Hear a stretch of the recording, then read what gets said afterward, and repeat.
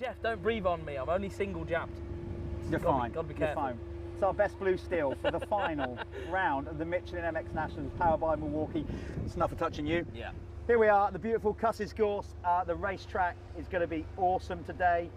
It's going to be bang on. Bobby Dazzler, championships to be won. It is. I think because of the moisture that we got yesterday, the track today is going to be just shitting. You wait for it. Oh, like sorry, I thought he was swearing then. It was nearly It coming was near out. the mark. So sit back. It's going to be a glorious day. Sunday Motocross, the final round of the Michelin MX Nationals, powered by Milwaukee. Stick with us all day. Champions to be crowned. It's going to be mega. And I don't say mega lightly. Can I sign off? Please do. It's going to be a great day, and we'll see you there.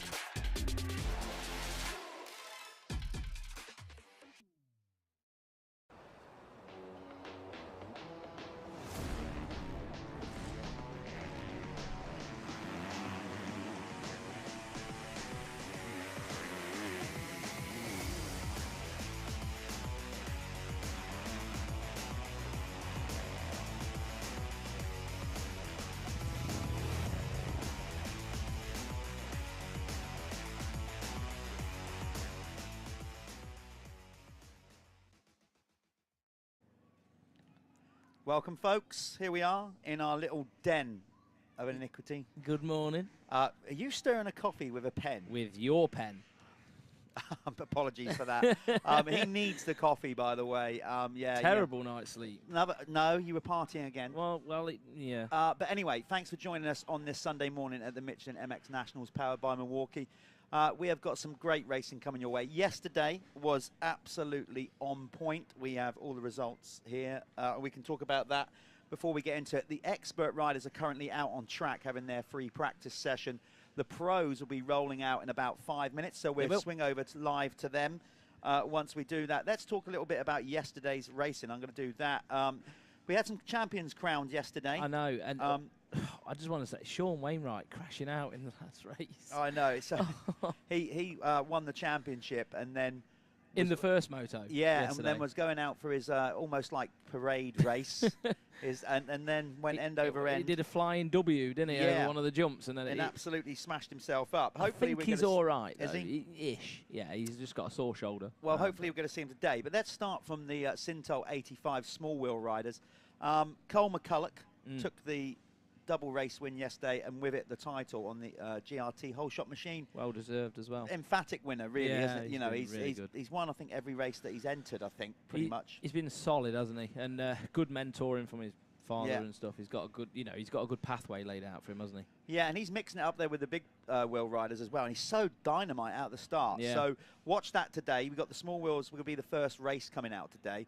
And Cole, number 5, he's on a small wheel machine against the big wheels. We mixed the classes together, but he's electrifying out the start. Yeah, they've definitely built a good bike for him. That's yeah, I think his technique's great as well. Yeah. Finley Evans in the big wheel yesterday went 1-1. Yeah. Spoke to his father, or stepfather, the other day, and he was basically saying, oh, he's just left it too late in the year. He's found some real form. Yeah. At the last few rounds. Yeah, and sometimes, though, he's probably a bit more comfortable maybe on the hard pack tracks and stuff. We had a lot of sand tracks, didn't we, at the start of the season? So maybe he can take something away from that. And see well, what like he can work it's on around, he's already contract time.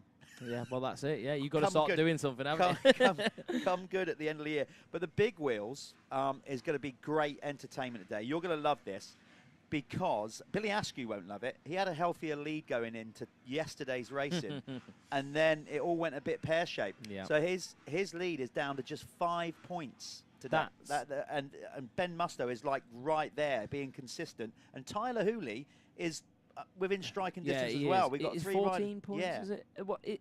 Yeah, I mean, is that the closest one we've got today? I think pretty much, regard to the championship. Yeah, that's going to be really good. That is going to be good to watch. So keep an eye. The big wheel class is like really good.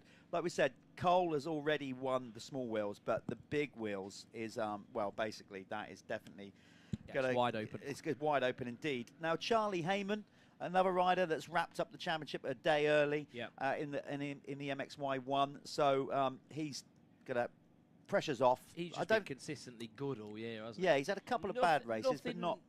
Like I don't think nothing like exceedingly like whoa, mind blowing. Yeah, he's just done what he needed to do. Yeah, and he was great again yesterday. He went 2-1 yesterday. Joe Brooks winning the opening moto, and Liam Bennett getting in the mix, and Aaron Ongley. So that championship's decided. And Charlie, speaking to Charlie's dad last night, the next step for Charlie is going to be EMX. Yeah, it has to be. They are going to do it. It has to be. They are going to bite the bullet and do it. And I think it'd be such a waste if they didn't do it. Yeah, because he's. I mean, don't get me wrong. Joe Brooks this year has pushed him in a few races, whatever. Yeah, but he needs that challenge going forward. Yeah, so that's going to be good. Another champion in this class was. So this is basically about the 4 champions we had crowned yesterday. Alfie Jones wrapped it up yesterday. Yeah. Right. We've got to apologise. We have got to apologise. Well, you, because I think it was you that sort of led all that. I did encourage him. You did encourage him. What happened yesterday? Well, no, he was right. So what happened yesterday? Alfie's dad Rod came into the booth here and said, "Look, I've got this post ready to go on Instagram." Well, no, to be fair, I was saying just post it. Don't even by think about my it. reckoning, he's won the title, and we're like, "Yeah, I think he has." Yeah, just post it. Post it. Just post it. He's won. Then we had a sheet of paper handed to us that sort of said that he didn't. As it transpires, the paperwork was wrong. Yeah, so yesterday on the live stream for the Straight Rhythm, if you were watching that, we was basically saying, no, he's got it all wrong, he hasn't won it. And we made Rod look a bit of a fool. Sorry, Rod. Sorry, Rod. He's a nice guy as well. I didn't want to do that to him. Don't shoot the messenger, okay? But yes, I can see him there. He's out that window. He stood up there with Johnny. So yeah, anyway, he's won the title, Alfie Jones, in the MXY1 and 2. So that's it. We're stopped there for now. We're going to bring you up to speed with what's happening out on the track, I believe, now, or maybe another run of adverts. We'll carry on with the paperwork a bit later. Yeah, here we are. We're out on the track for this is the Pro Fastest 40 practice, start straight practice. You can see that mesh gate embedded into the dirt. Now, they're hard to clean because the dirt here at Cusses Gorse is quite tacky, and it goes in that little mesh, but without there, obviously we're still the first series in the UK to introduce the mesh start gates. Yeah. We were, weren't we? Yeah. Yeah, so we're following on from like the MXGP season. We do want to be that place where riders can develop themselves to that standard, so we have to make the events the same standard, don't we? We do indeed, always evolving. This is the downhill, the first straight they come to around the first corner. So you get a view of a lovely packed out paddock here at round 5 of the Michelin MX Nationals powered by Milwaukee. This is the final round, obviously scheduled originally for 6 rounds this year, but as we all know, it hasn't been a normal couple of years. No, there's this weird bug going around, isn't there? And yeah. And basically, with varying things, dates getting moved around, whatever, we've had to change the dates as well. But now, for the remainder of the year, there's a lot of events crammed in there, and really, you know, finding a suitable venue as well. There's no need, is there? It's unnecessary. I think we've had a good year, and we've managed to put on a good, solid championship for people. And, you know, 5 rounds. That's it. I think that, you know, better have 5 quality rounds and try and stretch to 6, but is maybe not at the right time. The right time or right venue. So, but we will be back next year in full force. 6 rounds, potentially new venues, new ideas, constant innovations and ideas going forward with the series. Yeah, we'll be announcing some of those plans over the next couple of months. Your brain is a big box of ideas, isn't it? Thank you. You're always flying out. Yeah. You love it, don't you? Yeah, I do. Yeah, obviously. Creative man. I'm going to be hopefully working with these guys. Jeff is the Leonardo da Vinci of motocross. I wouldn't quite say that. Oh dear, no. I'm just going to say things today, mate. Yeah, you are. Whatever comes to mind, it's coming out. So, apart from swear words, but we've got some. Yeah, we've got some good ideas in place. Certainly for this live stream, we're going to take it up another notch next year. we tried last night, very last minute decision last night with the straight ribbon, Yeah. to try our first ever at the venue live, I wouldn't call it a studio show outside. We quickly decided to do that about half an hour to go before the live stream started. Please don't judge us on the quality of that stream. On that No, part it was of the good. it was very off the cuff, wasn't it?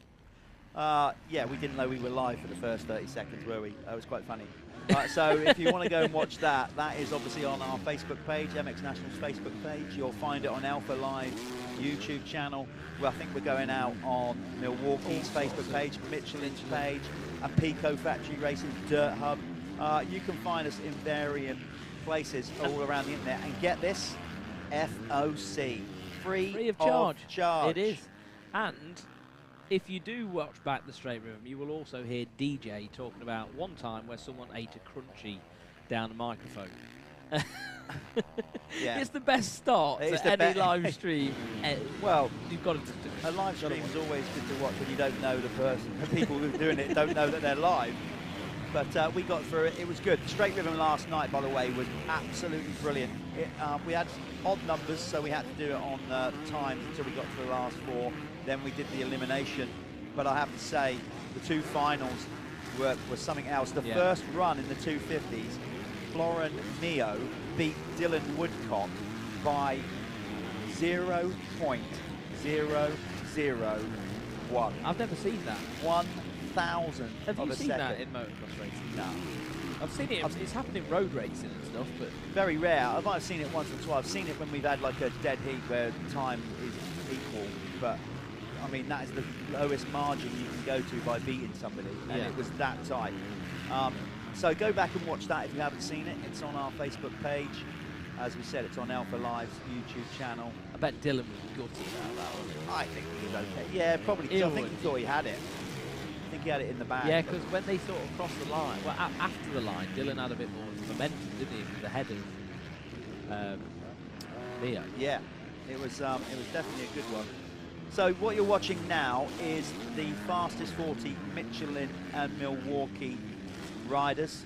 Obviously, we don't have 40, that's a phrase. We normally get 40 at the start of the year. Riders tend to get injured, drop off. For varying reasons, we're down on numbers. Some fall out of the championship, like riders like Liam Knight, for example, has just undergone knee surgery, ACL. Some people are just simply not contracted to do this one. It will all change next year, though. I got no doubt of that. It'll all change next year. Hopefully we'll have... Well, for one, there shouldn't be any date clashes with some of the other major championships. Yeah, next year, that's going to really help it. And you need to put these events on for the pro riders as well, because at the end of the day, they need to earn a living. Yeah. And they pick up a bit of cash, don't they? And do you know what? Kudos to the MX Nationals team for making that bold decision to go, right, we'll take the higher ground here. We'll go back to the ACU. If we do that, that's going to eliminate all the issues. Well, they didn't have to do that. Not all the issues, but fair play to them for doing that. Yeah, I think ultimately it was the best decision for both Absolutely. parties. And I don't think the ACU, they'll welcome it, I'm sure. Like, there's no big issues, is there? And I think going forward it'll just deter there ever being big build-up of problems like we've had this year. It's not been easy for anybody. No.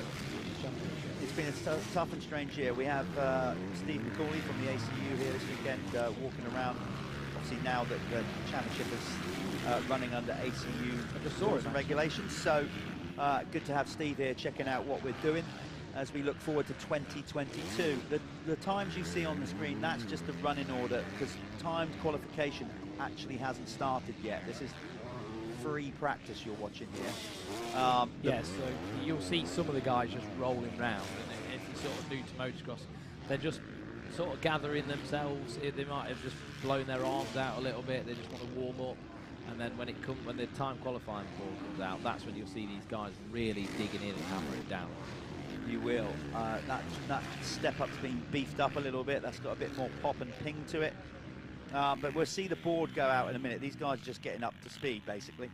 As soon as that timing board goes out, you'll see them wind up the wick, and then the times will start appearing on your screen. I like that shot there. Is that rain? No. No. no rain today. Oh, it's good to see. It's like little droplets coming down. I think it's the little stones, isn't it? Is it? Right, okay, yeah, you don't want getting roosted by the stones. But the track is in great nick, it really is.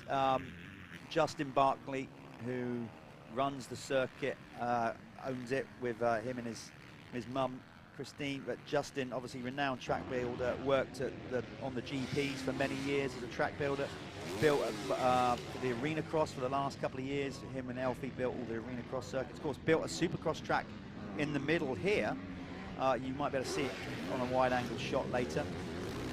He's been in and around the sport for a long time, hasn't he, actually, doing tracks and stuff. And he does private tracks for people and all sorts, doesn't he? So if you do want a track build, Justin Bartley's the man to get in touch with. And there's the Supercross track. There it is, the Supercross track. That's where we recently run, not the MX Nationals, but the Steelhawk Motorcycle Club.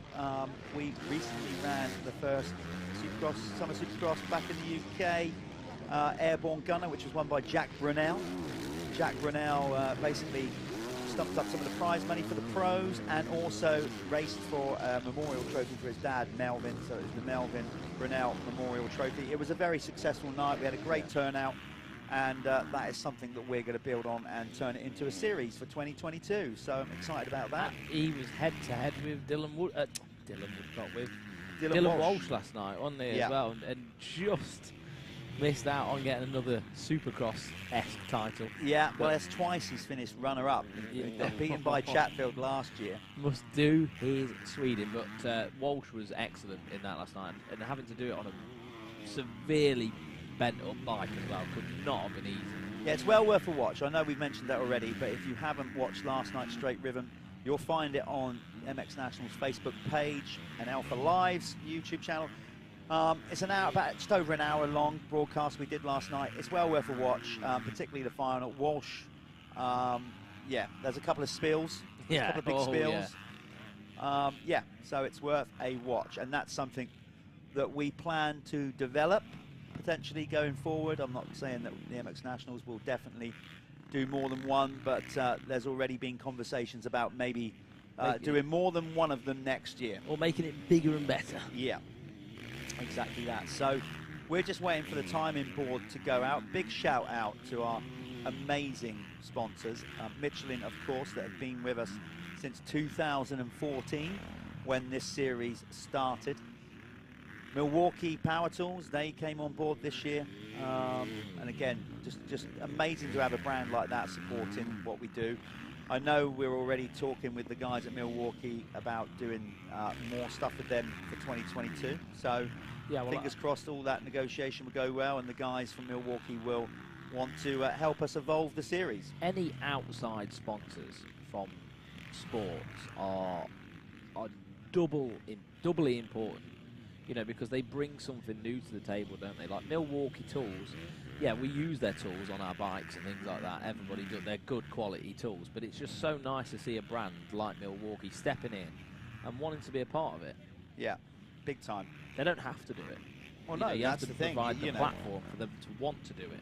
And I think with what we're doing with the live stream and everything, you know, now more people are getting to see the MX Nationals, and of course because it's a free broadcast as well, that definitely helps. You know, if you can watch something for free. What are people saying, Jeff? Right, well, I've just gone on to Facebook. We've got already a good few people watching. Thanks for tuning in. Let's give Rex Manning a shout out. Rex is a regular viewer. So morning, Rex. He said, good morning. Great mate. show as always. Please can you give us a shout out in Ipswich? There you are. I can give a shout out to you guys in Ipswich, but I'm not going to go to Ipswich to give you the shout out. Yeah, but it's much easier to just go, hello, Rex. Hi, Rex. There you go. Anyway, Rex is watching. Great to have you with us. Spread the word. There's going to be some good racing today. We're just sorting out some of the camera guys are just getting a few things adjusted out there. That's why we're sticking with this this camera angle for now. It looks to me like the timing board might have gone out because it looks like they are starting to wind up the wick somewhat coming down this hill. I reckon the board is out. Yeah, I'm just gonna jump out the booth very quickly and see if the board is out. Okay. All right. Off you pop. Off. Right, you're left with me for the time being. So Jeff's just gonna go and see whether the timing board's out. What we mean by the timing board, for people who don't know, is the timed qualifying start. So the pro riders get a certain element of free practice, and then obviously from there it goes into a timed scenario. So then these guys are racing for essentially pole position or start positions. Obviously the higher up the order you are, the quicker you're going to get to a start gate, because you line up in order of your qualifying results. So Jeff's just stepped down. He's going to have a look at that stuff. Obviously, big shout out as well to Alpha Live, who do put this stream on for the Michelin MX Nationals. Also, some other sponsors we want to shout out to. We've got Pro Green MX stepping in this year. Oakley, Synthol Lubricants. Synthol Lubricants are a new oil brand. Check them out. They've sponsored the 85 class this year, and from what I can tell, great product, great people, definitely something worth looking at. And they want to put back into the sport a little bit, and I think they're going to start doing a little bit more work with Alfie Jones, which is great, because he definitely deserves that. Also, we've got Acer scaffolding surfaces, Apico, Kex clothing, RFX, Gurn, Moto Connection. The list goes on and on and on. We're going to have so many things going on today. There's going to be Champions Crowned. I've got all these plaques in front of me here, and people are going to be winning championships all day. Some of them are definitely going to go to the last races of the day today. So we've got 2 blocks of racing on a Sunday at the MX Nationals. And there was 2 blocks of racing yesterday as well. So today there will be champions crowned. There will be prizes given away. Someone will be going to Spain on a holiday. Jeff, what's going on, mate? You figured it all out? Figured it all out. Yes. Yeah, so we are qualifying. I'm just trying to refresh the times here. Just click the old refresh. I will. I'll do that, mate. That's modern technology. You know it's not going to work for me because I'm a technophobe. No, it's probably... Anything I touch tends to blow up. I don't think that's working. Maybe if we check it out on our phones. Anyway, we are definitely down into qualifying. So we've got a faller there. Who's that? Just binned it. Oh, Bobrashev. That's an odd place to crash, isn't it? Love it now. How's he managed to get off it there? He must have high-sided going into the corner. So Bobby, the big old Russian. Shoulder as well. That's not done him any good, is it? Welcome, by the way, to all any Russian fans watching, because this is going out on Bobby's Facebook page. Do you know what? We really need to learn how to say hello and good morning in Russian, don't we? Like, I think we need to... any Russians who are watching the stream, you can private message me or Jeff with how to say that in Russian, and we will go for it. Well, I'll go for it. You've got to take into consideration that I struggle with my own native language. So apparently, Russian is a language of beauty. Is it? Yeah. Apparently, they've got a lot more dialect for emotions. Is that right? No, yeah, seriously. It's supposed to be quite a good language to. Yeah, I was listening to it on a podcast. That and Mandarin, very deep. Of course, you'd be listening to Mandarin, because we found out yesterday that apparently we're big in Vietnam and Thailand. Well, yeah, that's exactly. So you know. This stream is not just motocross, it's full of all sorts of insightful knowledge. I can't seem to find the live timing on Speed Hive at the minute, so bear with us, folks. We're not getting up on our screen, and we can't seem to find it on Speed Hive. So just bear with us, guys. There must be a connection link here between our software, what we're doing, and the guys out in the middle of the circuit with the timing. Right. Okay, yeah, so it looks like Speed Hive is actually down. Yeah, that's what it sounds. The whole of Speed Hive, not just our Speed Hive. Broken it. We have literally broken the Speed Hive. Yeah, I'm on it now, and there's no live timing from seemingly anywhere in the world at the minute. So, yeah, we can't give you the live. They are being recorded. Yeah, we will get them and out. We will let you know once we get the results after. But right now, there's always technical hitches, isn't there? We can't tell. Yeah, there is. We can't tell you who is leading this. Shall I just jump out and see if I can ask Becky? Yeah, go and do your thing. So Callum's going to go and try and find out if we can get some results straight across from the timing truck. But right now, that's why you guys viewing don't have the timing on screen, is because we're not getting the link from Speed Hive to put up on the screen. But you are at least watching fixed cameras here. There's John Adamson, #2 on the Gabriel Installations machine. He is leading the MX2 championship. Narrow points lead, 10 points I think, over Carlton Husband, who is riding the Phoenix Tools Pico Kawasaki. Those two are battling for the MX2 title, which will be decided today. Of course, MX1 has already been decided. That has gone to Harry Kulas, the last round at Landrake. He took the win in some style, wire-to-wire win in the last moto to get the championship done for the Cab Screens Crescent Yamaha team, much to their joy. There's the checkered flag. See Barry's cap, they're sticking up just behind it. Look, he's just hiding from any angle. He doesn't want to be on TV today. Look at those gloves. Obsessed with all things black and white. Barry Ward, our flagger. So that is the session over. We give us a little while. We're going to go to a quick break, and then we'll try and get some times for you guys.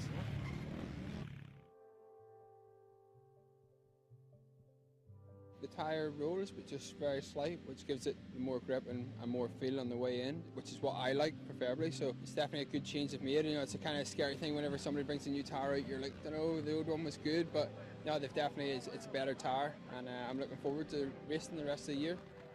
Michelin, a better way forward.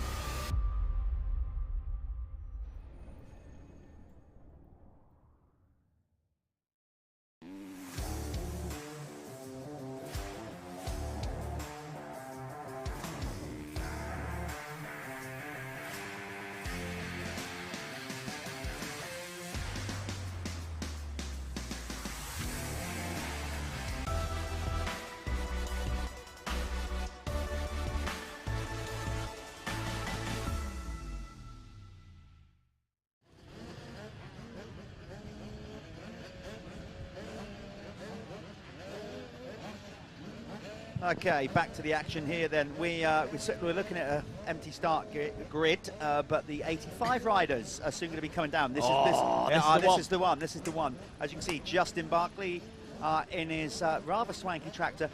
Heartbreaking story. Well, it's not heartbreaking. Well, it is when you've got to fork out a load of dough. Go on then. Yes, Justin, basically at our event, had a great event, looked after both circuits for 2 days, the Supercross and the Motocross track, and then straight after the tractor broke, and he had a puncture as well on the tractor, to the tune of the whole thing, just the tyre alone was $3 grand, the whole thing cost him about $8 grand. Wow. So there you go. So if you think running a motocross track is easy, is that actually how much a tyre? No, the tyre was $3 grand, and then to repair the tractor was another 4.5. That's nasty. Do you know what though? How sick is that watering It's system? brilliant. That's what they have in America. Well, this is you know, why like the sideways little thing. Yeah, this is why Justin does a great job here. You know, he's putting a new big borehole. He's got more water. It really is fanatical about his circuit. At least it's not like riding in America where you land off a jump and you've got someone drenching the landing with a big industrial hose pipe. You ever had that? I have. Scary. It is odd when it first happens. It's still a great place to go. It doesn't matter though. You sort of tense up and you're like, oh, it's okay. We're not dead. Well, here comes the 85 riders down very quickly. We've got the top 3. We have. For the previous pro session, qualifying session. In MX1, it was Josh Gilbert. He has come back from this knee injury looking very fast. Yeah, really. And we know he likes it It's round surprising to me how quickly he's actually got better. You know what I mean? Like the build's been very quick and easy for him. So, yeah. Well, I did a man in the van interview with him actually after Landrake, and it was quite a good insight. He said how You know, he had to be really patient with it, and he didn't rush it, and he found it a bit frustrating. He wanted to come back a bit earlier, but couldn't, and he's done the right thing. Can't mess about with a knee injury. No, and Josh, I mean, he's got speed. He was a prolific rider in the MX2, so he knows. Yeah, he's looking forward, and he really hasn't had a full run on the 450s anyway, because this is his first year. Quickly then, before the 85s come off the line, so Gilbert top qualifying in MX1. Sean Simpson came in second, and Bobashev, even though he had that crash, was in third. In MX2, get this, Michael Ellis, another rider returning from injury. Yeah, I know he comes here quite a bit because he's only down in Portsmouth, or Brighton way, sorry. But he topped the group, and that's some surprise to me because he's been off the bike for a long time. Florin Mio came in second, and Tom Grimshaw third. So neither of the championship runners, as in we've got Carlton Husband in second and Adamson leading it. They didn't get into the top three. Adamson's had a shaky end to his season. Well, he's leading the championship. Anyway, that's all to come. This is going to be an absolute barnstormer, this 85cc class. Small wheel, that's been decided. Cole McCulloch, number 5, is your champion. Big wheels, 5 points in it. Billy Askew has a 5-point lead over rider 163, Ben Musto. And then Tyler Hooley, I noticed, is also in the mix. Again, deciding to line up right on the right-hand side, the far outside of the start. Interesting, that is interesting. I don't know. There's normally some pile-ups on the inside of the corner. The inside, really. There's Musto. He's second in the championship, 163. There's number 5, the winner of Small Wheels. Number 12 is Big Wheel teammate, has won both motos so far this weekend. I'm surprised Cole isn't riding with his gold number 1 plate. We were talking about other stuff when we went past Billy Askew, but Billy is out there as well. He has the championship lead, and this is going to be some race, I'd say. Billy Askew 441 on the SJP Moto KTM, ahead of the Matt Gardner KTM of Ben Musto, and then it's the I think it's CI Sport, or I can't remember Tyler's exact sponsor. It is CI Sport, isn't it? Well, he's got a lot of support from them on the gas. So that's how we stand currently. So 5 points difference between Askew and Musto, and then Hooley's just 14 points off the championship lead. So Billy Askew yesterday had anything can happen in this. Well, it did. It happened yesterday. He got together with Sean Mahoney. Their bikes got stuck up together. That's where he lost all the points. It's easily done. At 14 points, you're not even in the safe zone with that. So no, let's see how this is going to pan out. Is Hooley's outside start pick? It's a brave move being out there. There he is, but he's got to swing in earlier than that. Cole McCulloch. Oh, we've got Fallers in there. Is that one of the championship contenders? It's Wall Beanie who's got into the lead. Wild carding this one. Wall's got the funk. He's got some style. Cole McCulloch, another amazing start. I want to know who went down. Well, let's try and work it out here. Who's actually crashed? It's McCulloch's now gone back into the lead on a small wheel bike. Brilliant. There's Musto. I didn't see. I'm trying to see Billy Askew. I can't see him yet. We're going to have to wait for our timing, of course. At the minute, we've got some Speed Hive timing issues, so we might have to do this visually. You've got Wagger in third as Wall Beanie goes back into the lead past the small wheel bike.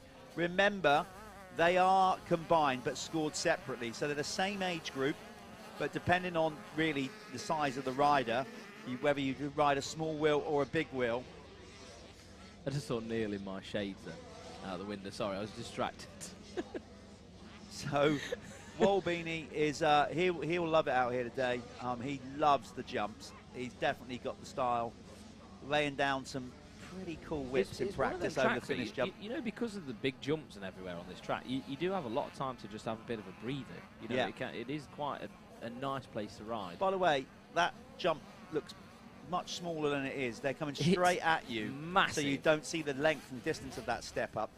So there's Haddock, there's Sean Mahoney on the Brian Goss Racing Gas, who had a good day yesterday, apart from that second race where he collided with Billy Askew, and of course his bike was underneath. Yeah. Billy Askew was spinning up on top of it. Both the parents were together in the pit box, like putting their hands on their heads. I mean, what do you do? It's a racing situation, isn't it? You know, everyone's trying to fight for the best position on track, and that's just naturally built into us as human beings, isn't it? You just got to go forward. And when the kids are this age, they're wild, aren't they? Oh, they're brilliant. That's why we like them. They're You've got to just, contain them like animals. they're so good. Right, we really hope that we can get some timing up here. We're trying to do a visual on where there's Hooley, so he's just a little bit back behind Musto. I still have not seen Billy Askew. Did he go down on I the think start? it might have been him. I wonder if they can get a replay. We're kind of a little bit dead in the water at the minute without the timing. Just trying to get a visual on you to try and find him. There was a rider that went down there. So yeah, we're just trying to get this live stream, the live timing up to. In the meantime, folks, bear with us. That is a technical issue, certainly out of mine and Callum's control. As we follow him through here. This one brought to you by Synthol Lubricants, of course. Johnny and the team, brand new oil brand, stepping up to the plate, and we just very thankful of them coming on. Right, let's have a little look. Right, so replay of the start. Let's try and see. So there's Askew there. Yeah. Okay, so was it him that went down? Yes, it was. I think it is. Because he was right in the mix. Askew was Oh my caught up God. with that. So he has gone down. That's The championship nightmare. leader. 4:41. That was him in that yellow kit. It's and all breaking down, isn't it? It doesn't come round the... do you know what? And that's probably why Tyler Hooley, whether he's been told that by his coach Justin Morris or Get whatever, out, to say, get do you know outside. what? Get Safe. outside so you're not in that mix. There's Hooley there.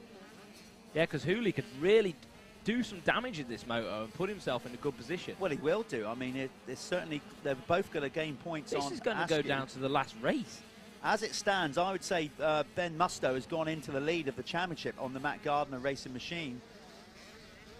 So you can there's that step up in the foreground. You can see one rider launch through it. It's huge. They're only doubling at the minute.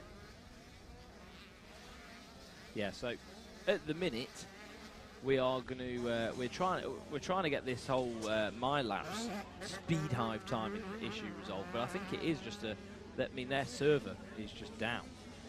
It's a worldwide thing, so they've got no live timing all across the world. So I'm sure they on their end are in a much bigger panic than we are on our end. So we'll just bear with speed hive and my laps, and we're just going to have to play this out visually. I know it's not ideal, especially in an important championship situation like we're in right now, but we're just going to have to play the card that way. There is Tyler Hooley, the 101. That wide, that outside start gate pick, paying dividends for him now, staying out of trouble. Oh, big case there. Yeah, what's that? What's the thing about a big case? Like, you're going to need a lawyer for that. You're going to Isn't it? need. Oh, someone's down. There's Hooley looking Hooley's behind him, being all that, and there's that Musto just ahead of him. I think so, yeah. Wow, this is close stuff. It's going to go down to the last race. It's a big ask for Tyler Hooley. Basically, it's a very big ask for him because he is he's 14 points behind. Musto, is that Musto there in the fourth? Yeah, so it's Musto, Evans, and then Hooley you see on the screen. Evans was a double moto winner yesterday, number 12, but he is not showing so much funk in this one. Hooley just has to beat him. Like, you know, in his mind, in the position he's in now, like, you've got to throw it all down on the tape. He has to win this moto. Like, you've got to just throw it all out there, haven't you? You've got no choice. There's no other option because you can't rely on other people messing up. And at this point, I think Ben Musto trying to keep calm, but he would have known by now, unless they haven't told him on the pit board, that he's leading this. He's probably in the lead of the championship now. Yeah. We still, apologies for you guys viewing at home. We have no idea without the timing where Billy Askew I was just saying is in this race. Look at Cole McCulloch I'm on that sure. small wheel, still flying, absolutely flying. I was just saying, I'm sure if we're in a panic here, Look at those two. They are Oh literally my side God. by side. Oh, wow, what Hooley's a gonna race. hold the outside line there. Hooley and Finn Evans going at it. 101, and number 12, as we said. Finley Evans is riding really smartly. He's just blocking. He's everywhere where Hooley wants to be. Yeah, and all the time, Musto just has to keep looking forward. We're trying, because this time in our little booth, we can't actually see out of the venue, out onto the circuit. Yeah. So we can't actually see from where we're doing this live stream where Billy Askew is in this race. I wish we could, so we can give you an idea of where the championship's at. But he is definitely behind number 163, and he'd only have to, even if he was 2 back behind him, then Ben Musto would be in the championship lead. He's way more than just 2 behind Musto. So Musto, number 163 on the Matt Gardner Racing KTM, as it unfolds at the minute, is currently your new championship leader. But we knew this would be a great race. Cole McCulloch already won the small wheels, and he's just, you know what, I'll just lead all you big wheels. Unbelievable. Yeah, you can. I tell you what, you can fight for your championship behind me, yeah, for the sure. small wheel champion, because the small wheels do make a considerable difference in the speed that you can carry round corners. I think with the track how it is right now, not as significant as it would be when it's a bit rougher in the day. Yeah. So I think he's got that. He can just go, right, this is the speed I've got to be at. It's a good testing point for him. Well, we spoke to him. See how long he can hold it for. Yeah. We spoke to him yesterday. He's already been riding a big wheel. He's already riding a big wheel last off season. So he's ready to move up to the big wheel. And judging by this form, he's going to be a title contender because he's currently beating the top 3. It'll be no problem for him. And in this one. He's got the right guidance, he's got the right people around him. So it makes so much difference just having people that know what they're doing around you riding. There's no BS. No, they've been there and they've done it. Oh, what a great! This is such a cool race between Finley Evans and Tyler Hooley. They're going back and forth. Evans got overtaken last lap around by Hooley, but he's up even more now. Yeah. Little Ryan Waggett as well. I know. is like, because he's having a good ride. This is probably his best ride of the weekend in there. Waggett's having a great ride. He's a very small rider, Waggett is. Well, it goes for the triple as well. Yeah. Doesn't quite make it, hangs it up, but it's he probably only weighs 2 stone. Yeah. Tyler Hooley, you can tell now, is absolutely ready for a bigger bike, 125. And as Finn Evans just goes, right, have that. I've had enough of following you, Ryan. Get out of the way, and he just went in there. Hooley luckily sort of followed it through as well, because that could have been a problem if they'd have put a gap between both. Now get this, Tyler Hooley must know that Ben Musto just 2 in front of him. He's got Finley Evans between him. So Hooley's got to try and find a way past Evans. He has to do something. He's running out of time, and that's the only way he can put a stop to, well, it'll carry on the chase, really, till the last moto. You've got to, haven't you? Yeah, there's Cole McCulloch looking over his shoulder because he's now starting to feel the heat from the big wheel riders as they gang up behind him. It doesn't matter for Cole, of course. He's comfortably leading the small wheel race. He's already been crowned champion. As Beanie Reese out there on the Team Green Fast and Female squad, representing the girls out there. She moves out of the way as the guys come round in this heated battle. Ryan Waggett. Waggett just dropped it. I think the rear end just come out of the rut there, didn't it? Just spun him round. There he is. He's having a really good run. He was. Here we go already. First race in. We're waxing lyrical about riders and they're hitting it. There is Billy Askew. That was Billy Askew without his front plate. He's made some ground up. He's still on. Well, it's not going to be decided after this. No, you know, it's going to go the distance. It's going to go all down to the last race for this 85 category. Number 15 down. I can't remember who that is. Apologies. We'd love to know. We'd love to have the option. Should we have a little check on Speed Hive, see if she's back up? You can. You do that. I don't think it is. And for those of you at home, just let us know, actually, if you're having the same issues with Speed Hive.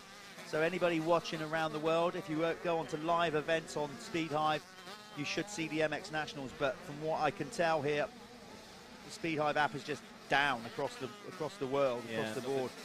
Yeah, so if I said it on the stream before, if we're in a panic, I'm sure the people on the other end of Speed Hive are in a much bigger panic. Yeah. Yeah, we'll do our best for you in a visual sense. That's all we can do, is just let you know what we can see on screen. And what I can see on screen is Hooley is now all over the back of Musto. Oh, Finn Evans has gone past them both. Remember, Finn and Cole are nothing to do with this. No. Cole's already won the small wheels. Finn is not really anywhere in the championship. So but the other two behind him, number 163 on the Matt Gardner Racing KTM, Ben Musto, and Tyler Hooley, number 101 on that Gas, they are championship contenders. Finley Evans is the first one to pass the number 5.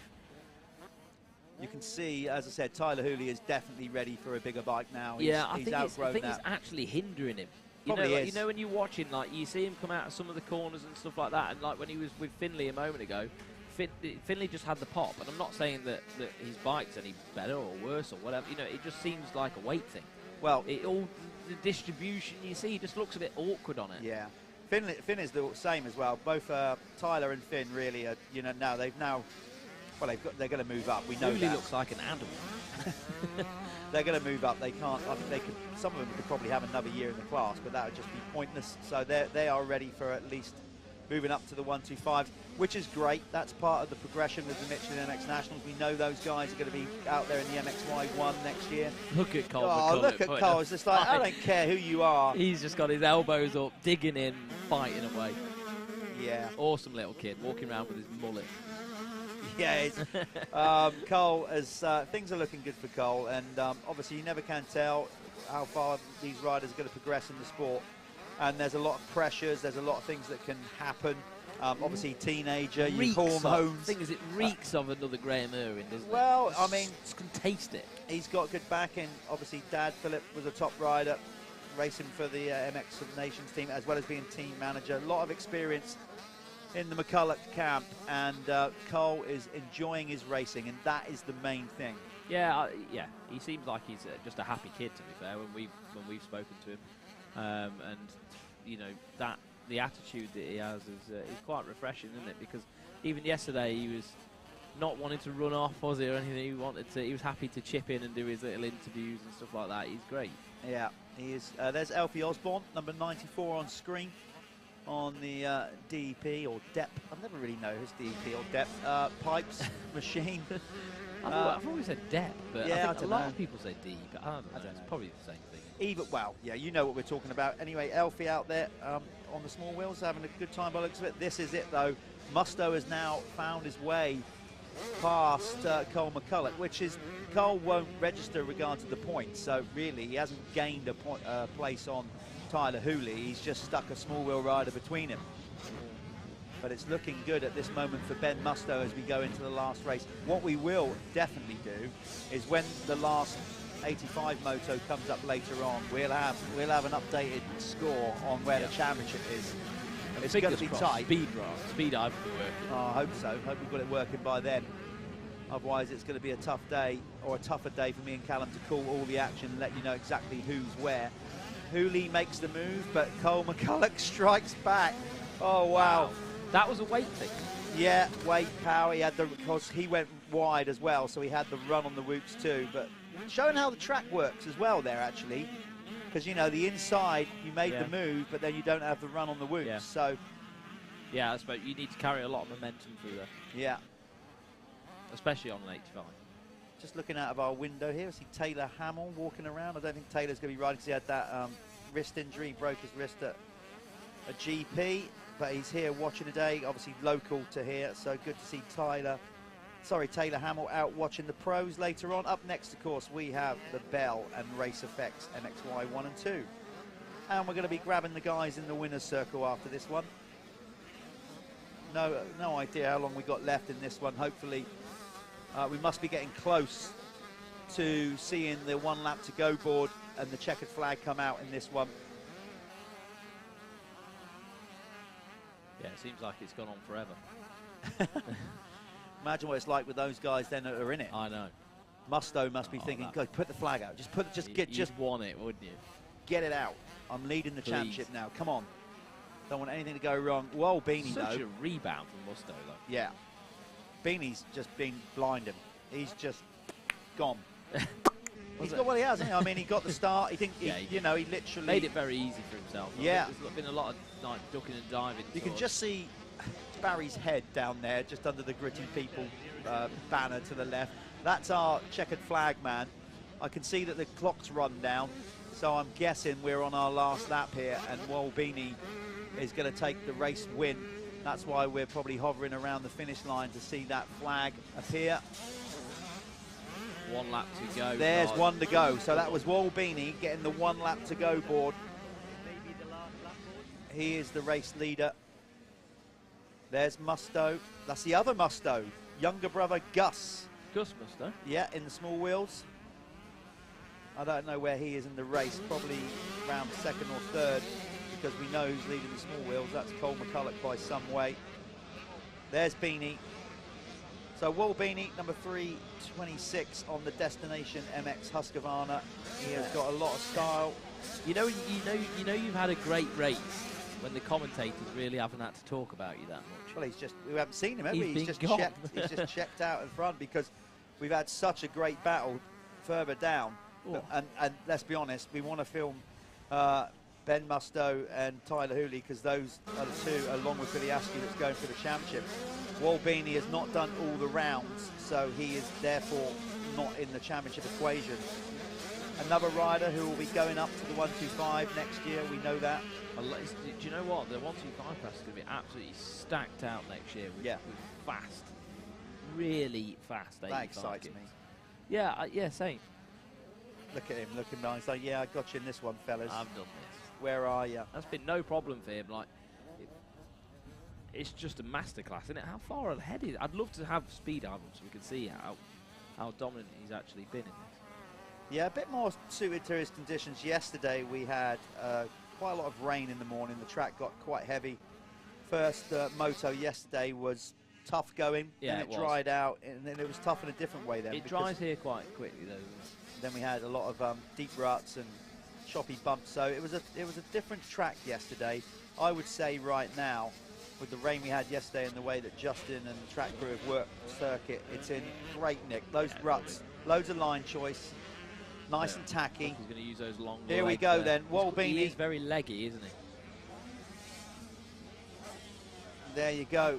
So that's Walbini. He took the checkered flag. I'm going to go. Shall I go down to the first one? And we're going to grab Cole McCulloch as well. Going to an ad right now. Join us once you've watched the ads back in the winner's circle.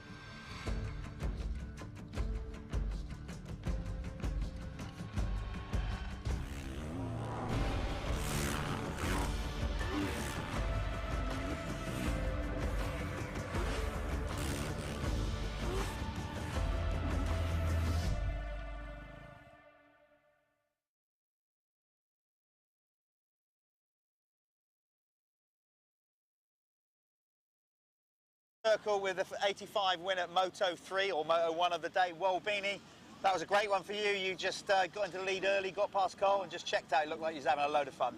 Yeah, had a real good race. Whole shot in the first corner, and then passed Cole quite quickly, and then just opened up a good gap, which was reasonable. So I ended up chilling out and just having a bit Chilling of fun. out. You did look like you was having fun. I want to give a shout out to people that help you out. My mum, my dad, Hooterline, Destination MX, Ryan Allison for being my mechanic, Yeah. X-Cast Media, just everyone that supports me and all the fans and stuff that cheer me on. Cool, we're looking forward to seeing you out, and the same again next one, right? You'll be back up here. Yeah. Nice Hopefully. one. Nice one, Wal. Thank you. There's Wal Beanie. We're going to go back to the start, I think, quickly of the MXY1 and 2.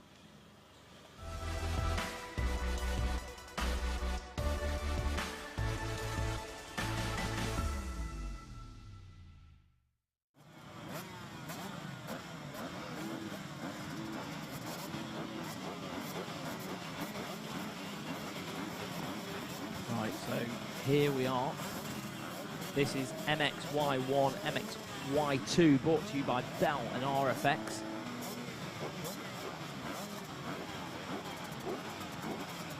Just going to see if we can get a refresh on the speed high.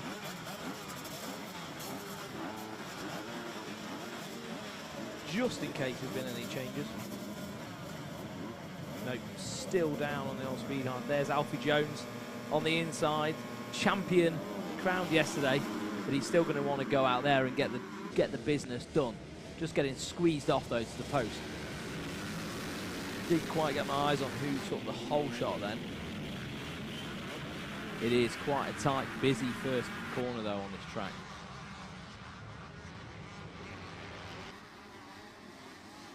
Right, Ben Clark was up there.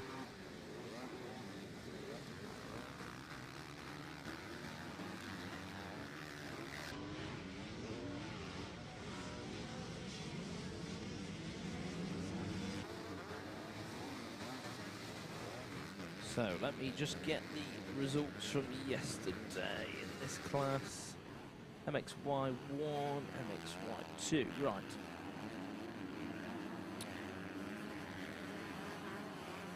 So it looks like Westcott out front at the moment. Yeah, that is Westcott. Tyler Westcott is,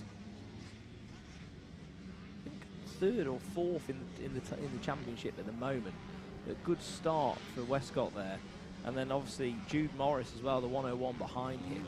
So Jude Morris, it actually looks very good at the minute, Jude Morris. It looks like he's on a bit of a charge of a lap. He's on a heater now. They really do need to dig deep on these first few laps and try and separate themselves as much as they can. Obviously you can see there, Ben Clark. Oh no. Tyler Westcott just digging it there. He just took a bit of a dirt sample, turned the front end a bit too much in those tacky corners. Can just sort of grab the front wheel sometimes, and just I've ridden here myself, and it is a bit challenging when the ground's quite tacky like this, and some of the ruts is so grippy, and you just dive in there and it will just grab the front wheel. It looks like that's what happens here. So Alfie Jones there, our champion on screen with the red plate, the 731. Synthol lubricant supported athlete now, and he's just chasing down Sam Atkinson. Obviously can't really see the 125s there, just saw Heyman come through. So Charlie Heyman, the 22er Heyman, is working his way through. He is also being crowned champion in this division. So Heyman up there in MXY1 for the moment.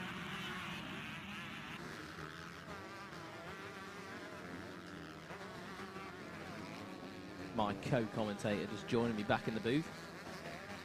It's all fun and games, isn't it, mate? Just, well, yeah. See, the issue we got was we got winners. We got winners, 2 winners we want to speak to. Unfortunately, we obviously got a race schedule to stick to. So as much as we'd love to chat to them both between motos, we got to keep this thing rolling. Hey Jeff, you do you. You do what you got to do, mate. Oh yeah, absolutely. I'm not. Yeah, I'm all right with it. I'm explaining to the viewer at home why we would love to spend more time chatting to the winners between motos, but at the same time we can't wait around because like I said, we've got to get the racing rolling. There's a lot of racing to get through today. So for the moment, Jude Morris is leading the way. Good few ticked off a good few opening laps. Jude Morris has done there. And just behind him at the minute is Sam Atkinson on Phoenix Tools Kawasaki. Yeah, there's Ben Clark on screen as well, and yeah, and Cole as well, 715. There's Heyman, already the champ in the 125s, number 22. Yeah, he's working his way up there. He's chipping his way past these 250Fs. I think they've got the legs on him, obviously, out the start. So Heyman just having to put the graft down and pull through these big bikes. But I don't think he's done, speaking to his dad, I don't think he's done with the 125s just yet. They want to go and do some of the MX racing. So following in the tracks of Bobby Bruce, you know, and both very, very talented kids, and probably the best we've got at the minute. Coming up through the youth ranks. Yeah. In the 125. Yeah, we've got some great, look at those two going at it there. Just reading through some of the Facebook comments, not all of them. Matt Gardner, obviously running Matt Gardner KTM, not actually here. Matt said, can you run through the positions, please, Jeff? No. in a word, Matt, because we don't know them either. Unfortunately, the timing, all the times are being recorded, obviously, by us here at the venue, but they're not transmitting to Speed Hive, the app we use to broadcast the results, because there is an issue with Speed Hive. Nothing to do with us. Unfortunately, the Speed Hive timer. Yeah, it's across the board, like all the karting events. Yeah. Road racing, it's all down. Yeah, basically their server, worldwide server, looks like it's crashed, and we can't seem to get the race results. So what you guys see on screen is what we've got to work with as well. And also, we can't actually see the whole track from where we're sat. No, which makes it doubly harder. But we're not looking complaining. at we're loving it. An ice cream van, a mule, some burgers and chips. That's our view. That's our view, yeah. Which is far too tempting, I've got to say.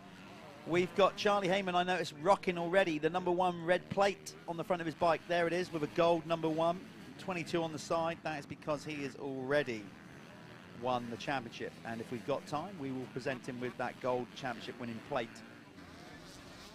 Yeah, I saw his old man sticking that on last night. Very crudely stuck it on top of the old number. In true Heyman fashion. So Charlie was going, "He's bubbles in there. What are you doing?" He's like, "Oh, get on with it." Oh, Sam Atkinson, that was on the deck. I'm sure that was Sam on the Phoenix Tools. Yeah. So Sam Atkinson crashes there. This track at the minute is in prime condition, isn't it? Absolutely prime. Yeah, and Justin is good. You know, he's used to these conditions with regard to the track owner. We said got a load of water available. He's got certainly the system to keep it watered. This track will be kept in good nick all day. And because of the system that he's got, he can just drive around water sections between races. Lovely, isn't it? Yeah, it doesn't actually have to go on the track and ruin and put tractor lines in it. So. Heyman, though, now, look, past Ben Clark. He's on a ripper. He is. Again, pressure's off. Not that I don't think Charlie felt too much pressure this year anyway. Doesn't seem like that sort of kid, does it? It doesn't really bother him. Now he's already the champion anyway. Doesn't. Of course, it matters. They want to win every race, but what I mean is you haven't got that. Oh, I haven't got it over the line yet. And of course, we know in this sport anything can happen. Injuries are common in our sport. It is what it is. That's what makes it such a great sport. You know the risk, dedication, determination to get out there and be a champion. But it also takes a lot of luck. It takes an awful lot of grit to be at this high level. You know, the level that they're chasing to be. Yeah. In this sport, it's not very easy at all. Really does take something. Does indeed. But so far, this is Heyman. I'm assuming, obviously, I was out of the booth dealing with those winners' circles. That he's leading, without the timing, he's leading the 125 charge in this one at the minute, isn't he? Yeah. And then Jude Morris on the 723. That's not his race number. 723. Gas. That's the sponsor's name. It is. I've got my glasses on now, mate. I mean, locked in. Yeah. Like I'm going on a flight. I feel like a pilot. Oh. No, if you don't laugh, you cry. Oh, I'm there, look. I'm on the screen. Yeah, we are. Just It's going to take Valerie. Jeff. There you go. That's what we're looking at. Valerie Webber. No, Valerie Keeley. So, guys, there must be a paper copy you can read the times off. I wish. Well, when the race is finished, yes, Valerie. But as the race is going on, clearly we can't. We don't get the results until the race is finished. We can't. So yes, we can give you the results of each race about 5 minutes after the race is finished.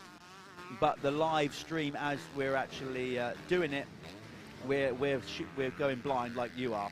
We have no idea who's in the race because we can't even look out the window and do a visual on it. We are just commentating on the same screen that you guys are watching at home. So just bear with us on that. It's a speed hive issue, and hopefully they will get it up to speed soon. Crossed. And then we can bring you the information and put all the time and running order on the screen for your pleasure. Tell you what, Atkinson's picked that bike up and he's actually started charging forward again. He's right on the back wheel of Ben Clark now. Talking of results, they should be, Valerie's got a valid point, they should be by now about printed off. So I am going to go and get the results from that 85 moto. All right? Are you okay with that? I'm all right with that. Are you comfortable with that? You got everything you need here? Yeah. Do you want an ice cream? I'd love an ice cream. Not yet. I'm going to make you suffer. I will also make Jeff suffer when I'm eating it as well. I'll slowly digest it into his ear when he comes back. So Charlie Heyman and we'll just jump on to Jude Morris now. So Jude Morris, who you can see on screen there, the 101, is, I'm just looking at the championship positions,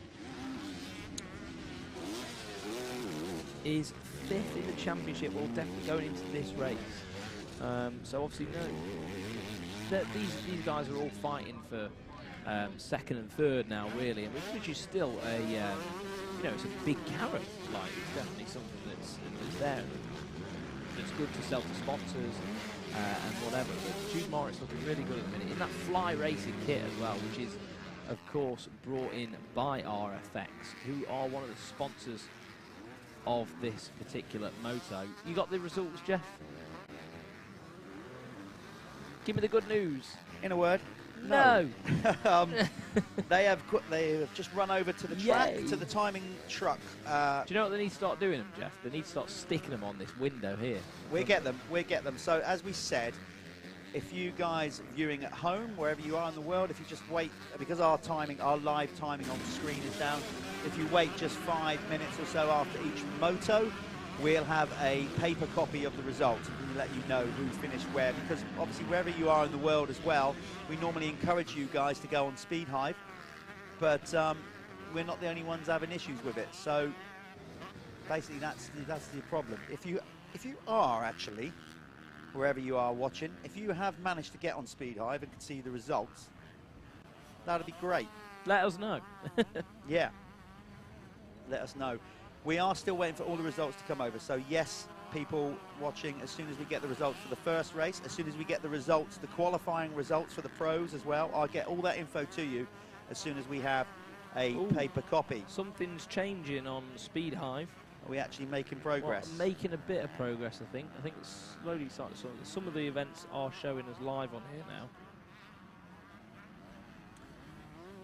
now. Okay. Are we back up, DJ? No, we're not. No, I think it's like half back up, isn't it? Am I just... So Jason Peters, yeah, just bear with us, folks. We will get the fastest 40 riders from this morning and get you the times as soon as we get that. We've Becky Bennett, who's in our race control manager. She is in hyper stress mode, right?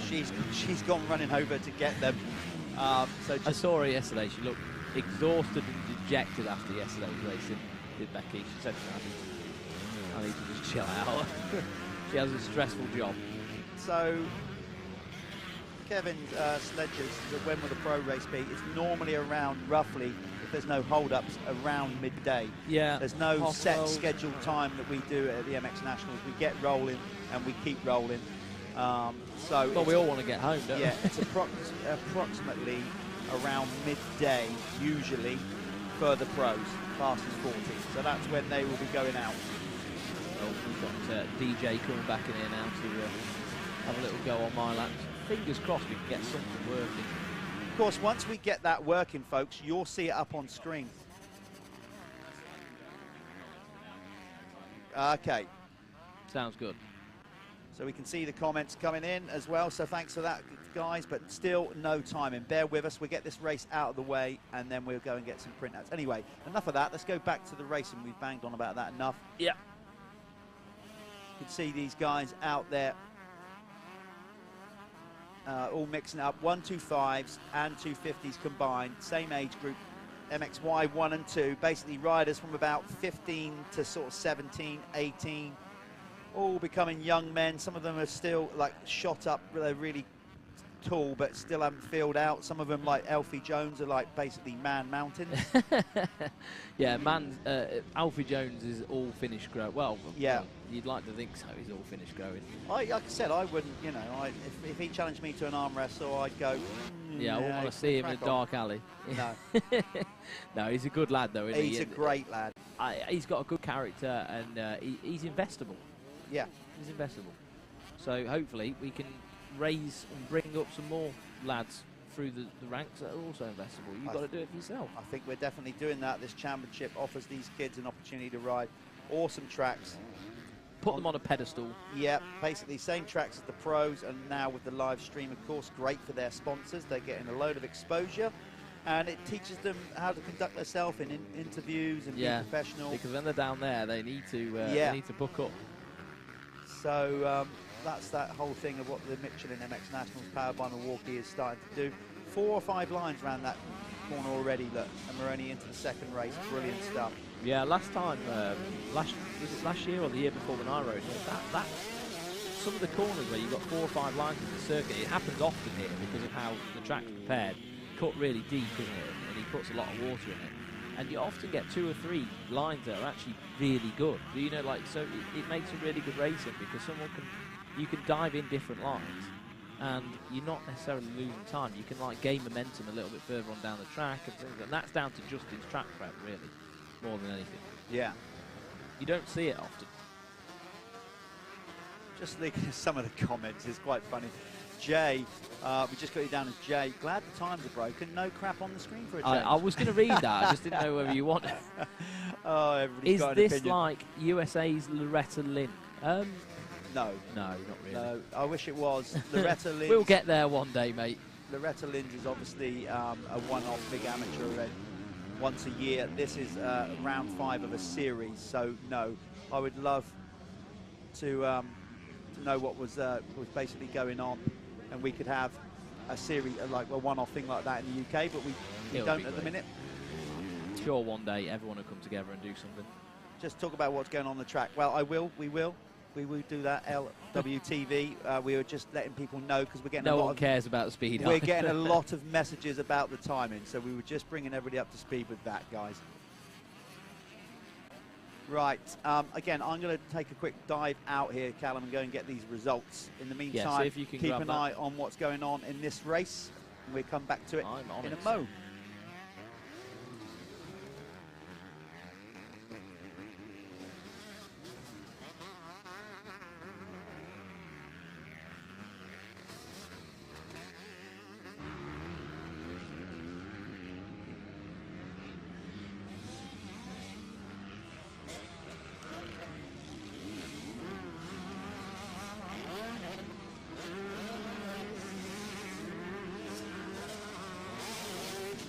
So that's the 28 of Charlie Griffith under attack now.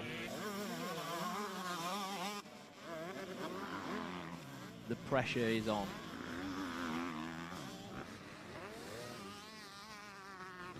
So we're still trying to like sort everything out on our end to get everything up to date. Helps us out. Oh, are we back?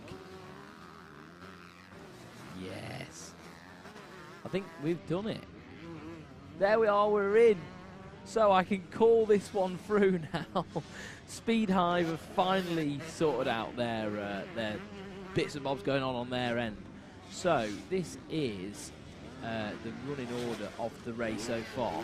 So I'll just do the top 10 as they're running, and then we can split the classes. So as they run, just in case you don't know, Jude Morris is out front on the 101, and he has a 13-second gap over Alfie Jones, our champion. Charlie Heyman, 22, in third, just behind those guys. Sam Atkinson in fourth in the race at the moment. Joe, look how excited you are. Joe Brooks rounding out the top 5. Ben Clark in 6th on the 277. In 7th, Tyler Westcott. So Tyler Westcott just moving up a spot and pipping Ollie Cole on the last lap there. 9th, we've got Rafe Broadley. And in 10th, Leon William. So I can just split the class.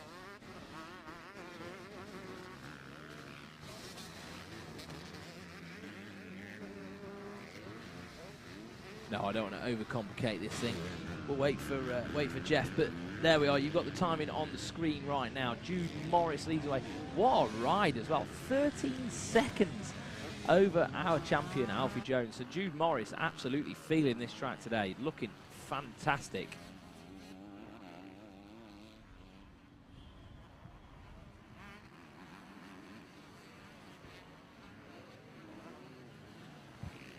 Right, there you go. That'll make life easier, won't it? You're a lot happier now, aren't you? I can feel the energy. You know, when you walked in here, it was like an explosive energy when you saw that live timing up on the screen. Well, because we just want to do a good service for the people watching, you know, giving you the information. It's difficult when you're on out without that. So, Jude Morris, look, 13 seconds out front. Yeah, looking good, Jude. From not too far away from here, actually, down on the south coast, so he's ridden enough times around here. In fact, let's be honest, Cusses Gorse gets used for other nationals as well, so all these guys know their way around here. Checkered flag, right, let's go. And do you want to go and grab that one? If we've got the time. So I think we're going to throw to a quick advert and then go and see those. Before you go, Callum, take this.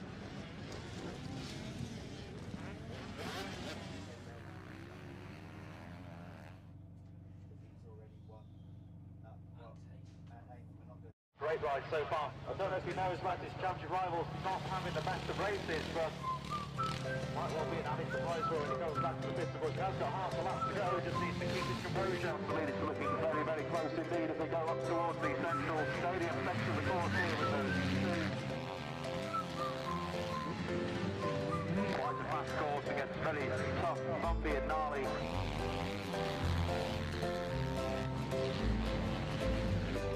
So now closing stages, and the Perrett closing on victory.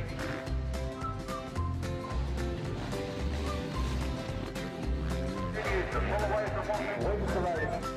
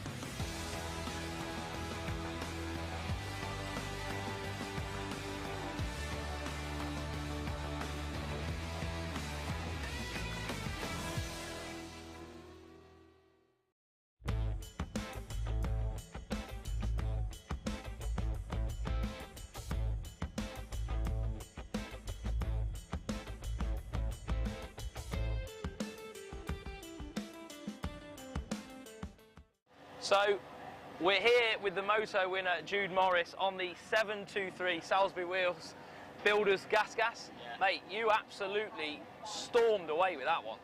Yeah, I got off to a good start. I was in second, made a quick pass to get into the lead. I knew I had to get by quick, and then I just put my head down, put in some good sprint laps, and just built a gap and managed to keep it there for the rest of the race. And you were saying about the track as well, there's loads of good lines to pick from. You're not having to just dive in one and hope. Yeah, there's 3 or 4 ruts in every turn, and yeah, the track couldn't be better, really. So. Yeah, brilliant. Have you got anyone you want to thank in particular? Sam from 723, Mike from Salisbury Wheel Builders, Depth Pipes, Oakley Goggles, Bell Helmets, Fly Kits, TCX Boots, and everyone else that helps me. Brilliant. Well, you've got one more moto to go, and good luck. Cheers, thank you. See you later. Thank you, guys.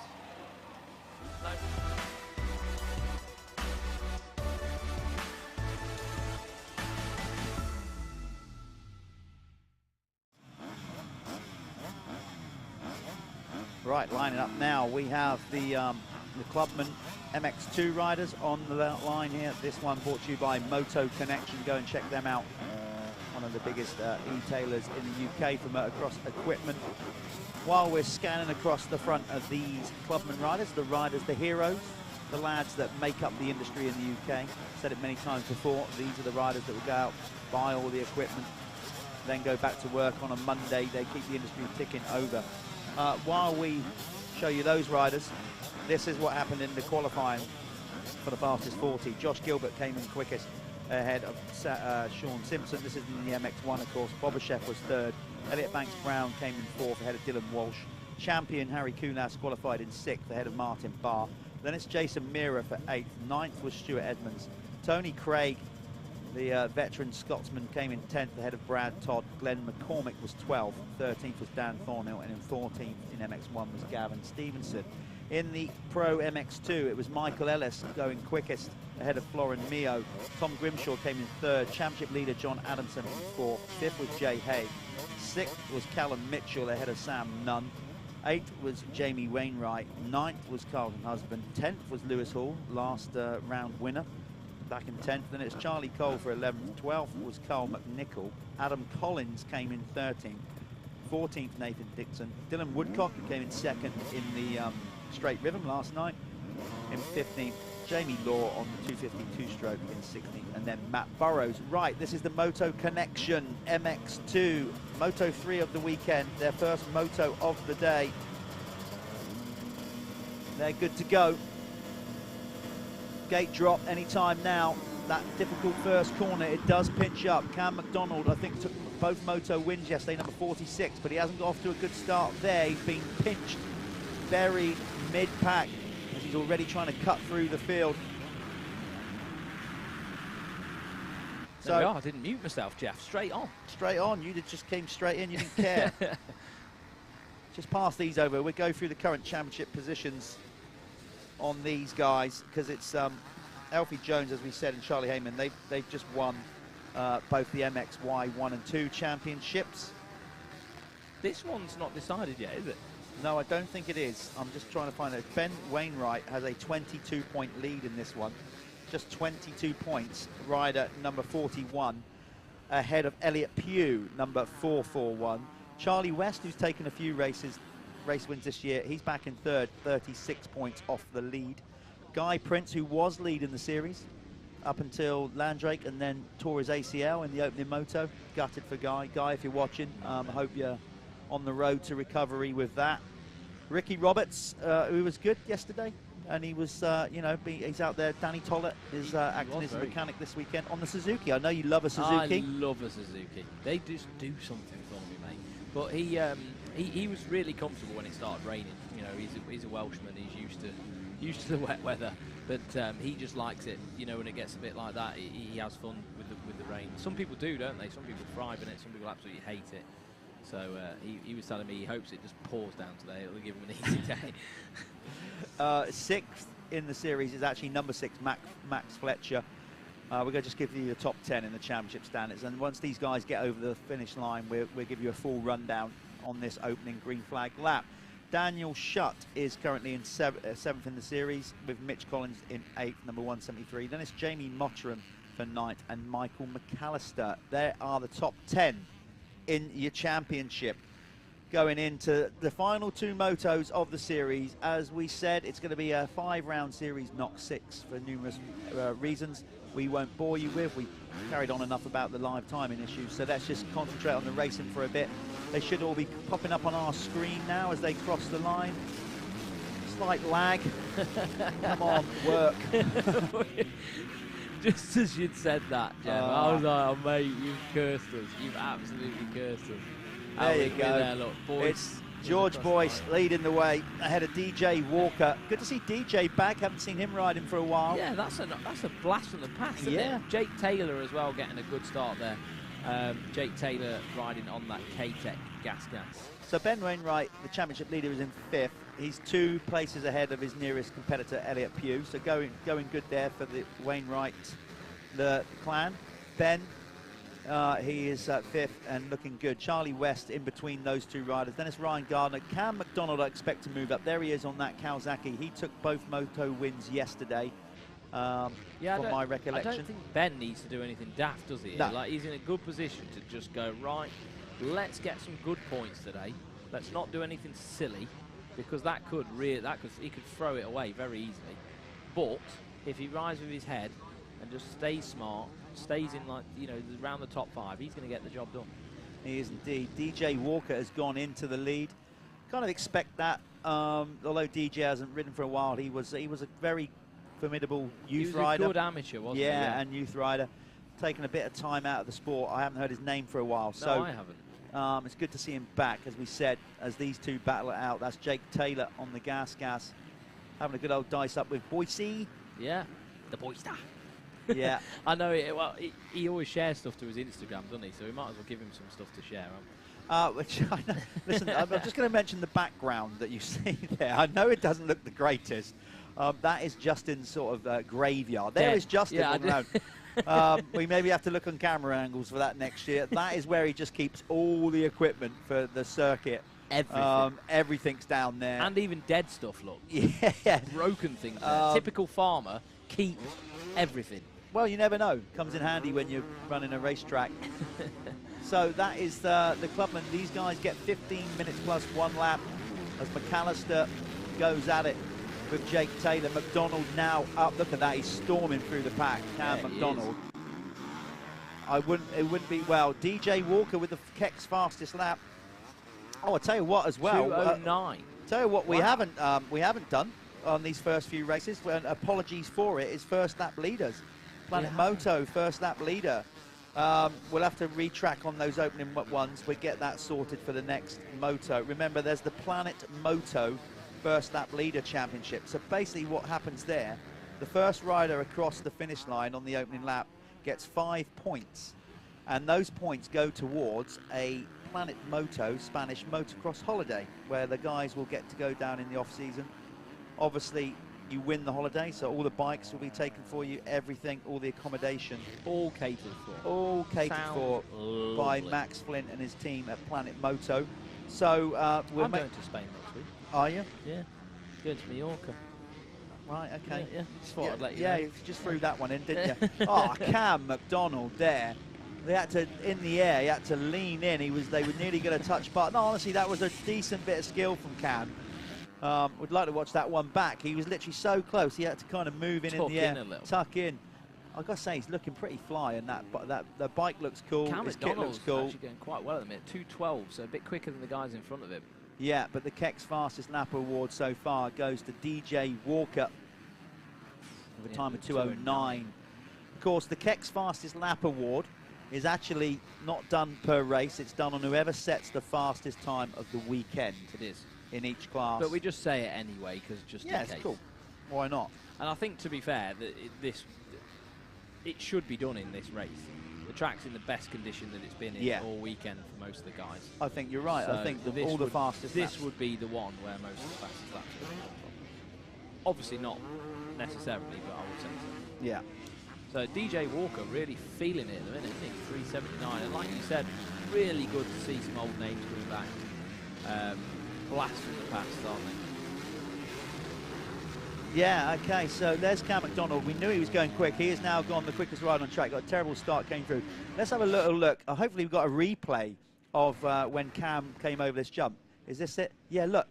Oh, that's cool. That is pretty cool. And he still nearly made the move. Yeah, he needs to slow-mo that, doesn't he? Honestly, I thought that was pretty cool. Good. He's got good style, Cam. And again, eventually gets it done. So great move from him. The Team Green rider? No, Cam just well, he's a clubman rider, just a Chooses to privateer. pick Yeah, Kawasaki. yeah. So he looks good. He's up to third, and it's not beyond the rounds. Jeff's the Kawasaki ambassador. Again, Look at that. He thinks he's going to come over on him. But that bit there, look how he tucks in. Really, That's, it is that's really good cool. skill, man. That looked mint, that did. That would be a great picture. I hope somebody's got a shot of that. That looked mint. Yeah, I'm Yeah. happy with that. You got some comments coming in, Jeff? Yeah, go Elliot Pugh, watching from Stonograde Elliot Pugh's 7th in at the Spain. moment. Angela Stoneman. I think DJ Walker just did a fist pump. I Did don't know he? if it was a fist pump or a, oh my God, my arms are falling off. I think But, so if he's flying his hands around in the air on random jumps around the track, that generally, guys, is a sign of panic. Yeah. With arm pumps setting in. But with DJ Walker's not been around for a long time, so he's probably not done a lot of racing. well, that's the thing, yeah. So he's probably Jumped on a bike and just gone the for it. classic arm pump. For those of you that have never raced, I didn't suffer with it hardly at all as a racer, not one bit. It's only since I've started riding again I've experienced the agony. It's horrific, isn't It it? is one of the most frightening things. Riding a motocross bike is not easy when your arms don't function. When you're riding it with no control whatsoever. Yeah, it's quite sketchy. You can actually see now, DJ. Look how he's suffering now. He looks tired. Yeah. He's suffering, and Cam McDonald is not. So I can see Cam closing in the speed that he's carrying. Yeah, he's got the gap coming down all the time. Cam McDonald. Yeah, look how quick he's got closing around in. George Boyce now as well. So Cam McDonald is on the move, and he is the fastest man on track. He's gone faster again, Jeff. Actually, with the 2:07. Yeah. 2:07.805. That's a brilliant lap. That's got to be a perfect lap for him. That's good. He is definitely on the go. He's, like we said, he took both moto wins yesterday. When you get 2 on the board, you know, after the first day, you kind of like, right, because clean sweeping an event, I don't care what anybody says, it's one of the coolest things you can do. Yeah, of course. You go away, walk, you know, you're feeling like the big dog, aren't you? Nice to win the overall, always, and get it done, however, means you've got to do it. But if you go out there and spank everybody in all 4 motos, it's a pretty cool weekend. It didn't happen for me very often, but when it did, it was great. Yeah, but it stopped happening for me as soon as I got out of the AMTA seniors, mate. So never experienced that again. Well, you've experienced it, and that's the thing. God. Good feeling, though. Great yeah, it's feeling. great. That's what we're on about. It's, Winning's great. It's such of course an it is. amazing feeling. I wish we'd encourage. I never won an expert race. Wish we'd encourage winning a bit more in the UK. Oh, I know. Through schooling and everything. A winner. They do it. We have like 12 kids on a podium at some of them. They do it, don't they? More in like America and things like that. It's not like over here in the UK. It's like, oh well, it's the taking part that counts. It's not really, is it? Well, it's no. As long as you're having fun doing it, but like it's a sport, and a sport you should go to win. You should aim to win. Yeah. But what's the point otherwise? Even if you're building up to one day win, there's no point even being on the line, is it? Just fill a gate. Not at all. This Clubman class, by the way, we've separated towards the tail end of the year. We had one Clubman class at the start of the year, mixed, but such was the interest in the Clubman category. We basically then opened them up as 2 separate classes to allow more riders to race the Michelin MX Nationals powered by Milwaukee. It's amazing.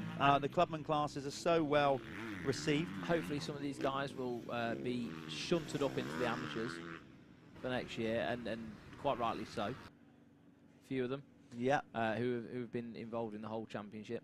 And you can see there at the bottom of the screen, look, Keck's fastest lap, Cam McDonald, 2:07.072. He's gone quicker again. So lap 4, he's gone quicker again. Well, he's definitely closing in on DJ Walker now, the rider from, I think DJ is from the northeast, I think, if I seem to remember. Apologies if I got that wrong, but I'm sure DJ is from up the northeast area. Cam is on a mission now. So Cam McDonald, number 46 on the plate. He's shown as 461 on your timing screen. That's because he's a wild card rider, basically. And we've already got another 46 somewhere in the race or registered. So that's why Cam's number 461 on your timing screen. He's just got a little bit lazy and hasn't been bothered to put a number 1 on it. A dustbin. He's number like, 1. We got a transponder. Don't want to mess up his graphics anyway. They look cool. Do you know what? That's the good thing about transponders. Back in the day, you couldn't get away with that, could you? No. Not in your days, Jeff, when you had someone just sat there ticking away. Yeah, lap scorers, the good old days, the glory days, elastic starts. How did people do the lap timing then? Like to see who's gone fastest in qualifying. Well, you didn't have qualifying. What? No, you just had to pick a peg out of a bag. Really? What? Oh yeah. Really? Yeah. Oh, mental. Yeah. Oh, here we are. Neil's come in the booth with a load of tools now. He's going to start. Or we're going to have to. Sorry, or they used to do it so you go on championship position at each round. Ah, right. Do it like that. So yeah, showing my age there. As Cam McDonald definitely gets closer here to DJ Walker at the front of this MX2 race. DJ stepped it up a little bit, I've got to say. He's responding well. Still not going quite as fast as Cam, but he's definitely getting closer. And we're not sure, 15 minutes we have currently got. Just trying to see on the live timing where we're at in the race. We have got 1:24 to go in this one, plus 1 lap. So the running order is DJ Walker, Cam McDonald, as you can see on screen. George Boyce now dropped back to 3rd by some way. Ryan Gardner for 4th. 5th is McAllister. Then Wainwright, your championship leader, in 6th. Ahead of Ollie Sheldon, Ricky Roberts. Elliot Pugh is now a little bit further back, so that will mean that Ben Wainwright is going to extend his championship lead in this one, if it stays as it is. And then Charlie West, who took his first MX Nationals win this year, and then he followed it up with another couple throughout the year. So he's had an improved season, so well done, Charlie, on that. But right now, it's all about this battle out front. Can Cam chase down this 2.29 gap on DJ with 30 seconds plus a lap to go? I reckon it's going to take more than 30 seconds from there to get over the line. This is going to be tight, very tight. So let's see. I reckon they're not going to get to that finish line before the time expires, so it could only be 1 lap from here.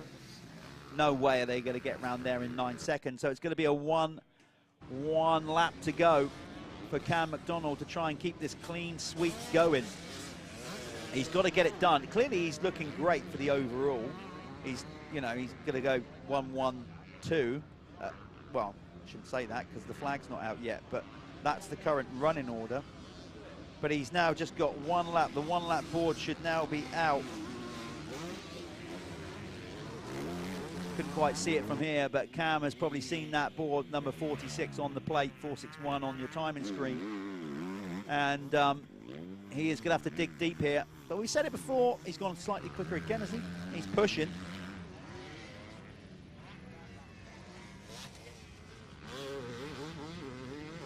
No, I think he's still. Is that still the same? I'll tell you what, though, he is. DJ Walker, has he responded?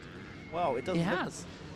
Yeah. Last lap, look, 2:07 DJ Walker as well. Yeah, but look at Cam. He is literally throwing everything at DJ now. It's all coming out, the kitchen sink, everything, the contents of the cupboard underneath. He is throwing everything. Well, I think he's had an on pump, I think, from the start of this motor. He's also, I've noticed his trousers are falling down, which has got to be a distraction. Oh, you don't want that. We've actually got full boxer shortage on the show now.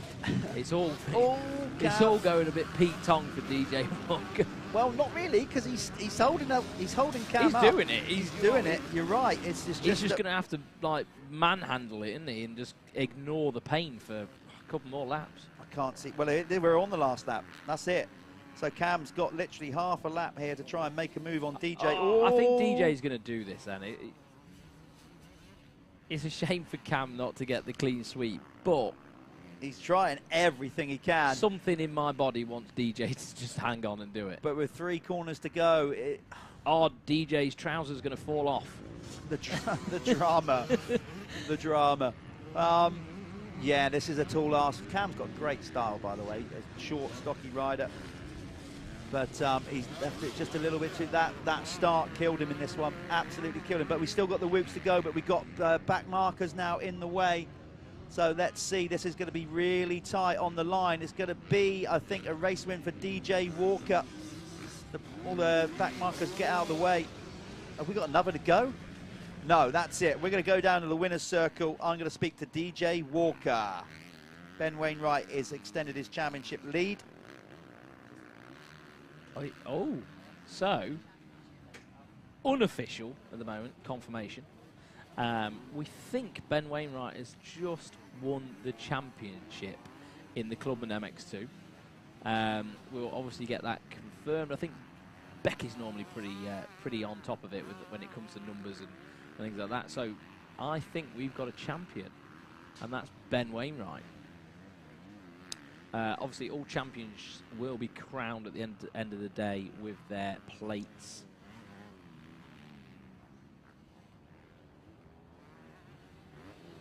But you can see there, Barry, the checkered flag man, doing his best to lubricate his wrist and spin the flag around.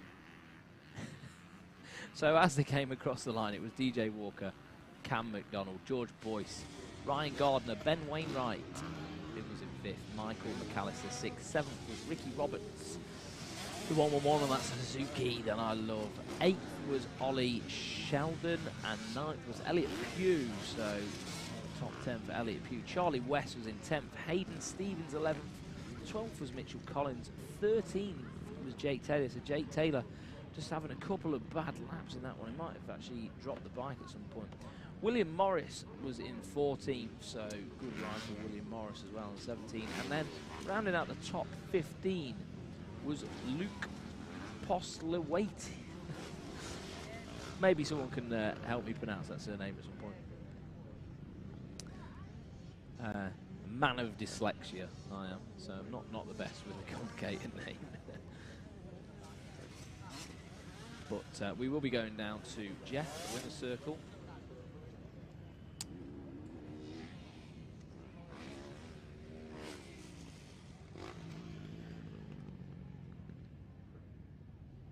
We are in the winner's circle after Clubman MX2 with the race winner DJ Walker. Somebody needs to get this man some water. He's just worked so hard. DJ, we were saying in commentary, I haven't seen you in a while. It's great to see you back. Explain why you've been out of racing for a bit. Hey, I've had a little. Is this the reason why? Come on in, come on in. Look, you're on telly. Look, look. Can you get up there with Dad? Look, let's quickly get you on telly. There you go. You're up there. So that's the reason DJ has been out, obviously. So, but it's great, good to see you back. You had to work really hard for that one. I did. Well, I qualified first yesterday, and then I had. But you it's hot. I had was second in the first race and went down. And the same again in the second one, so I was a bit hectic up with myself, so I had to do it today somehow. No, it's great to see you out there, but Cam was putting you under some real pressure there as well. Last few laps then, he was on me then. I thought he had me a few times. I got a bit of arm bump, but yeah, we saw you giving it deep and got it done. So fair play. The next one. This is what it's all about. Our sport. This is it. This is as good as it gets. Well done. Are you proud of Daddy? Did Daddy do well? Did he do well then? He did really well. Well done, GJ. We'll see you maybe after the next race. Hope it goes well. Good to see you again, mate. Too, there you go. Back to the racing. We've got the Clubman MX1 coming up next.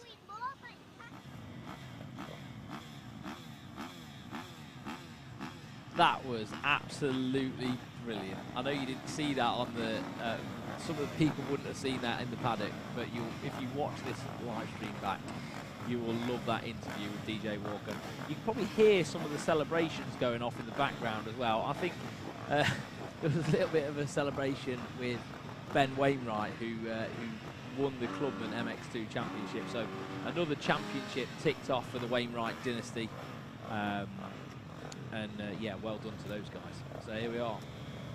Let me refresh the old live timing.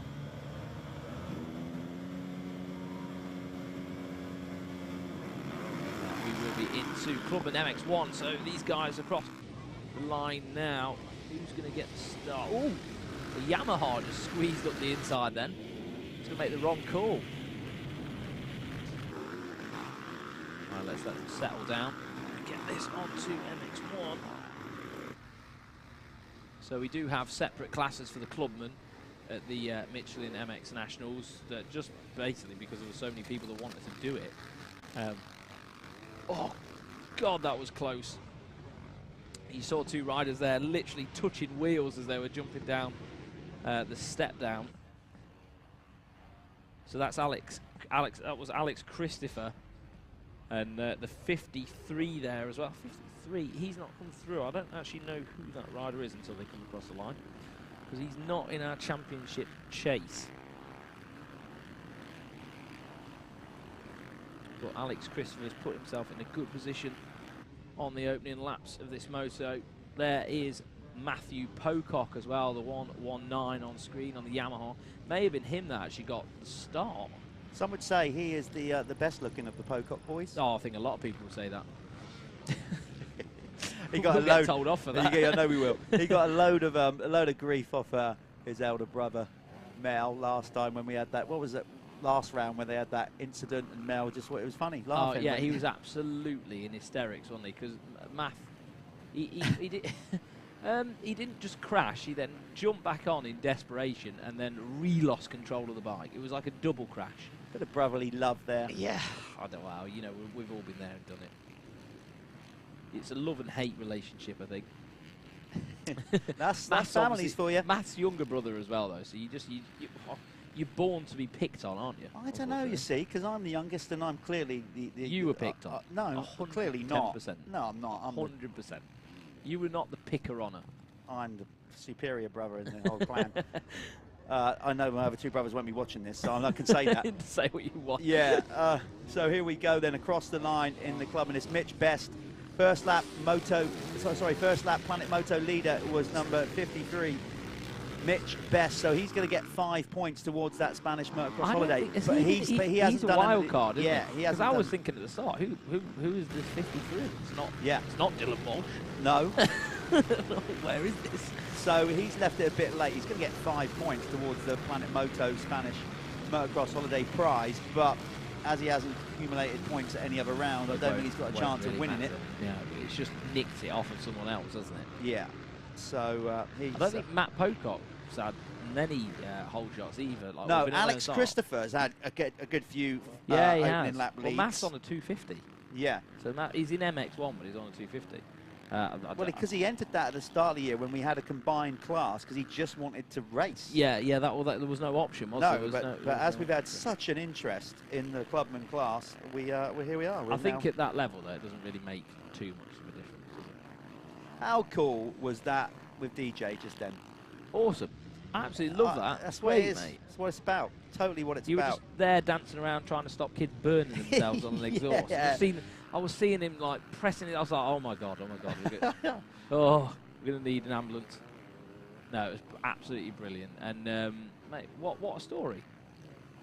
Right. Ivan Kerr has just pulled out of this race. So Alex Christopher had a relatively healthy lead coming into this. But that I think will be confirmation so long as Alex Christopher. Well, Alex Christopher had a 31-point lead going into this moto. So as long as he gets to a point where well, that's it, yeah, because you can only score 25 in a race win. So basically, if that's it, if that makes Alex Christopher the champion, as long as he finishes this race as well and doesn't go the same way of Ivan Kerr, that is going to hand the championship to Alex Christopher. Now, Alex, I saw yesterday, he was really quite nervous about it all. You know, he's ridden so well all year, and he was like, oh, I just want to get this done. Yeah. So it looks like right now, I wonder if they get the pit board. I wonder it must. I would, if I was his pit mechanic. Yeah, because he could just, well, really just chill out and ride a very conservative race. You know, but sometimes as well, you don't want to take someone out of the mind. Like, you know, that bit of nervousness. Sometimes it can help you. Yeah. You know, you take your eye off the ball, things can go wrong sometimes. I suppose there is that, but with the Yeah. You know, I think I would. If I was his pit crew, I'd go, look, okay. I think with the lead he's got, Kerr's gone out. Use your noggin. Bring it home. So Mitch Best still out front at the minute on the 53. It's not 0.53 like we said before. It's just because of the wild card. Keck's fastest lap of the race so far is Matthew Pocock in second with a time of 2:10.481. Yeah, and I think like we said earlier, I don't think this is going to be when the fastest laps are put down. I would imagine. Not 100%, but I think the track right now is in the best condition it's been all weekend for the classes today. You know what I mean? Because yesterday we had a lot of rain. So Matthew Pocock could be going home with a nice little Kex voucher, get himself some new pants. He could. Well, he doesn't have to buy pants now, because obviously Kex do Pants, more than hats, pants. socks, they do hats. T-shirts. By the way, if we've got any viewers watching in Canada, America, whatever, by pants, we use the British term, which is trousers. Pants. Well, yeah, it's the underpants. Anyway, pants aren't trousers. It's yeah. God, I can remember briefs. Underpants. Yeah, but Like let's the not go actual down. pant thing. That was really uncomfortable. Let's move on. I'm going to try some pants on. Let's move on from pants and get back to the racing. Can you even buy them anymore? I said let's move on. Okay, so Mitch Best is now coming under, well, the gap is 0.9. So, oh, who's that just throwing herself down the track? That's 232, Charlie Green, getting it all wrong, coming out of that corner. There's Alex Christopher, red plate. He is going to be the champion if it stays like it is. So Alex Christopher just checking what's going on. He had Billy Saunders right up alongside him there. So again, Matthew Pocock going faster, Jeff. 209.613. So it's not done yet. No, he's not. But well, Pocock's gone into the lead. That's what's happened that last lap. We've missed that. Good shout. Yeah, so Pocock up in the pace and gone into the lead. So we've lost the Honda rider. Number 53. What's happened to him? Must have gone out on that last lap then. Yeah, just trying to work out what's happening to Mitch Best. The number 53, he was in the lead. Now he's just disappeared off our timing screen altogether. Oh no, he's down in 8th. Look, there he is, in 8th position. Right, okay. 16 seconds back. Yeah, so it must have been a little tough tipple over. Got to have been, yeah. Yeah. So that is going to give the lead to Matt Pocock, and he's away with it. Now Matt, you know, took his first ever MX Nationals win this year. Then he followed it straight up the next moto with another, and he's won another one. So it's weird, isn't it? It's like confidence, what it does to you. Well, it builds the man, is what it does to you. And I think it's once you get that taste for it, mate, there's just no going back, is there? You just got to know you can do it. All of these guys in the top 5 could win this race. Maybe even top 10. Oh, more carnage. Oh, can you believe he's gone down twice in one lap, Charlie Green. Crashed through the whoops and now just got to get together. Who's that with? 2-3-1. He's gone next to Kyle Bennett. Oh, that is. Oh, so Kyle, I think Kyle hurt his ankle yesterday as well, so he's riding injured anyway. Oh, they're all everywhere. Look at Charlie's bars. Look at his bars. Done. Yeah, he's done. The bike's so twisted. Look how bent. So is it. Look at what he must have gone hit the ground hard. That steering is really bent. There's no way Charlie would be able to continue with that. No, the forks will be twisted. So I can only assume that Charlie and Kyle got together in that corner there. We didn't quite see that, but collateral damage to Charlie Green's bike, and he will go out of this one. Meanwhile, Matthew Pocock is having a good old scrap at the front of the field with now. Does it look like Martin's gone into the lead? It looks like it to me. He has. Yeah. So we've got a new race leader, not on your screen there. It's showing that was from the last time over the finish line. Since then, Grant Martin has gone into the lead past Pocock. So we've got a Yamaha 1-2 currently out on track.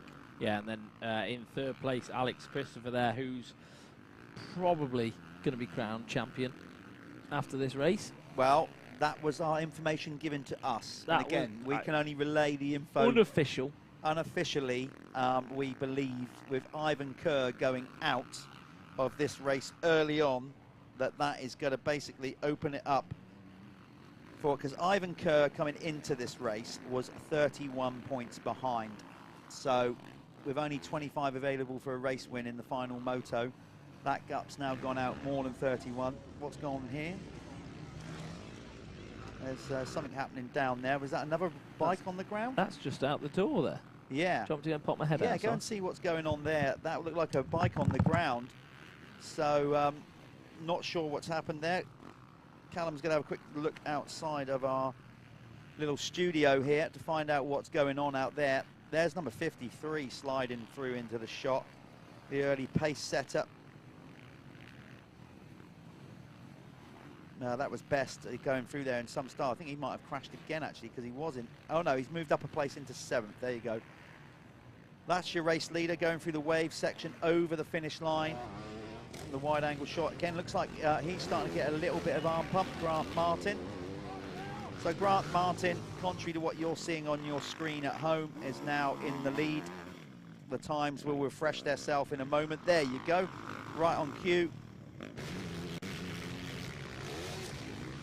Looking good, the 199 in this one. We have 3 minutes 38 left on the clock, plus 1 lap to go.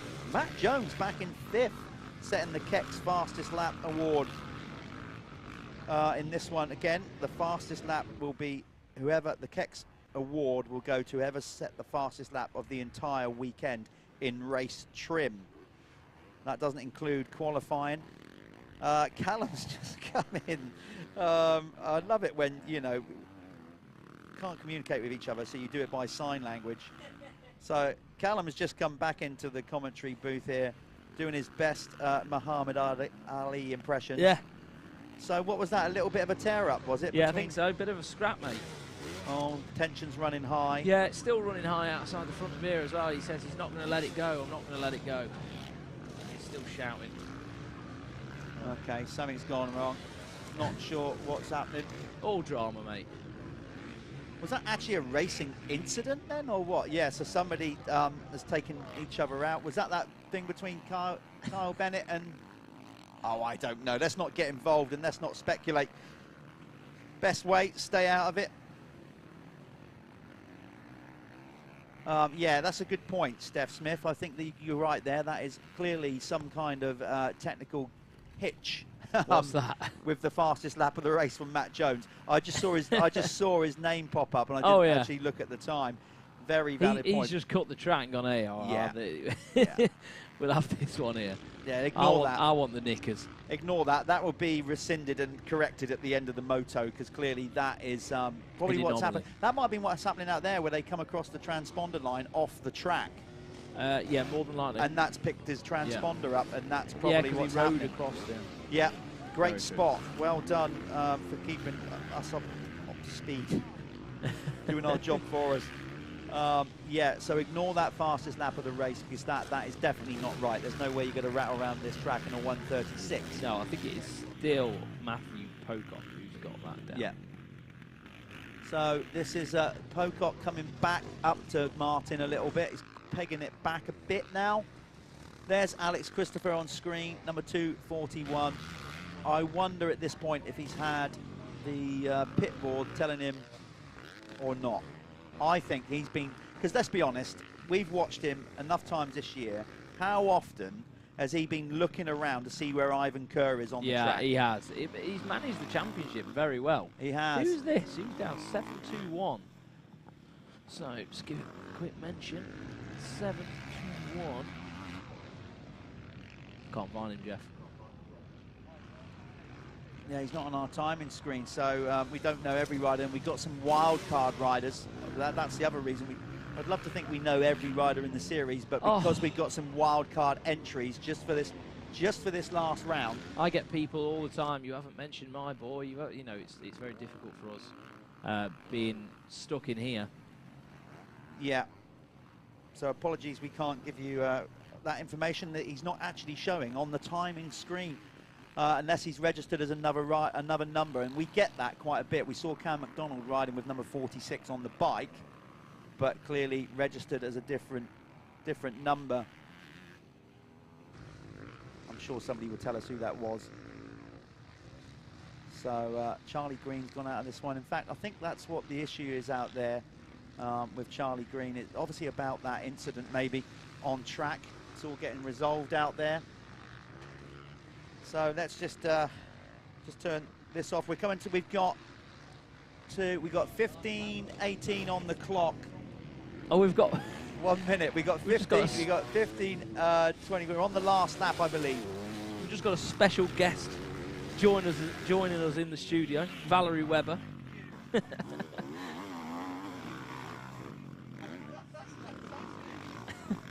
She's dropped us off some biscuits.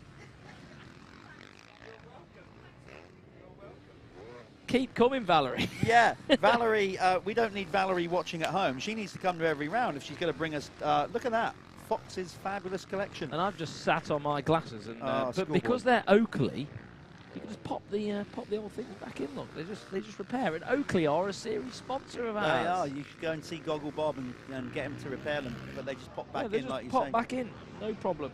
Right, back to this. It's Grant Martin was starting to get closed in a little bit by Pocock, but it looks like Pocock has run out of steam because Billy Saunders, number 4, has now worked his way up past him. Guy Martin is on. Guy Martin? No, I'd love to have Guy Martin here. Yeah, they're I'm on going to go and they're on their get last ready for lap. the winner's circle then. So you go and get ready to speak to Grant Martin if he stays on 2 wheels. Callum is going to go and speak to Grant at the winner's circle. So we're counting down this one. Up next, we are going to have the amateur class. So the amateur class are up next on this one. That one, again, brought to you by Broadcliff Construction, Plant Hire and Sales, and Apico Factory Racing. They're up next. We haven't got this one done yet. We just got to get Grant Martin around these last couple of corners and over the line. There he is on screen.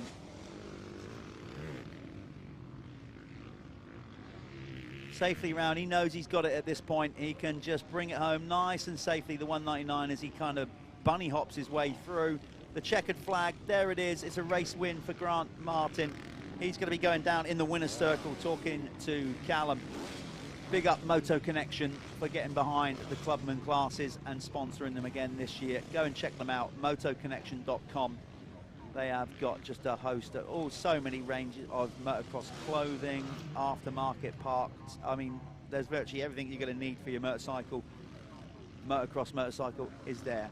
So we're going to go to a quick advert, and then we're going to go down to Callum at the winner's circle.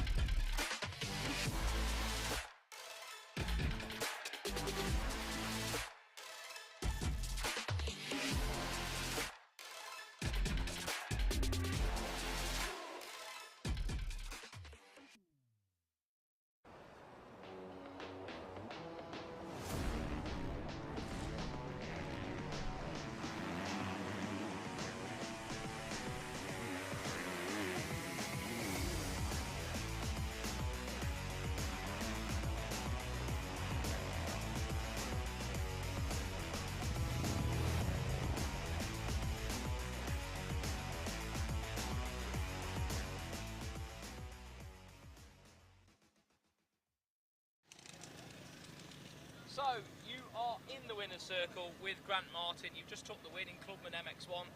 You just told me you're feeling unfit. Oh, yeah. What's going on, mate? Borrowed bike, decided to come race because the Clubman MX1 had a few spaces left. Been injured a bunch, haven't rode much. I thought I'd come give it a bash. Track's sick, dealt with a bit of rain yesterday, but it's mint today. Bit of chopping with Matt Pocock. Yeah, me and Matt are like real good friends, so it's fun like, shouting at each other and stuff, so yeah, brilliant. Feel good, yeah. Absolutely brilliant. Well done. Nice one, good man. Luck for the second moto. Cheers. We'll send you back to Jeff, and he's going to cover amateur the amateur class of the MX class. There we go. Yeah, you can see us on screen. It's all here. Look. Little word from our sponsors here. I'm going to try and keep these tools. There we go. The guys at Milwaukee have supplied some tools for our crew to do some track work and whatever, and they've ended up in here. So I tell you what, they might be going home with me. But here we go. Yeah, a little bit of Milwaukee love. These guys really getting behind what we're doing. Go and check them out because they just do genuinely an amazing range of tools, as you've seen by the adverts and whatever. So thanks to Milwaukee, big time, for getting involved with what we're doing. Really appreciate that. And I think we're going to look next year to maybe do some kind of Milwaukee competition. This is not 100% confirmed, but I think we're going to do some kind of competition with the Clubman class where maybe an apprenticeship. As Callum comes back into the screen, he's just got to come on in, Callum. We're live on the cam. Are you? All right. So you went out and did the winners circle, and then got himself a sneaky bacon roll. You don't need to eat that live on air. No, I will. I'll have a quick break. Yeah, and then we're going to go. We've got the amateur coming up next. So we have. Have you talked about the Milwaukee tools? I've just done that. Yeah, they're great. No, I've staked a claim on them. What? Do we get to keep these? Look at the excitement in your eyes. Yes, I'm in. No, we don't get. Whatever I need to do, I'm in. I'm in. Whatever. we don't. I'd like to think that we do get to keep them, but we don't. I was just trying to wing that one. I think we need to negotiate that into our pay next year. I think we should. Yeah, because they're quality tools. We are just doing a bit of track maintenance, as far as I know, down there, and then we'll be going get to the amateurs up next, which were great. Let's talk about the amateurs very quickly. Yeah, let's get to where we're at with that. So that was Alex Christopher. As far as we know, unofficially, Alex Christopher just won the Clubman MX1 title. Yeah, well, looking at the points, yeah, definitely. Right, amateur. This is what we like, particularly about the Michelin MX Nationals. We've got like a grading system. You work your way up to the pro fastest 40. It's not like you've got to earn the right to be in it. Yeah. It's not just a case like, oh, I'll go in that. Clubman, amateur. Yeah, you've got to earn the right. Particularly that the expert class and the amateur class has made a big difference to the progression of the Michelin MX Nationals. This is this is where we're at with the MX2 Amateur Championship. Sean Springer has a 30-point lead. That's pretty healthy with 2 to go. Yeah, but it's healthy, but that could go down to the last race very easily. It could well do, because Dan Bruff yesterday went out on a enduro bike and he was bloody good. He was good.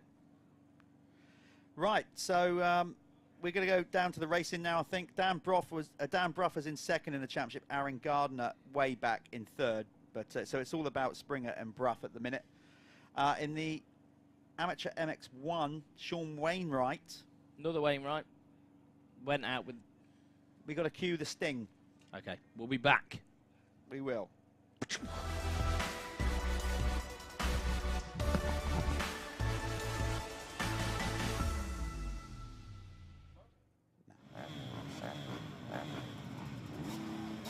Okay, there we are, back in the game. Just there was a slight delay, just because I think we're doing a little bit of track prep. So this is the amateur ride. Let's go back to the amateur MX1. These guys are combined. You've got amateur MX2 bikes and amateur MX1 bikes all in together. So Sean Wainwright is already the champion in this, but he had a big out the front door experience yesterday. Big crash in the final moto yesterday, although he'd already won the championship. So I don't think we're going to see Sean out there today. Maybe I've been told that he might roll out for the last race, like just to sign off the series. But anyway, here we go. This is the combined class then.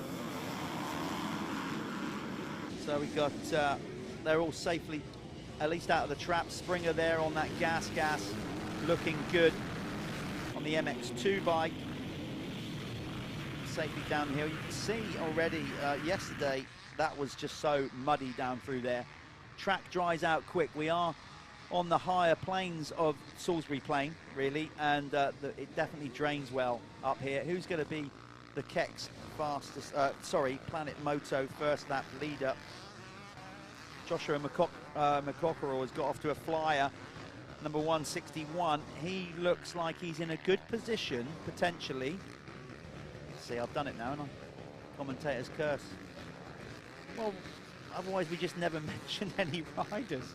But he's in a good position to get this Planet Moto first lap leader award if he keeps it on 2 reels around to the over the line. So we don't do whole shot awards as such here. We do this amazing competition by Planet Moto. Whoever's accumulated the most first lap leads over the year and scored the most points will win a trip, a Spanish motocross holiday trip, all inclusive for a week. The guys will go down there, get looked after, and do a bit of off-season riding.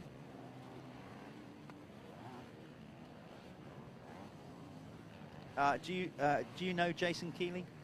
Because he's basically said, eat your burger, you're wasting away.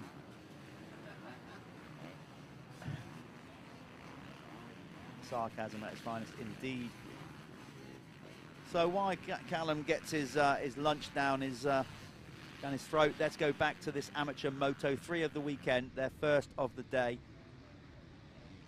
And it is looking very good here. A good start for Joshua McCockerell. He's made a flyer in this one. He's just got to go through these whoops. That corner is great. Look at those 5 obvious lines there. Past all the Michelin. Look at that stacked car park full of spectators. The paddock looks great. Look at the amount of people we got here at the Michelin MX Nationals. It was the Planet Moto First Lap Leader Award. Does indeed go to Joshua McCockerell.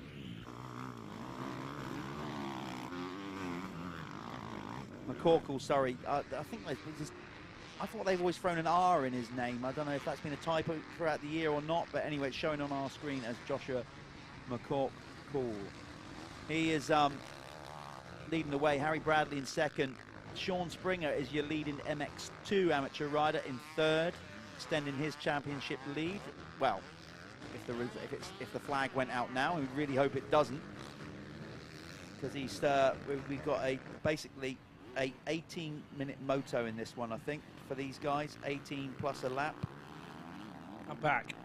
Back in the room. I'm back with indigestion. Yeah. That was some fast eating. Oh. Right. I could just see you there, mate, and I just thought, like, Jeff needs me back. So yeah. Is that right? Well, I didn't want. Yeah. I didn't. Well, it's true, but I don't want you. Yeah. I don't want. It's all very well wanting you back, but I don't want you to then suffer throughout the rest of the day. So Harry Bradley going for a move here. He has got the 450 Kawasaki up round the outside of Joshua. Looks like he's going to get it done. He really has got the hang of it the later end of the season. He has, hasn't he? Yeah, because at the start he was having a lot of trouble. I mean, I'm mates with Harry, and I know he was absolutely struggling at the start of the season. Couldn't get his head to. He'd come off the Suzuki onto the Kawasaki, and from talking to him, he's almost had to, because the bike is so much faster, he thinks, like how the engine, it's a much more modern engine, isn't it? He feels the bike's so much more faster, he almost needs to ride himself fit enough for it. Right. And it's just took a bit of time, I think. Yeah, well, he's definitely finishing the season strong. So the timing is going to change this step around. The new race leader, number 4, Harry Bradley. I expect Sean Springer on that 250 gas, which is done by Steve Payne at Multitech. Now Steve can build a bike. Oh yeah. He doesn't like doing too many of them. He doesn't do too many, but when he does, Steve Payne is a great tuner and mechanic. He's earned the right to be selective of who he works with. He definitely has, and he's working with Sean Springer on Sean's bike, and that gas 250 is a rocket, and Sean moves up to second behind Harry Bradley. Bit of dust kicking up already, but we'll keep that in check, no problem. So the current running order is Bradley, then it's Springer now into second, McCorkle down in now in third, then it's Rushton, Mitch Young, Josh Greedy. Good to see Josh riding with us. Josh rode really well yesterday as well. He did, yeah. Obviously he's wild carding. He normally races AMCA Championship, so good to see him out with us. Who's that gone out of this one? 84. Quick scroll down. Double fingers on the pad, Jeff. Yeah, I'm used to a different computer altogether, mate. That's Harry Barker. So Harry. I don't think that was Harry actually. Harry's on a. Well, unless we've got 284s. Yeah, 284s out there. Or 841 or something. Oh yeah, it's Ryan Deacon. See, that's the trouble with wild cards coming in and not changing their number. That was Ryan Deacon, who's gone out of this one. Bit of a technical Did you see, I'm going to give him a shout out. He's currently in last position. Maybe he's pulled out of this one. I'm going to give an very honourable shout out to Alex Hamer, because Alex, who's in the British Army, can't ride every weekend, but he's out there on, I think, a 1990 or 91 KX. I did see it yesterday. 250. Yeah. Is it 250? I think 250, I think. Yeah. It's got to be in it, because we're in Well, it could be on MX2. He could, yeah, no, it was a 250, I'm pretty sure. Just cool to see that, like an old Evo bike out there. See, that's it. Do something different, you'll get a mention, won't you? You will indeed. You guys have got to step up to the plate as well. But right now, it's Harry Bradley leading the way. 1.3 seconds over Joshua McCorkle as they came over the line that time around. Harry Bradley has got the Kex fastest lap at the moment with a 2:08.319. Sean Springer on a 2:09 just behind him, so still not got the edge on Harry. But having said that, if you're looking on screen, Springer looks to be on quite a good lap at the minute. And again, for those of you new to the Michelin MX Nationals, these are two different displacements, two categories racing within one race. So your actual race leader, Harry Bradley, he is on a KX 450 and therefore racing in the Amateur MX1 class. The rider who's second in the race, Sean Springer, he is riding on a Gas 250, so he's in MX2. So effectively, you're looking at both race leaders there. Yes, like class leaders, sorry, both class leaders. They still want to beat each other. Yeah. But they are in their own individual category. Indeed. So Bradley looking good. He's got the Kex fastest lap of the lap of the race award at the minute, but will he get the Kex fastest lap award of the weekend? Well, we don't even know that until all the racing is finished. Springer is on him though.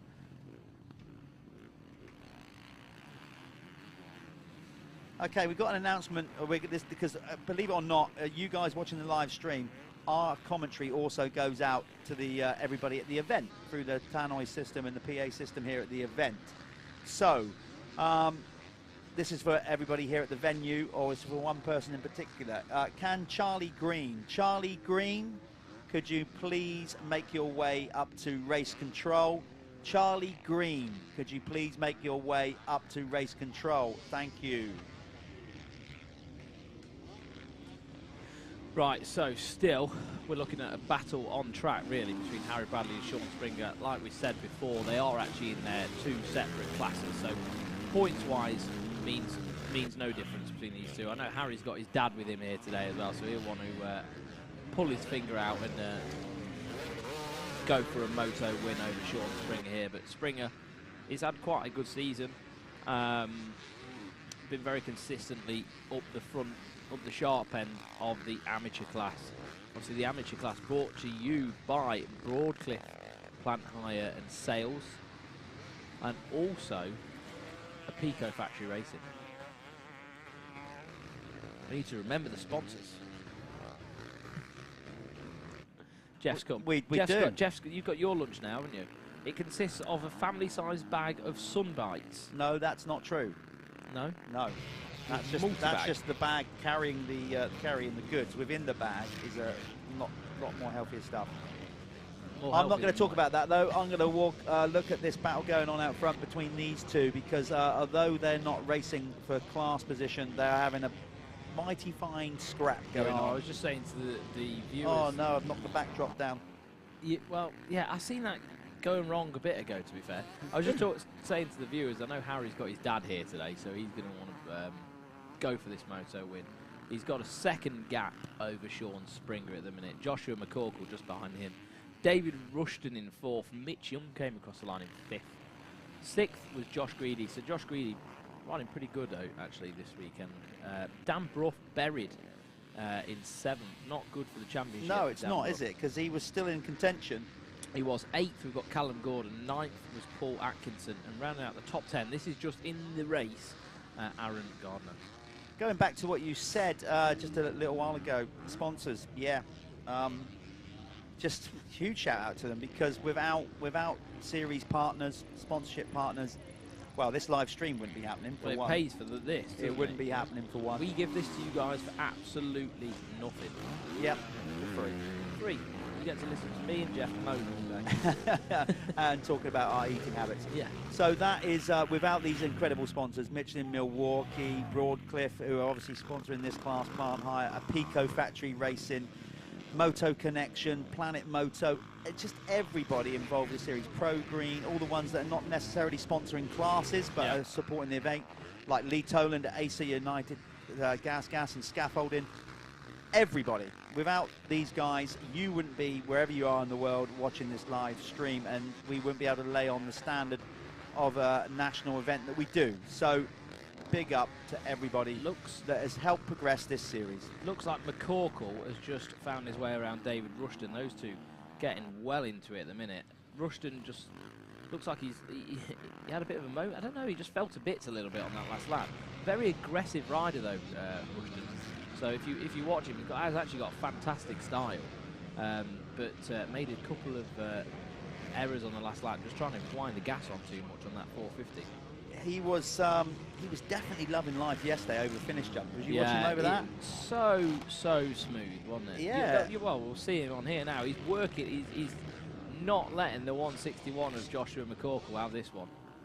But that Springer's gone into the lead. It won't make any difference to the points, but it's a pride thing, and Sean Springer wants to win the race on that 250. He's gone past Harry Bradley. See the track drying out quite a lot. Did Sean Springer get a moto win yesterday? I think he did. Yeah, I don't think he won. I can't remember if he won an entire moto, but he definitely took race wins yesterday. On the 250s, yeah. So well, he took both moto wins yesterday. So a new Keck's fastest lap. David Rushton. Oh, Rushton. Yeah. Okay. So yeah, on the move. He has responded, and he's moved back up into third position, so he's found his way back past Joshua McCorkle now. Josh Greedy's up to fifth, so he's moving up the order. You can see the corner in the background. They were nice smooth ruts earlier on. They're now starting to dig out, become those choppy little ruts that send, ruptures up through your spine and your kidneys. Yeah. So sooner or later, these guys, I'd like to think, will start trying to look for alternative, smoother lines as the track roughs up. Well, with this track, generally people start pushing out to the edges, don't they? Like it is one of them places because it is quite wide in areas. You can find, like, see Harry there, he squared that corner off. That was nice the inside. You've got to do stuff like that, haven't you? That's sort of creative thinking. Hey, up, Dan Bruff has suddenly wound up the wick, found his flow in the race. He's woken up, so he's gone round Josh Greedy now. So Dan Bruff. Is Dan back on his own bike today? There's the Hamer on that, cruising across the infield on that Kawasaki. It looks like Dan's back on his own bike today because for whatever reason, he had to borrow a bike in the second moto yesterday, and it was an enduro model. Yeah, an EXC. Not the most ideal bike to ride. For motocross. He said it was just like it wouldn't want to like over rev. It was a nightmare for him to ride it. But well, he went out there and kept his championship alive the best he could. He actually rode really well. Yeah, I think the track in that second moto, because of how it was a bit slower. It probably wasn't. There's Dan there, back on his. Oh, no, he's not. He's still out on the it. enduro bike. There you go. So we thought he was back on his own bike. So whatever issue he had with his own bike, obviously they can't get it repaired. Jesus. So Dan Bruff is out there on an enduro model bike racing motocross. As you can see as well, little bit longer, like the chassis and how the rake of the forks are and stuff like that. But basically, he's riding a bike that's designed for the road. Yeah, it's a road legal motocross bike. Basically, yeah. Oh dear, it's good stuff, and a fair play to. I don't know whose bike he borrowed there, but whoever's letting that bike. Oh yeah, big shout out. Good, yeah, whoever's fair play to keep Dan's championship going at least right to the end. But it's starting to look like this championship is going to go the way of Sean Springer in the MX2. In MX1, well, we know who's already won it. He's not out in this race, though, because he had a big smash yesterday.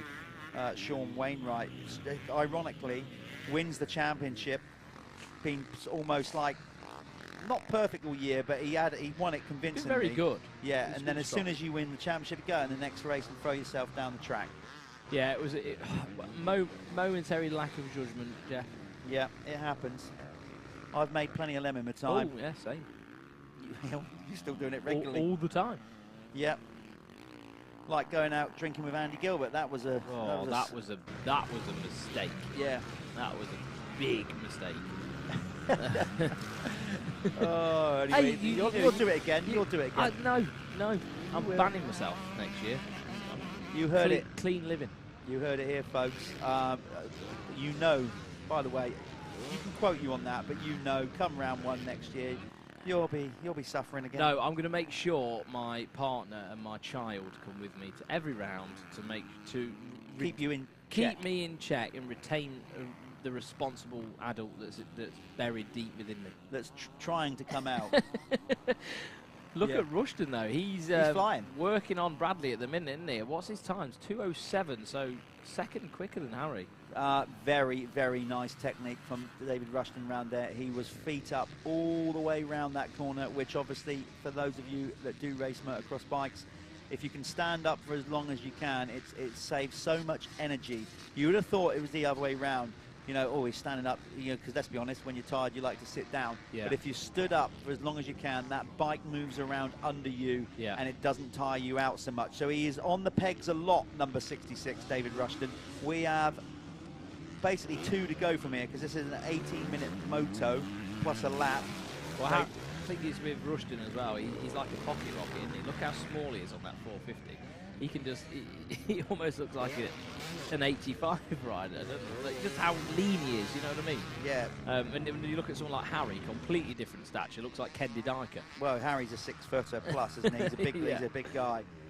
So Rushton is doing everything right at the minute, closing in, riding some very nice lines. I've noticed he is staying out of all the choppy stuff. He's searching for smoother parts. Yeah, see that there? Little cut back, lovely. Nice move, and again here, go out wide here and then cut across to the inside. Yep, and by doing so gets the move done. Lovely move from Rushton. He will be up the inside. But Harry's going to come back.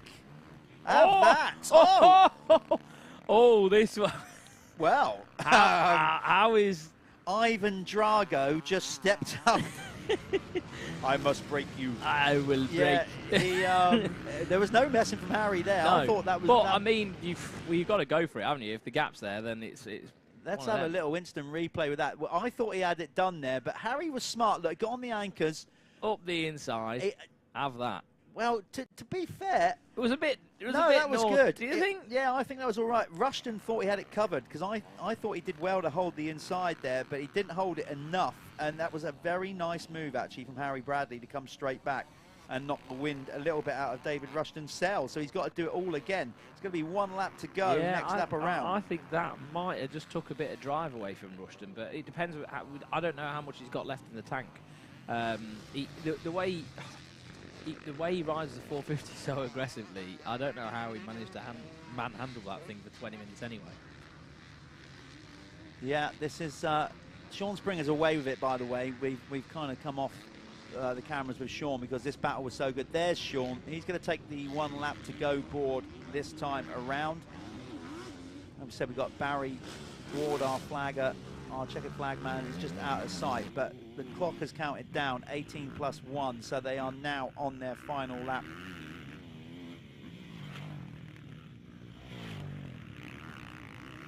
Up next, we have the expert class, by the way. That one's again brought to you by Broadcliff Plant Hires and Sales and Apico Factory Racing. Dan Bruff still pushing on that enduro bike, getting quicker. He is. So Dan Bruff's actually just got the fastest lap of the race, believe it or not, on a road legal enduro bike. 2:05.912. So breaking that the 2:06 mark. But wow. Okay, that's quick. That is quick. That's really quick. So bizarre how well he's actually going on that, but he's making it work for him anyway. That's Sean Springer there on screen on the multi-tech. Gas, the 818. Been brilliant all year, Sean Springer. There was a few little down moments, weren't there? But I think overall, been pretty consistent. He's been very consistent, and Sean, by his own admission, you know, kind of just fell out of love a little bit with it a couple of years ago, or more than that. Just kind of lost a bit of interest, stopped riding for a bit, found it all a bit of a chore, went away, kind of got his head straight, and genuinely just now back. Loves it. Yeah, just having more fun with his race. And I think what he's actually done is just sort of realised that he was probably putting a little bit of pressure on himself. For nothing. For not too much, you know. Yeah. And oh, do you know what? Rushton was right back there, very close to Harry Bradley. So let's watch this one over the line. I'm going to go down there and speak to Sean Springer if he brings it home, but not too far behind him. We have this battle for second between Harry Bradley and David Rushton. Is Rushton going to stick it up the inside in any of these But corners? that's It's quite difficult in these ruts and stuff. So Springer's going to win MX2 no matter what. Yeah, look, it's all about Rushton's done it. So Rushton has gone in, basically goes into the lead and takes the MX1. He's on MX1, isn't he? Win. But Sean Springer extended his championship lead. I'm going to go and chat to Sean at the winner's circle. Callum will bring you up to speed. And yeah. Will I now? Well, thank you very much. Well, I think you will. I'll go and grab Sean for a chat. You need to bring your road mic there, sir. It's all switched on, ready to go.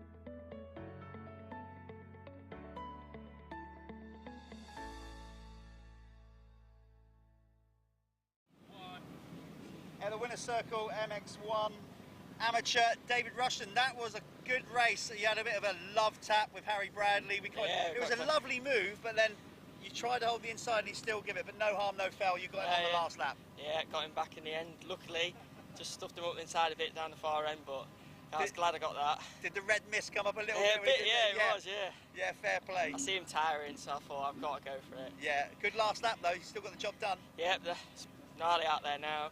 Bit rough, so... Anybody you want to thank? Mainly my dad. He sorts most of the bits out and my girlfriend for coming, but that's it really. It's good to see you up here. By the way, we were commenting on how good you're looking over the jumps. This finish jump, looks like you're having a lot of fun with that. Yeah, it's a nice jump that, so got to style it a bit. But Well done on a race winner, particularly on the last lap as well. Good Thank you very much. I think we're going to have time. Maybe we've got time. We'll see if we can bring Sean in quickly.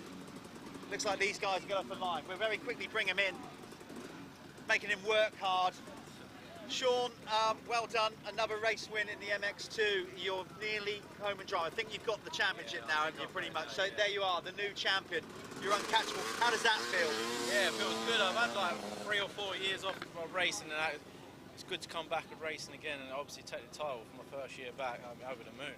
Yeah. But I've just enjoyed every single minute of it, really. I just said that in commentary on the last lap, how you kind of went away and thought, you know, maybe you were putting too much pressure on yourself, but you just look like you're really enjoying life, being back racing. Yeah, definitely. No, obviously I'll step up to the expert class again next year, so I have a good winter behind me. Yeah. I want to go to Spain, I think, for a few weeks. So well, you might win this Planet Moto first lap leader, or I don't know. We'll see where you're at in that at the end of the championship. Anybody you want to thank very quickly? Yeah, I'd like to thank Multitech. He's built me a great bike all year. It's been bulletproof, and also a young transporting. Yeah. He helps me out, and whole shot motocross. I was starting my fitness at Body Clinic. It's obviously helped me right out, and obviously Rick and Roll for my goggles. Great work, mate. It's good to see you back, and again, well done on a well-earned championship. You're champion. We'll do all the presentation later on, but he's just wrapped up the Amateur MX2 Championship. We're now going to go to the expert class. This one's going to be a belter.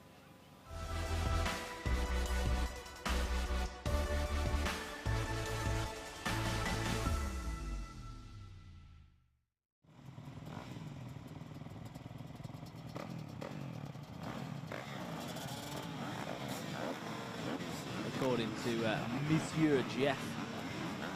He's just on his way back in here now, like a lost man.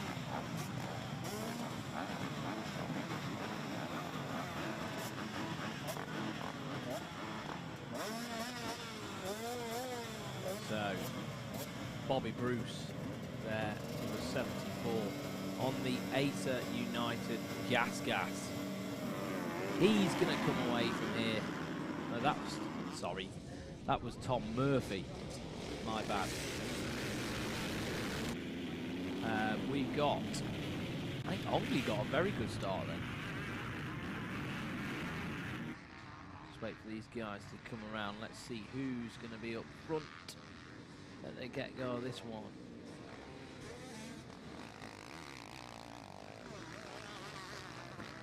Scooter Webster's definitely got a good start. I think Clayton's up there as well. I'm not sure who's actually leading the race right now. Jeff's just jumped in. Maybe he can help me. I don't know whether it's a wild card, Jeff. Got another one, have we? I'll give you a moment. You steady your set.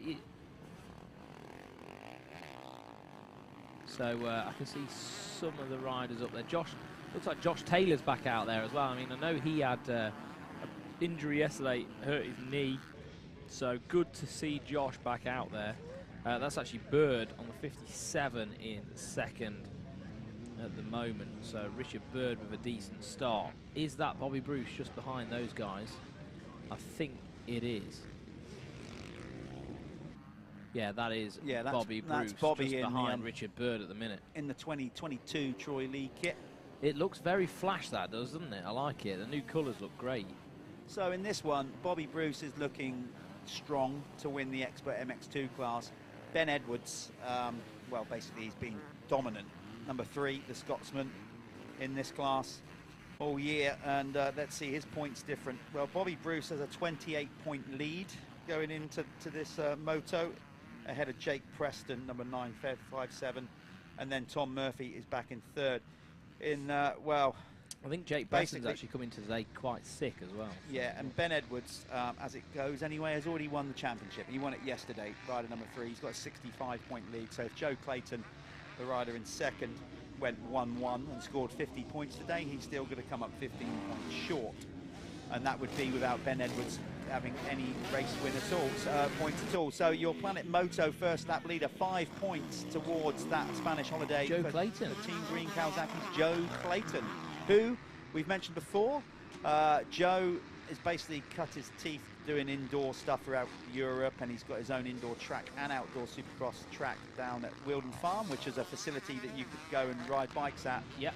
But he is setting his sights, like Dylan Woodcock, on the AMA Supercross series next year. Joe is currently making plans to go and race a few rounds. Is it? Are they comfortable at the minute? Like, is it happening? Do the plans look like yeah, they're I mean, we're making progress with it. You know, obviously there's a lot of other things to work out, logistics of where you're going to stay, where you're going to base yourself, all that kind of stuff. But is it going to be a California job or a Florida It'll job? be a California job. Yeah, I think it's a bit easier, isn't it? I mean, Florida's great, but it's just so spread out. Yeah. Quite difficult to get around. If you're just going to do it like for Supercross, and you can't ride, obviously, the private tracks in Florida, then California's the job, the place for the job. You'll see Joe's obviously got the moves over the jumps and whatever with his Supercross timing.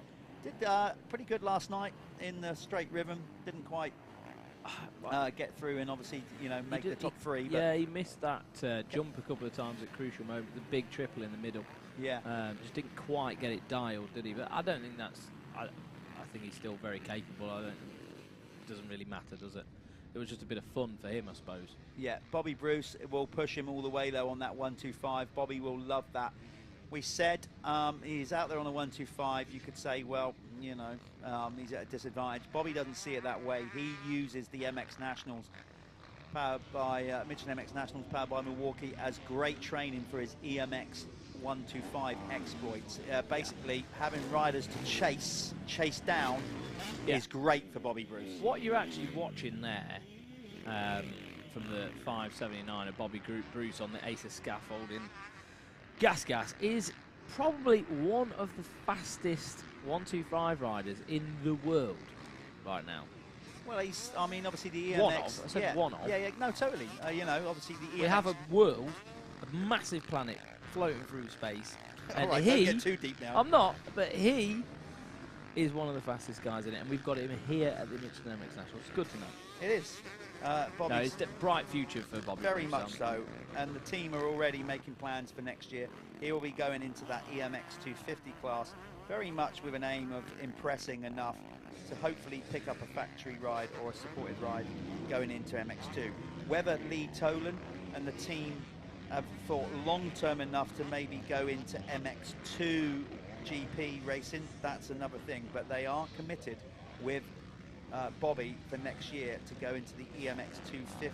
Yeah, I think what they want to do, they're behind him, aren't they? And I think they've just, Lee's stepped up to it, really. Oh, yeah. And just gone, you know what, this kid deserves it. Let's go. Almost building the team around him, and I like that. I like that. He's the future, isn't he, you know, at the end of the day? And he's definitely going to have a future in motocross racing. Definitely is. What we've got here as well, a quick shout out, Ali Padgett, and the reason I'm going to bring this shout out is because, yeah, we are going to give a shout out to Gareth Padgett, because Gareth made a comeback to racing. Always exciting on the bike to watch. His Very. Unfortunately, he took a tumble yesterday in the final moto and has injured himself. He's just had this message here. He's got 3 broken ribs, lung damage, and he's got a bruised back. So Gareth, take your time with that one. Get fit, and we'd like to see you back lining up for the start of the 2022 fastest lap of the race by a 1:25. 2:02. Keck's fastest lap. Wow. Bobby Bruce 2:02.45. That's fast. Look at that. Have it.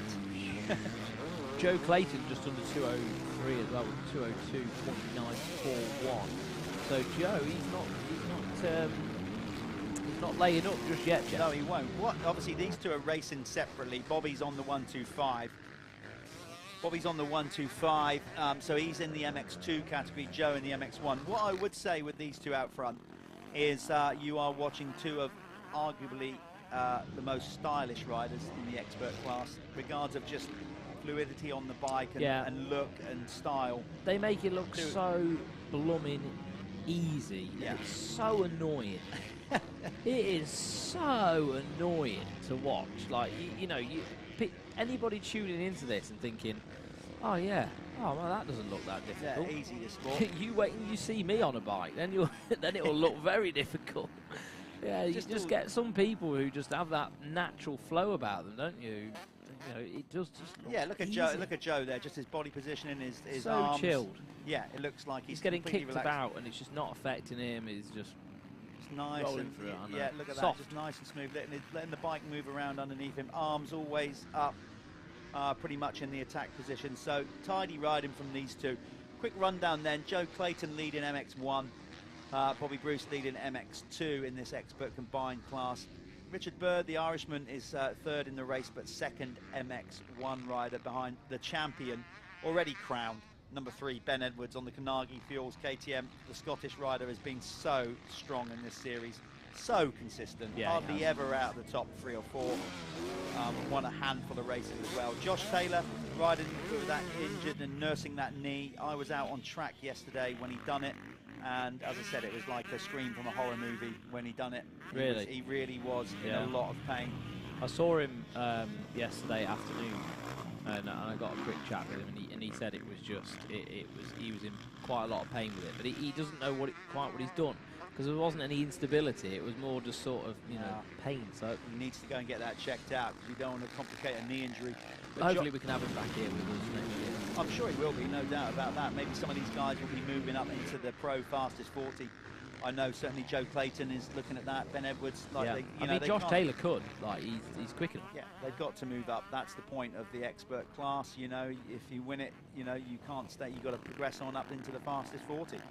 So, George Clark on the Honda, local rider from just down the road, not too far from Portsmouth, is in 6th, ahead of Charlie Putnam. Charlie Putnam. Showtime Putnam is in 7th ahead of Jack. He loves it, doesn't he? He does. He's building a brand for himself, isn't he, Charlie? With the old knack-knacks and everything. He's just living in the shadow of Jeremy McGrath. Yeah. He's a lot of fun to be around. Charlie Putnam in 7th place. Then it's Jack Beniston in 8th. Louis Kessel is down in 9th, ahead of Jake Preston, who's 2nd in the MX2 championship. But obviously losing points here to Bobby Bruce, who won't be far off taking this championship after this race, I would have thought. Yeah, I think Jake Preston's actually riding sick as well. Went to see him on Saturday, and he was like, whoa, whoa, Swanee, stay away. And I was like, what do you mean? He went, not well. He's been throwing up, you know, like, he was just like, I have got a lurg. Right, yeah. I was like, right, okay, I'll stay well away from you then. So he sort of kept himself to himself all weekend, I think. So he's riding through sickness, really. But you've got to do what you've got to do, haven't you? Yeah, you do. You absolutely do. Bite the bullet and get on with it. Look at Josh Taylor pushing on. Fair play to him. We know he's gritty. He is a very tough young lad. He is. Josh Taylor. Clearly, he's not 100%. He just came out of nowhere, Josh Taylor did, didn't he? So fast. Yeah. Fast. Yeah, really quickly. Sort of, was it last year, year before we started? Like, we were like, whoa, this kid is quick. Yeah, Josh Taylor, as we said, looking good on that Kawasakian. I'd like to think that, well, Josh might move up into the fastest 40. Who knows next year, but either way. It's one of them, he's on the cuff. I mean, he could, but I don't think people would be too disgruntled if he didn't. No. You know what I mean? Like, it wouldn't be like, oh, you're sandbagging staying in here. Yeah. I think another year in here for Taylor would be probably the best move. Just see him duck his head there. Mate, them chalky little sharp stones, oh my God, they hurt, don't they? Yeah, but having said that, Justin Barkley and his team here, considering the actual ground conditions that they have to work with, do an incredible job. We are, like I said, we are on one of the higher areas, really, of Salisbury Plain, just outside Salisbury, and of course, anybody who lives in and around this area knows a lot of chalk-based stuff, so it's hard ground. Justin's brought in like wood chips and more dirt, tries to chew it up and mix it up as much as he can, and under the circumstances, how quick it dries, the track, he does a great job with the track, Justin Barkley. Mini Matterley in there, that's what people say. So Matterley Basin, for anyone joining in who doesn't know what that is, that's our sort of Grand Prix tracks where we hold World Championship races. And a lot of people say this place is Mini Matterley. It sort of is like a scaled down version, isn't it? But the ground is very similar. And I don't think I'm going too far off on a limb here. I'm hearing, I say rumours because it's not official at all, but I'm hearing rumblings that there may be another British GP this year. Maybe more than one. All depending on what's going on with COVID restrictions around the rest of Europe and some of those flyaway races. But yeah, I think they're having an issue with it in Italy and stuff at the moment, aren't they? It's not looking great. So we may, and it is a big may. I can't stress that enough. I'm not saying that's definitely happening, but I know that In Front, who run the World GP series, potentially keeping Matterley or looking at Matterley as an option to run a GP in the autumn. So that would be great if that happens, obviously, but let's wait and see. So we are, what have we got in this? 6:55 left to go in this 20-minute plus lap moto. This is the experts. Up next is the Michelin and Milwaukee fastest 40 opening moto. Remember, Harry Koulas got crowned the MX1 champion last time out at Landre for that MX2 title between John Adamson and Carlton Husband. 10 points in it. Two very exciting riders. Let's be honest, and they leave it out on the track every time. I think Carlton's feeling a little bit healthier now with his shoulder. I saw him doing some exercises with Olympus Pro yesterday. I mean, he can do press-ups and stuff. I was watching him do it. So hopefully feeling much better now, and we'll see his true potential. I know Carlton Husband would really want this title. Absolutely.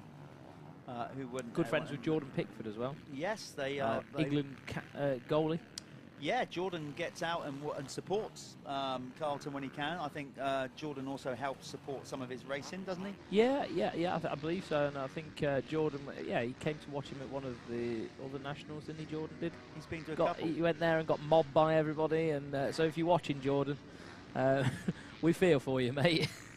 Yeah. But, hey, you're good at your job, so that's what happens, isn't it? If you're good at your job, people are going to like you and they want to get a picture with you. So. Yeah. And you did a fantastic job this year. He did.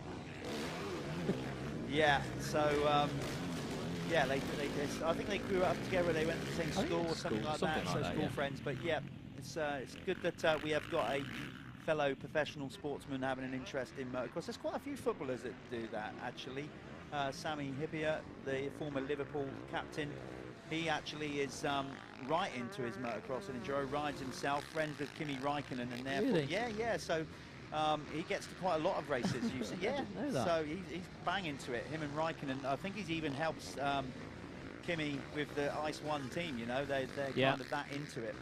So, which I believe I've heard rumblings again. Not sure it's entirely true. Yeah, they're changing brand, aren't they? Yeah, I can only understand or believe that they probably end up picking up the Kawasaki factory gig, I would have thought. Yes, that's what I've heard, because I think KTM are scaling back, aren't they, a little bit? I think the budgets are being pulled a little bit from the KTM. Apparently so. Apparently so. I think we might see a change with the KTM brand anyway going forward. I can see, not saying again, this is just speculation. This is all the little things that me and Callum, and if you're in the industry, you kind of get just to pick up on the vibes, don't you, more than anything? Yeah, I think it might be a case that KTM might concentrate their efforts more on road racing. Of course, they own the Gas and Husky brands, so they could maybe afford to do that. Yeah, and I mean, I've looked at it for a few years, actually. You know, with having two factory 450 teams on KTM's never really made sense to me. I believe, again, this is just rumours. I don't know anything for fact. I think Crowley will be on a red bike next year. The Ducati team. You mean gas, but obviously not Honda. Yeah, on the gas. And I think the factory KTM team will remain with Hurlins and those guys. I think, anyway. Yeah, I mean, it's all rumour. You never quite know, because things chop and change about, you know, any minute. It's like any sport, isn't it? Going back to this one, Joe Clayton has settled down nicely and started to pull away a little bit now over Bobby Bruce, using that extra 450 power. So that's good for him.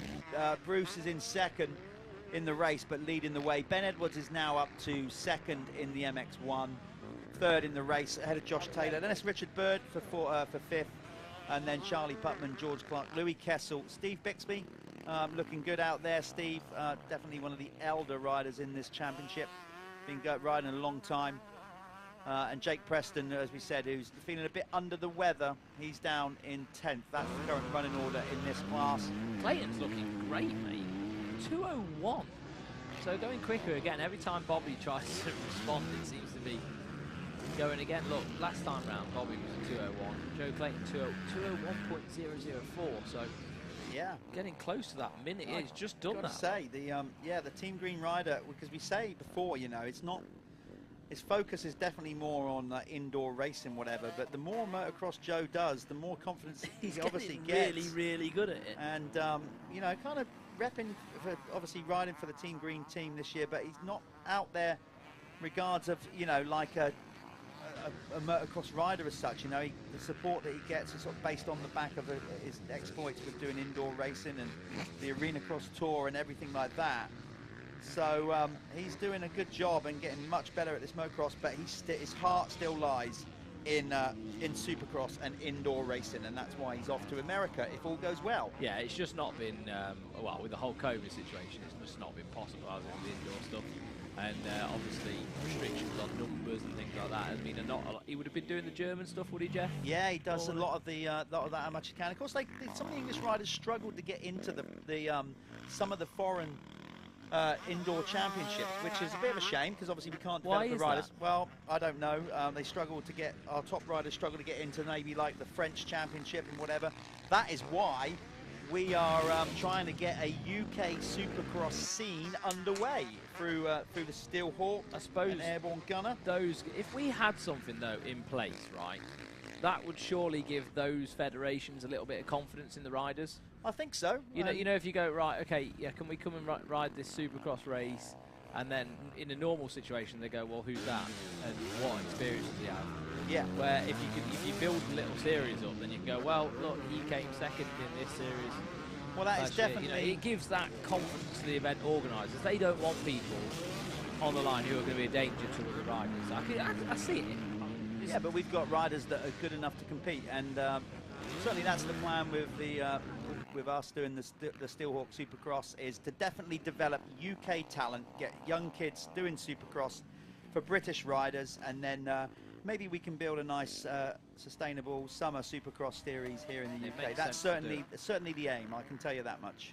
Yeah, well, from what you've told me, it sounds great what you're going to do. So that will be a nice stepping stone for people like Joe Clayton to put themselves in the right sort of eyeballs to be able to progress through the indoor season. Indeed, Joe, looking good in this one. We have got the 20 minutes has expired, so he is going to get the 1 lap board this time around. Joe Clayton looking good, just turning out of that rut there, trying to find, just staying out of the choppy stuff. Very comfortably done. Yeah, just rolling it nicely through the whoops. They'll have no problem with that. Looking very fly, actually, in that Fast House kit. Always a super stylish rider, Joe, anyway. But when you whack him in some cool kit like Fast House and a Bell crash helmet, Oakley goggles, he looks very he looks like the Supercross star, doesn't he? He's kept it. What I've liked about it, well, throughout this race, I mean, apart from that last lap, he's wound it off a little bit. He's been very good at maintaining a solid speed. He's been like sort of, you know, 201, 202, 201, 202, 201, 202. So like that's what these guys want. That's what they're aiming for, isn't it? A consistent race where you're not up and down with your times. So obviously Joe Clayton's fit right now. He's probably in the best shape of his life. Well, he would be. I tell you, he would be, because motocross is different to Supercross. It's a different type of fitness that you need. Yeah. Longer races, more. And Joe will openly admit that he probably, you know, before he started doing motocross more regularly, he had the speed, but he just didn't have the fitness to go the distance in a motocross race. But now he's been racing more motocross. Well, as anything, he's up to speed in regards to race fitness. He looked great. Like, he looked like he should be there. Yeah. In fact, there's no reason why he wouldn't be, like, you know, up there and in points in the fastest 40. Well, that's the aim, I think. I think if the Supercross season goes well, if he gets to compete in that, whatever races he can, and he stays injury-free, he will be back at the Michelin MX Nationals for 2022 in the fastest 40 class. Bobby Bruce, it'll be interesting to see where he goes if he comes and does the series next year. Remember, he's going to go up into the EMX 250. So, with that in mind, it'll be a time thing, won't it? But if he does race the Michelin MX Nationals next year, I'd expect him to be in the fastest 40 race, which is coming up next, by the way, for your viewing pleasure there at home or wherever you are on planet Earth. Yeah, big ball of rock flying through the air. All right, just don't go Sigmund Freud on me and like Patrick Are you Moore. frightened by that? No, it's just, we're just. You are aware we're doing a live stream. Yeah, we are doing We're not going to start. This isn't a podcast. There's our Ben finish line. You are aware that we are doing a podcast. It's not we are doing a podcast. No. Oh, right. It's not a podcast on the meaning of life. We're doing the Michelin MX Nationals That's here. a shame. Is it your turn to go out and speak to Joe? I think it is my turn. Get on out there and have a word with Mr. Joe Clayton, see what he's got to say. So Callum is going to go out to the winner's circle. We will probably very quickly throw to an advert while Callum goes and gets Joe in the winner's circle. So up next, it is the fastest 40, brought to you by Michelin and Milwaukee.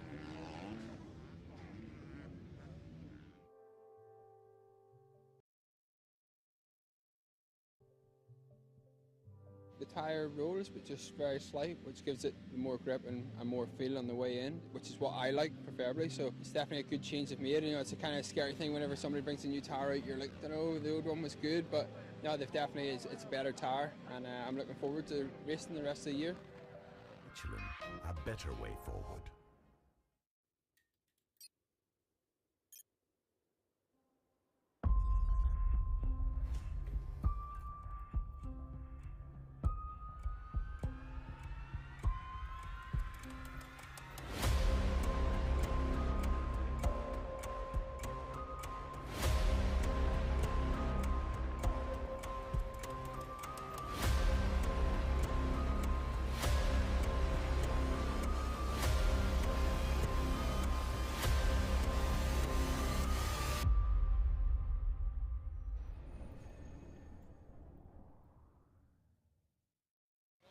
Here we are. I am with Joe Clayton, who just took the moto win. How did it feel, mate? Yeah, it was good. Yeah, the track is better today. It was a little bit wet yesterday, but... Yeah. You look great. You look really good. I feel all right. I had a little bit of a cramp in the middle of that race, but it went away. And lap times was really consistent. It was like 2:01, 2:02, 2:01, Bobby 2:02. pushing the whole time. I know he you didn't want to drop, so I was like, oh, great. No, great though. Anyone you want to particularly thank? Just the whole of the team and Justin for sorting out track all night. He was on it. Yeah, all hours. So. Yeah, I came out pretty late, 12:30, and I saw the digger was still out. Yeah, they were out all night. So yeah, no, that was wicked. But no, well done, Bobby. I think you'll present that in a minute. I'll get him in a minute. Yeah, good job. Thank you. Thank you. Let's go see. Let's get Bobby Bruce in here then. Well done, mate. So Bobby Bruce is our champion. And I can see a champagne bottle being prepped up there. Oh, for God's sake. It's coming, isn't it? Come on, get him, not me. Champagne showers down here. So we have got a new champion. No! I'm going to be sticky all day now. Next up, we're going to have the fastest 40. But Bobby, quick word from you. How does it feel, mate, to get that job done? It's good. We've done it last year, and it's good to do it again in another class. The bike's been working amazing all year, thanks to the whole team. So nice to get another championship done this year.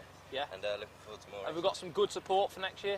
Yeah, it's looking that way. We just got to get a few more European races under our belt and see what happens. But Joe was riding good then in that race. But he was, yeah. Good to keep pushing. It was a good race. Anyone you want to particularly thank? Yeah, the whole AC United Gas team, Cass Suspension, Craig from Deck Pipe, Sam, my mechanic, my mum, dad, everyone. Brilliant. Well done, Bobby. That was absolutely fantastic.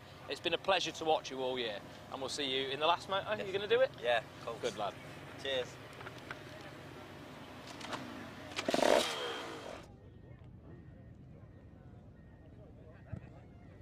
Yeah, good work, Bobby Bruce. Tom was out there. Dad, Tom was out there with a champagne. Makes a difference from a bottle of Stella. I'm only saying that because I can see him out the window. Well done to the Bruce family and well done to the AC United team. So as you see, yeah, we're going to just get going now. Again, here we are in our little booth. Again, with the Milwaukee stuff, let's just show them again. Because these guys have stepped up to the plate big time this year, Milwaukee. So thank you for all your support. And these are the kind of products that you can go and check out. Of course, a lot of motocross racers are tradesmen, clubman riders, etc., stuff like that. So we will be doing next year, I think we're going to be working with Milwaukee on a project where we can maybe do some kind of apprenticeship thing. That's in the pipeline. Hopefully we'll be able to announce that soon on our social media and everything. Of course, registration for next year's series is open. If you go on our website, if you want to ride this series next year, get involved. Or if you want to be involved in it in any way, shape or form. Marshals, we're always in need of good marshals. If you want to be involved with the Michelin MX Nationals, just get on the website.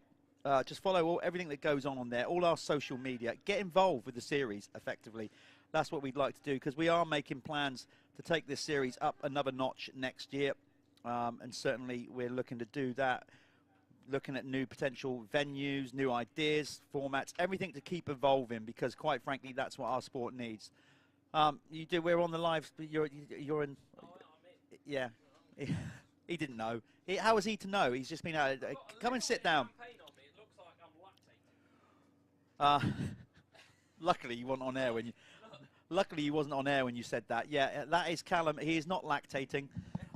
That is some champagne. Just the slight blobs of But champagne. at the same time, you know, you can hit Ed up for a new shirt. Yeah, Ed, if you could just send me out a new one, because this one's got some champagne on it. We just wear them once and chuck them away, Ed. Yeah, I mean, they wash well and all that, but you know, because there's no need. We're now TV I stars. just drop them down the charity shop, just boom. Now we're TV stars. We just want new stuff coming in all the time. Please endorse the product. As we said, great clothing though. It is. Yeah, great. Fair play to Ed, and fair play to Ed Warren and everybody at Kex for doing the fastest lap awards. We are up next. We have got the Pro Fastest 40 brought to you by Michelin in Milwaukee. A little bit of a delay because we're just going to do a little bit of track prep for the pros. They're going to then go out on a sighting lap, which we will probably follow the guys round. Again, I was talking about the sponsors, the guys at Milwaukee, everybody. We did that little studio show yesterday. Well, very improv. Yeah, Studio show. well, because we only decided to do it 10 minutes before. Please go and watch it. But, it's great. we will. We'll polish that up next year. We'll do little studio shows. I think we'll do little studio shows next year on a Saturday night. A little prelude to what's going to happen on the Sunday. Yeah, no, I like the idea of it, and I think we can catch up with some riders and Exactly stuff in a little bit more of a casual situation, not just grabbing them as they've come off a track and they're sweating and don't really want to Go a bit more in depth, and I think we'll do a lot more shows next year, behind the scenes midweek, what goes on at maybe some of the workshops and stuff like that. So that's what we'll be doing. I could hear some of the fastest 40 riders go out on track. I heard some bikes go out there then. We haven't got a visual out of our window on the track, so we can only go on. But the fastest 40 should be coming up next and on their sighting lap if they're out on track. So yeah, get buckled in. Harry Cusses, already the champ. He's already took the championship, hasn't he? And Lee Webber, if you're listening, you've promised me a signed front number board, red one. Has he? Yeah. There's no getting out of it now. You've just, I've just said it on here. So if you promise it to anyone else, naughty. Mine. So Cusses has got nothing to fight for really, but pride, and he's a very proud man. He'll probably want to go out and just smash them in this one now. You know, just go 1-1 and finish off the year to show the reason why he's the champion. I mean, we've got Sean Simpson here this week. Yeah, so that's a bit of a wild card. Sean hasn't done many of the rounds. No, he's done the odd one. He's done one, hasn't he? He did Hawkstone. Because we've not got Tommy with us this weekend. I think he's resting up. Well, ready. He had his kids' christening yesterday. We've still got, though, having said that, you say that, we've still got obviously nearly 40 riders on the line across both classes. Yeah. And the big one that we have got coming up, obviously Cusses will do his thing. The MX1 title is decided. The MX2 title has not been decided. John Adamson has a 10-point lead over Carlton Husband. It's all about those two, basically, in this next one. Rider number 2 on the Gabriel Installations KTM up against the Phoenix Tools Kawasaki. So 10 points. Talk me through that, Jeff. So how many points? Well, there's 25 points for a race win, isn't there? And how many points for a second? So then it's 22 after that. So basically, and then 20. So we need a bad race from John Adamson. You know, well, if you're in the Husband camp, like, because 2 wins aren't going to be enough. Well, he didn't. Last time out, he lost a bunch of points. John Adamson. Yeah, he did. You know, and is that going to be on his mind? He can probably hear us on the PA, actually. So probably, if it wasn't on his mind, we have just reminded him. Sorry, John. But John, it's great. John Adamson has, I would say, not come from nowhere. No, but he's had a blooming good year. So the fast. Start of this year, he's been great, really good, and even across the other national championships as well. Just following his results, he's been really trending upwards. And then, I don't know, his last round it just sort of went a little bit Pete Tong, didn't it? It did, but Carlton's right there. But remember, Carlton, what did he do? Broke his shoulder blade, was it, or his collarbone? It can't have been comfortable. He rode at Hawkstone with a broken shoulder. Yeah, that would have been that very painful, I imagine. Yeah, I think he's okay now, though. He's definitely better. He's not 100%, I don't think. But. No. And Jamie Carpenter is there in third, but out of it with he's going to go under the knife ACL operation. Right, let's get to it. We're going to go racing now with the Michelin and Milwaukee Fastest 40. Sit back and enjoy this one. I know we're going to. You ready? Yeah, we're ready. Yeah, I love this race. I'm in. Right, let's throw to the track. Loaded. See you in a bit.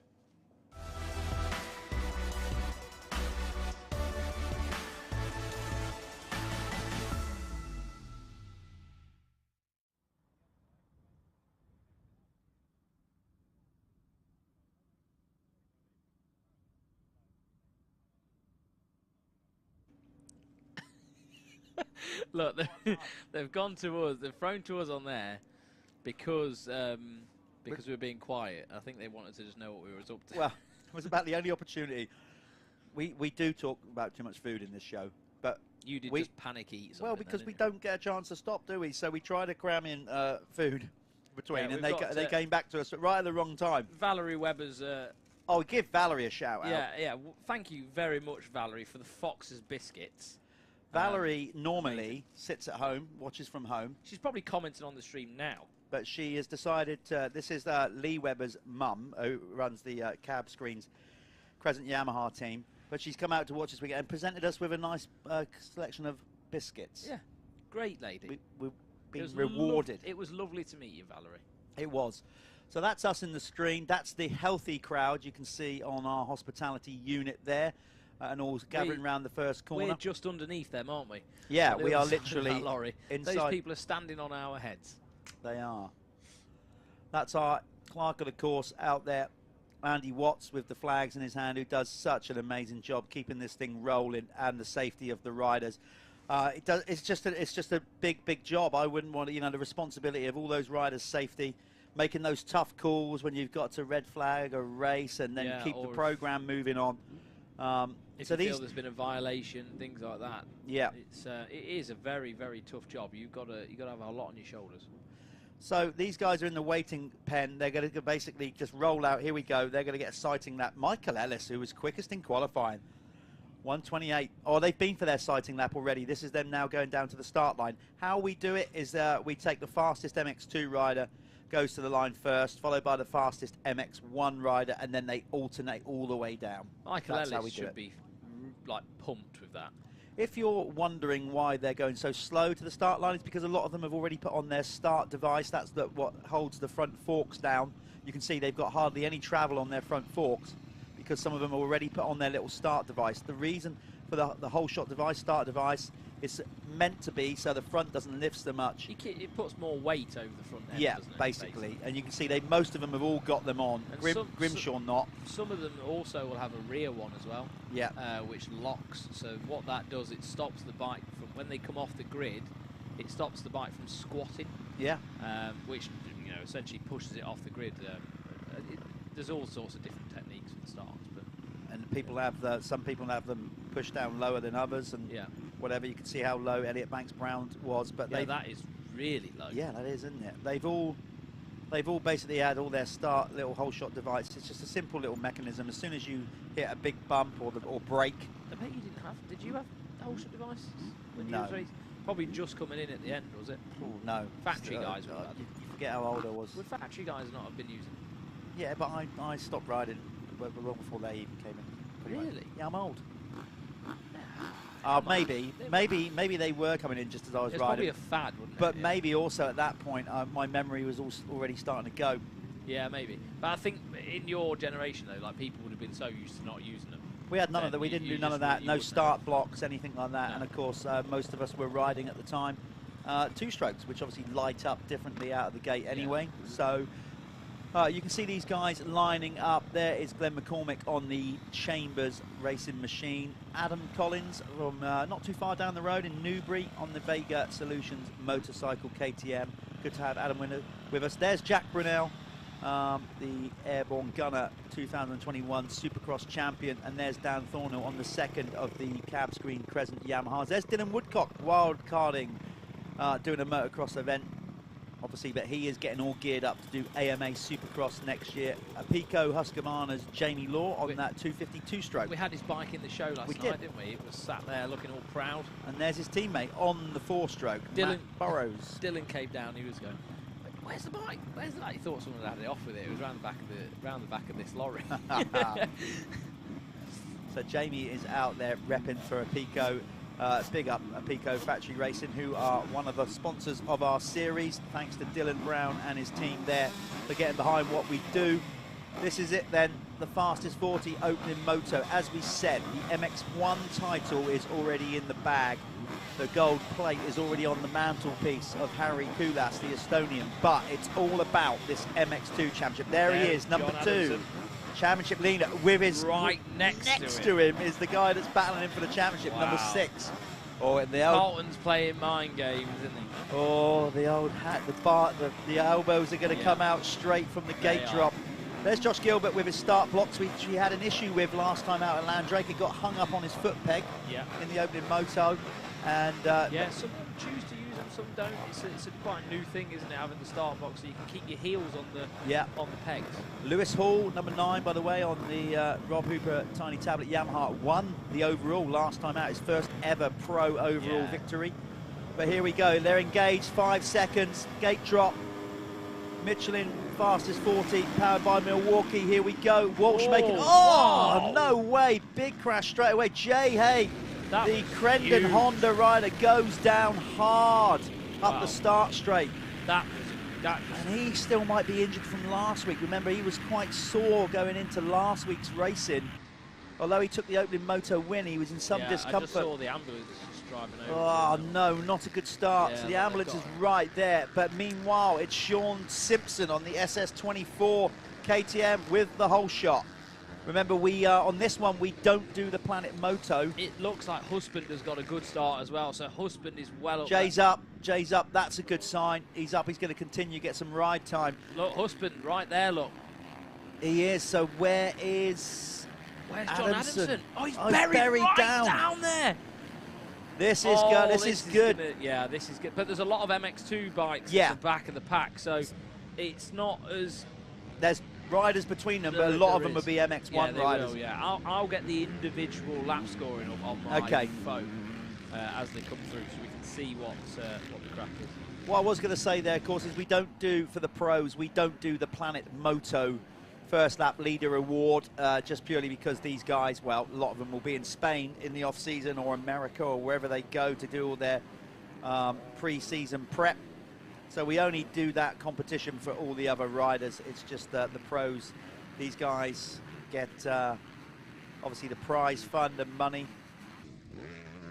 The best prize purse for a national in the UK, I think, or pretty much. So these guys, that's what these guys are racing for. Sean Simpson, it's been a indifferent year for him, obviously doing GPs. Will Sean continue doing GPs? I don't know, I'd like to hope so, but at the same time, if he doesn't and carries on riding, it would be the UK's game. Yeah, it would be great to have him at every round next year of this. It would be an easier job for him, I'm telling you. Oh yeah, that's for sure. But then is he going to be able to get the sponsors? But I'd like to think with the exposure what we're giving these guys with the live stream, why would you not? He might still be able to keep all his sponsors happy and race here in the UK most weekends. So Sean Simpson leads the way. Gilbert in second, looking very good, but we know how good Josh Gilbert is on hard pack stuff. Kulas is there in third. Let's go back to the start here. I think we can go for a replay. We might be able to see what happened in more detail to the Crendon Fast Track Honda rider. So there's Haig. He gets a little bump from Walsh, goes into Mitchell. Mitchell was lucky to stay on himself. It was just the classic kaleidoscope effect, like domino effect. They literally... The butterfly effect. Yeah. So in MX2 at the minute, just obviously for people who are following this championship, Mitchell Ellis is leading the way as they came across the line. Tom Grimshaw was second, Colton Husband was third, Florimeo fourth, and John Adamson was in fifth. So John Adamson in fifth at the minute. Well, Colton Husband needs to win this race if he wants to keep this alive. Oh, Sam Nunn making a mistake going off track. We saw Sam Nunn pushing on, leading an MX2 moto at Landrake last week, and then he just, remember that crash he had? He just stopped dead. Another little mistake from him. There's Lewis Hall, last round winner in MX2, number 9. Dylan Woodcock going with, well. The 40 of Wainwright as well. There's Bob Reshef right at the back. So what's happened to Bobby? He's down the field. He must have tippled over at some point. We missed that. So yeah, Bobby's down. Who was that on the? Who was down in that corner there? Didn't quite see that as well. So some of these pro riders making mistakes here on the opening few laps. There's Adamson trying to work his way up. It must be so frustrating when you just pass in 450s and like you just know that makes no difference. You know what I mean? It must be so frustrating. It's a tough one, this. Josh Gilbert is of the Keck's fastest lap of the race so far. We do get a lot of people saying, well, why have you got these guys racing together? Why don't you separate them? It's yin and yang, really. You could argue separate the classes so the MX2 riders can race for a checkered flag themselves. Yeah. But then you've got this really exciting race where you've got all the best pro riders in the same race. Yeah, and I don't know, you know, for me, seeing them all out there in one race, we can follow it, see what's going on. The only disadvantage is really the start. Yeah. And sometimes it does make the 250 guys, I know they like to be out front and not being peppered by 450s, but if they got a 450 between them... Makes them ride harder. Well, not only that, the 450's not in the points race, so effectively, you know, it still works out that way. We've got Josh Gilbert now in the lead, setting the fastest lap of the race with a 156.765. John Adamson is coming under pressure here from Lewis Hall. Lewis Hall is absolutely on fire with confidence-wise. Yeah, that would play into the hands of Carlton Husband if Lewis Hall was to put another rider in between him and Husband. Yeah. So it's looking ropey here for the number 2, if I'm honest. It's going to go down to the wire. Well, he's still, I mean, he's points-wise, he's basically he is behind. He's only losing currently a couple of points to Carlton Husband. Although he's further down the track, he's got a lot of MX1 riders between him. So he's not losing too much points, and I'm sure he'll be getting told that on the pit board, the championship leader, number 2, John Adamson. Is that Husband down? No, it's Martin Bart. Martin Bart hitting the deck on the... I really did think that was Husband there. Yeah. He catfished us with the red gear, didn't he? So Martin Barr not had anywhere near the season that he would want. He's ridden injured, hasn't he, most of this season? It's just good to have him here. Like he's just trying to ride himself into shape, mate. That's all he can do, and I think he wants to go again next year, from what I've ridden on social media. Well, he's had an interesting week with the with the selection of the Irish team. Don't want to get into the politics. No, of that. I'm not even going to go there. There's enough of that on social media. But Martin Barr bitterly disappointed that he's not been selected for the Irish Motocross of Nations team. That would have made it 16 years on the spin. But as we said, there's a lot of controversy surrounding that. So go and check out all that on social media. We're not delved into that. There's plenty for you to get your teeth into, and I'm sure you all can have your own opinion on it. So the big hitters out front at the moment. Josh Gilbert found his feet, hasn't he? Sean Simpson, Harry Koulas, Mitchell Ellis, Jason Meara, Tony Craig, Dylan Walsh in 7th.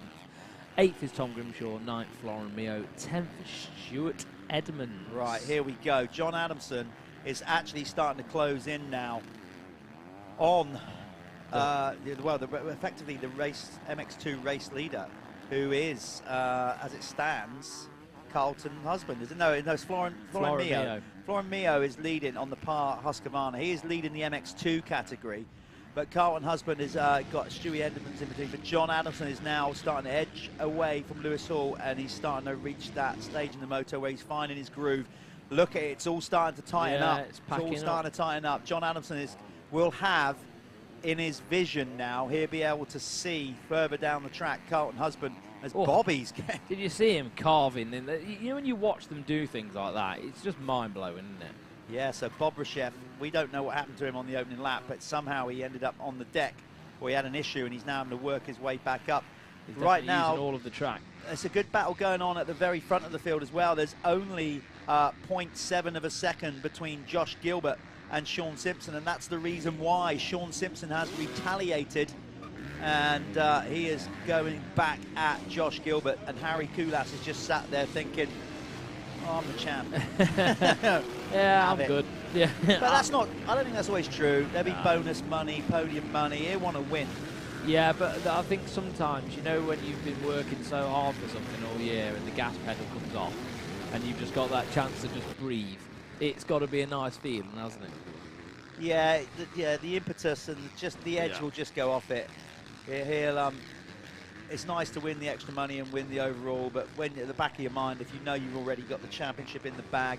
It looks to me like Husband is actually catching Florin Mio. Well, he's making a real effort, the Phoenix Tools Kawasaki Mio rider.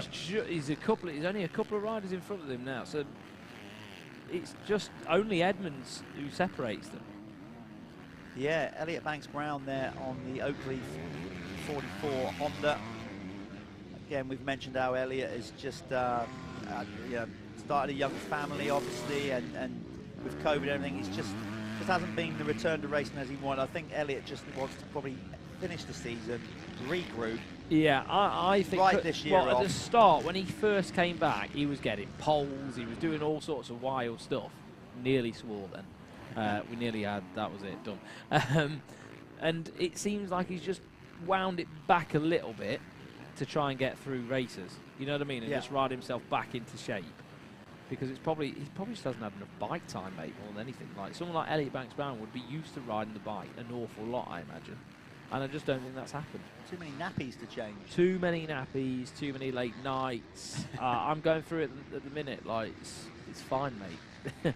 It's hard. It's hard work. Right. I think we need to go back to the front because Sean Simpson has now gone back to Josh Gilbert. So let's see if we can pick up the actual race leader, number 24. He has now retaliated, picked up the speed, and gone back past Josh Gilbert at the front of the field. So Sean Simpson now back into the lead. We're just trying to find them. There was Kulas. We just missed them. That's Kulas in third. There's... Oh, do you know what? Michael Ellis. What is Michael Ellis in the MX? No, he's in MX2. So Michael Ellis, my bad. I forgot that completely. Jesus, he is having a proper ride, isn't he? Oh, bad. Completely forgot that Michael Ellis was in MX2. And because he hasn't done all the championship, we kind of almost took our eyes off him for a minute. He's having a really good day. Really great. Yeah. So Florent Mio, my bad. I'll take the rap for that. I thought Mio was leading. Yeah, I mean, I got wrapped. Look, listen, guys, I got wrapped up into Jeff's little dream world of Mitchell Ellis not existing. Yeah. So Michael Ellis is there in fourth.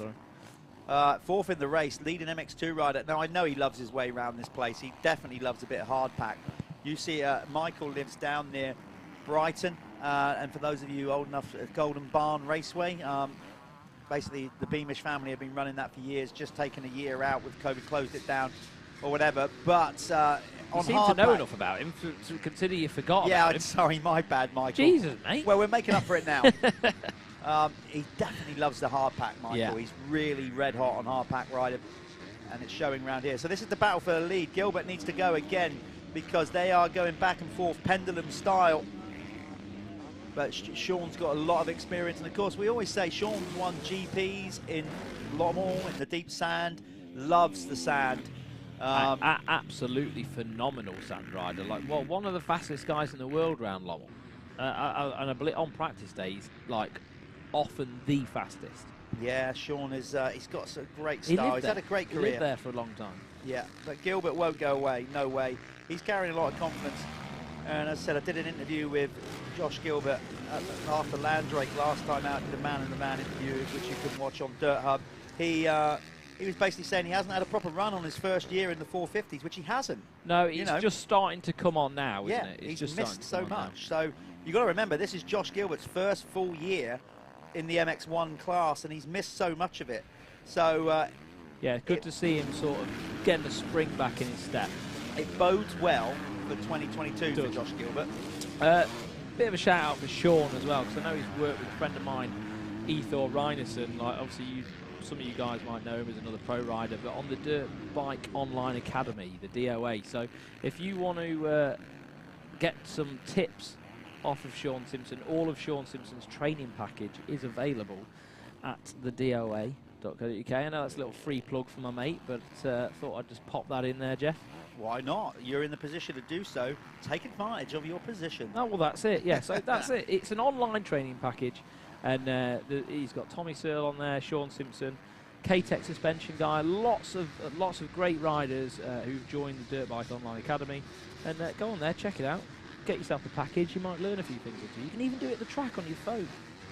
Well, Sean, I said Sean, and a lot of experience with Sean. He certainly knows how to ride, and he's very meticulous. Very, you know, very. Attention to detail. He knows, yeah, that's one thing I definitely picked up from, because I've looked at some of his course material, and yeah, very, he thinks a bit differently. So like, it's quite interesting, you know, when you look at Tommy's course and Sean's course, and the differences in different things that they pick up on.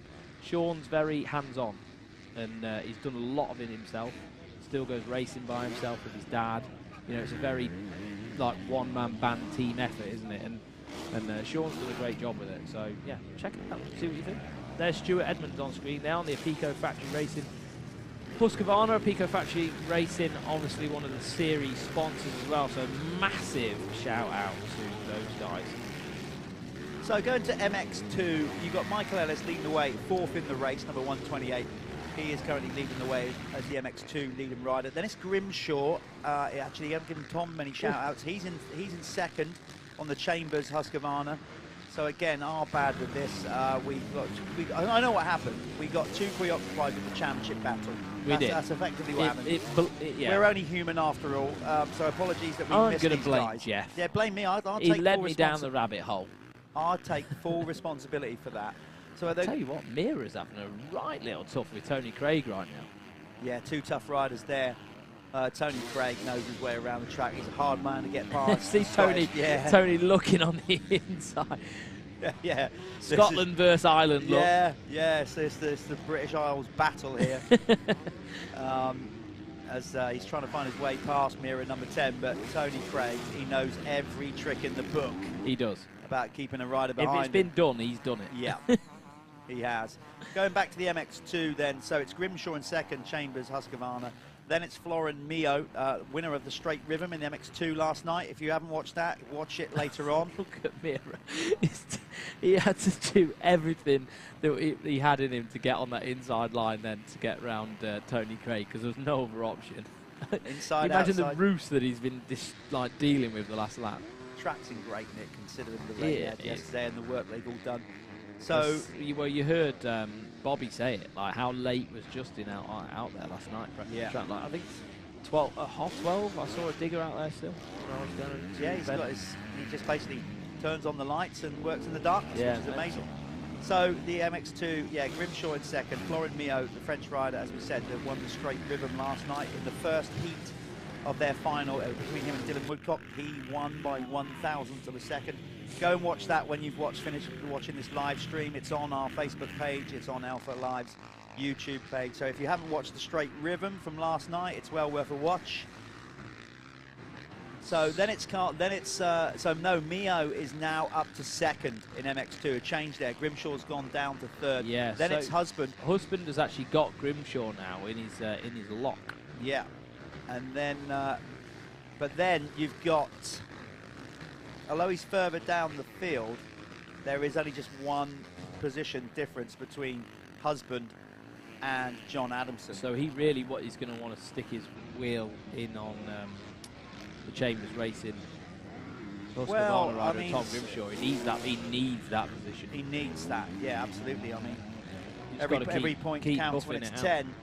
But right now, the gap will be, having said that, the gap will be down to 8 going into the final race. It's still, that's doable. Sketchy. Yeah. Whoa! Mio could have running been another one there. That could have been an easy picking. It could have been. Mio running it into the back of Tony Craig. I don't know if Tony did an intentional brake check there. I just think he was... Well, I don't know. It is Tony, isn't it? I think he'll try anything to, keep his kids behind him. No, he is a hard warrior, Tony Craig, but I think that was legitimately just Mio just running it in there hotter, really, and got caught off guard there. We see the gold exhaust pipes on those Husqvarnas. Yeah, they look pretty cool. Just want to give a shout out to the team manager at Par Husqvarna as well, Neil Prince. That Neil went and rode here yesterday and had a crash, injured himself. Neil, I don't know if you're watching, but if you watch it back later on, we wish you best of luck with whatever injuries you picked up racing yourself. With a whole shot as well. Yeah. Went out with a whole shot, and then that's it. But get well soon, Neil. Hope to see you back on the bike and enjoy yourself soon. So we have 6:36 left on the clock, plus 2 laps. Remember, these guys race longer motos than anyone else. These are 25-minute efforts plus 2 laps. So proper, Fastest lap of the race so far set by Sean Simpson with a 1:55. So these pro riders getting under that 2-minute barrier. We saw the experts sort of around 2:01, 2:02. See Florin looking back at Tony Craig there like, who are you? Yeah. Myth. My best French accent. Pidgin English. Just throw a French accent on it, and that is effectively speaking French. In my head, I was actually speaking French. Yeah. Apologies to all our French viewers. Me and Callum basically had dunces hats on at school. Foreign language is not my thing. I can say bonjour, comment tu t'appelles? Very well done. I just asked what your name was, Jeff. It's always those early ones that you learn, and then obviously, just you start to get distracted. Forget in about class, it. Yeah, it is true, yeah. You get excited by the pop of it, and then you're like, nah, good. Same for me. I know how to say hello, that's good. Finished. The universal world of sign language gets you through anyway. Or slowing down your native language to assume that the other party can understand the slowed down version. Got me through my entire Grand Prix career, that did. I've also had a Spanish slowing down their Spanish Right. to do it to me before, and I'm just like, mate, like, no. Made me realise how stupid I am when I do that. Yeah, anyway, that's all the trials and tribulations of travelling around Europe. Which, of course, some of these riders do on a regular basis. Sean Simpson with us, because at the minute there is obviously no Grand Prix on. They're taking a 3-week break. They'll be back, was it next weekend? I think so, yeah. So, Sean Simpson's great to have him in. As I said, I don't know what Sean's plans are for next year, but if he does decide that MXGP is it's time to hang up the helmet on the MXGP career, he'd be a welcome addition to the Michelin MX Nationals at every round. Absolutely. Right now, Josh Gilbert is pegging him back last lap around. Ooh, no way. Check that out. Their last lap times. Wow. Identical. What? No Identical. way. Identical lap We are times. seeing some strange anomalies. Their last lap around was a 1:57.462. They both posted exactly the same lap time. That's actually pretty mental, isn't it? That does not happen often. No, I I've thought done he that was on a video game. pegging him back, but Kulas, do you know what? He's shown a bit of interest with 3 to go. Kulas is thinking, well, maybe I will try and catch up with them. What's the gap now? 8 seconds. He was quicker. I don't think it is 8 seconds. Well, is no, it? because he was quicker last lap around. Kulas was the quickest rider on track last lap around. So the champ is thinking, yeah, maybe I will get involved with this little He's battle. always very good at the later end of the moto. So Very he's fit. just unbelievably fit. Like, can you remember throwing it back a few years ago, where he tried, where he was racing the British Championship on MX2 and MX1? Yeah. Can you remember? Like, what the hell? Like, what? Who does that? Well, he Only does. him. Only if you can be No, fit like enough. ridiculous. Yeah. Just went straight to the line on a different bike. It used to blow my mind. Yeah, he definitely trains hard, physical workouts and training. Harry Kulas, one of the fittest riders on the circuit, no doubt. But Josh Gilbert's not going away. So far, Michael Ellis is still leading the way. Let's see if we can actually, I'll try and get our director to try and pick up through the cameras. Number 128, Michael Ellis. It would be good to show Michael a little bit of a track time, because he's having such a good ride here, leading the MX2 race, number 128. So we'll see if we can get our camera crew to try and pick up. I've got no idea where Michael is on the circuit right now. I think he's just gone over the finish line, so he's probably up the top end of the circuit now, number 128. We'll see if we can pick him up on the cameras anyway. Give him some decent airtime, as he has been leading this MX2 race from the get-go. Made a flying start. And he's out there. They all battle down. This is the pit signaling area straight. I love this camera shot. Just to the right, you can't see it out of this camera's view, is all the mechanics putting out the pit boards. There's Dylan Walsh in 4th in the race. So behind him on track is Michael Ellis somewhere. Stuart Edmonds has just gone past Michael Ellis. So just behind rider number 162 is the MX2 race leader, number 128. There's Mira, Jason Mira. He's in 7th. There's a good shot for gritty people. Go and check them out. So there's Michael Ellis. Michael behind Ellis. Next rider at back. We're going to it. get him. We got him now. We found him out on track. Once we just get around these, here we go, we're finding. So behind the rider you see on screen is the MX2 race leader. So that's not actually Michael Ellis. That's Stewie Edmonds. We want the rider behind, if we can pick him up. On screen, see the marshals with their goggles on, a bit of dust starting to kick up. Are they supplied by Oakley Goggle Bob? I don't know. Maybe they are. There's Stewie Edmonds. There he is. There's Michael Ellis. 128, having a rip-roaring ride. We haven't seen much of him from this year. He's taken most of the year out recovering from injury. He's having a great go, and he's looking very good indeed, Michael Ellis, as he goes past the camera shot. Let's get back on him. At least Michael Ellis's fastest lap of the race was at 1:58. So that's the fastest we've seen a 250F go around this track all weekend. There he is. Let's stick with Michael for at least a few turns, because he's definitely warranted Some TV time. Absolutely has. He's because I mean, I know he was quick in qualifying, but I still his lack of bike time, race time. You had some doubt, didn't you? Well, I just thought, you know, it'd be quick, but if you haven't been racing regularly, but he's stormed it. I mean, we've got literally counting down the clock. We could be on time to go, so it's going to be 2 laps to go. It's going to be 2 laps to go, and Gilbert's right back on Sean Simpson. They're going to get the 2-lap board.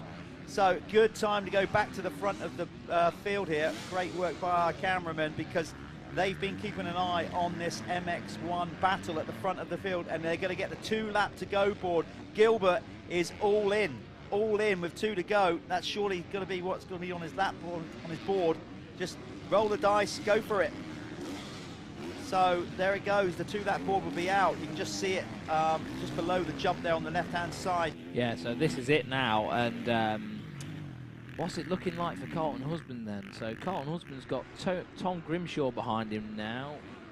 Well, that's good. So he's put another 2 points on Adamson. Yeah. He's so cushioned it. That's down to, by my maths, that's down to 6 points. Yeah, that makes it a little bit more comfortable, doesn't it? Well, for him, not for John. No.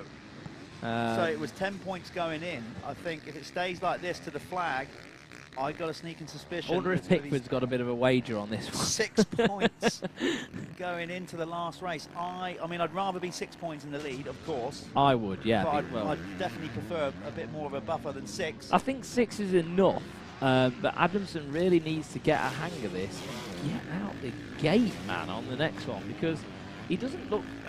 It looks like it takes him a little bit of time to get comfortable with the hardback. It's amazing in the sand. Yeah. John was next level at some of the other events. By my reckoning, and I'm sure somebody will pop up on our social media if I've got this wrong, I can't recall John winning. This will be the first championship, I think, for both of them, wouldn't it? Yeah, I think so.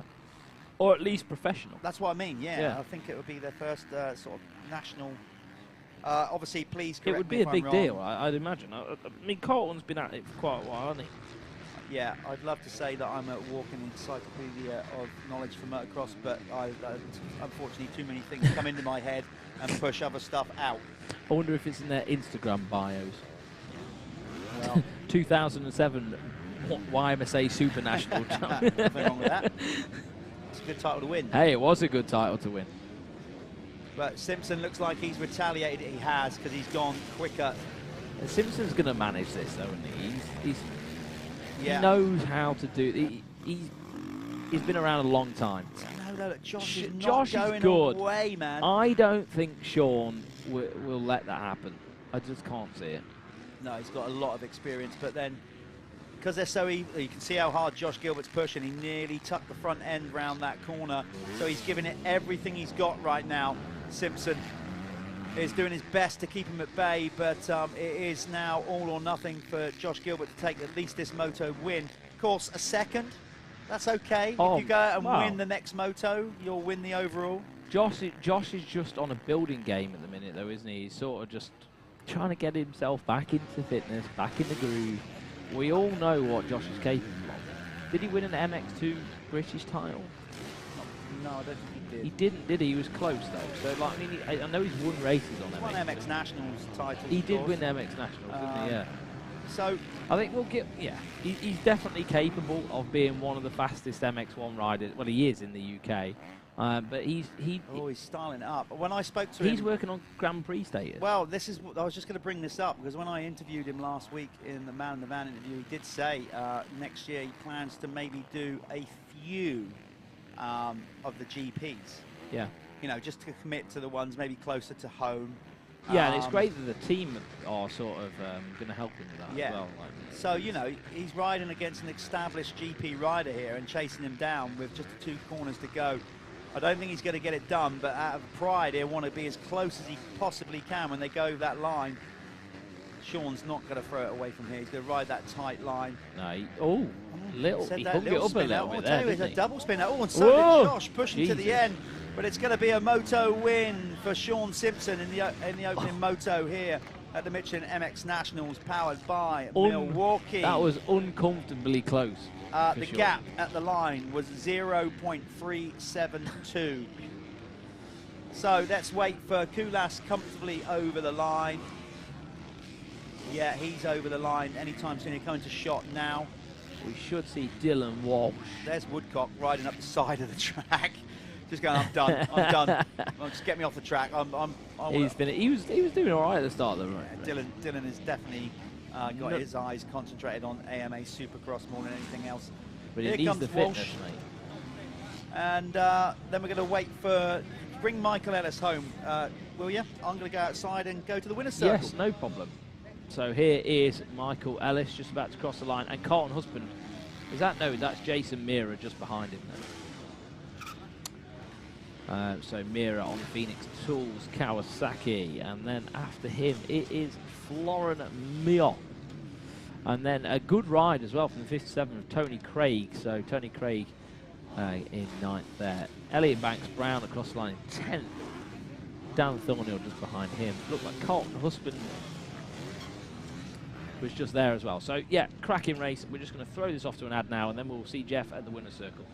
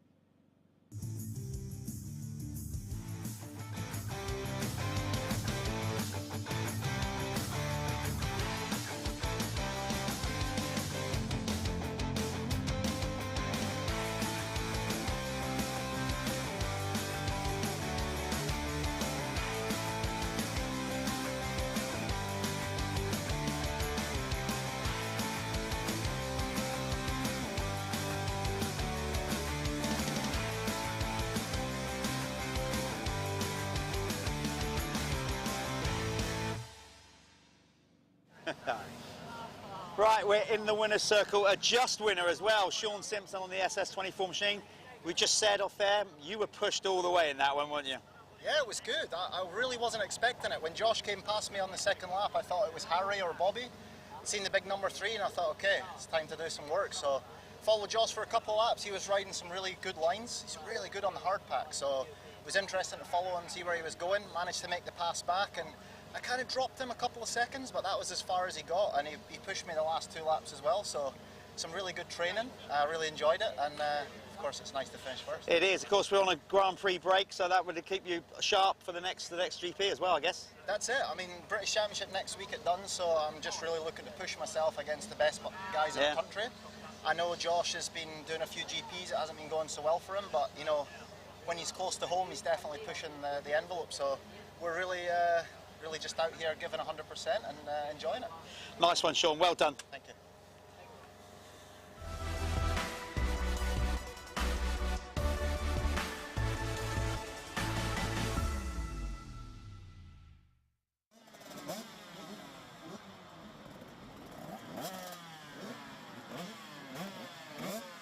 So back in with the Syntol Lubricant 85cc class, mixed class, big wheels and small wheels. So we are in block 2. So this is the last block of racing at the Michelin MX Nationals. Wow. I cannot believe it. We are finally at the end. The end is nigh. So this is the last moto for these kids. And look how good they're looking. Some clean bikes, some not so clean bikes. So let's see what. And we've got live timing back as well for these guys this time. So the first race was injustably difficult for us to call. With oh no, that's McCulloch stuck in the gate. Are they going to have to rerun this one? They may restart this race. I'm not sure. Sometimes if it was the gate's fault or whether it was the rider's fault, so we need to make sure what's going on. I think they're going to let it continue. Must have been some riders just chomping at the bit and just wanting to get out there too soon. It looks like Askew though. Billy Askew with a good start, and Finley Evans having a good one as well. So let these guys just tuttle it out for this first lap, and then when they come through, I'll call everybody. Yeah, show us a replay of the start. Let's see what happened. Let's see if why they hit the gate.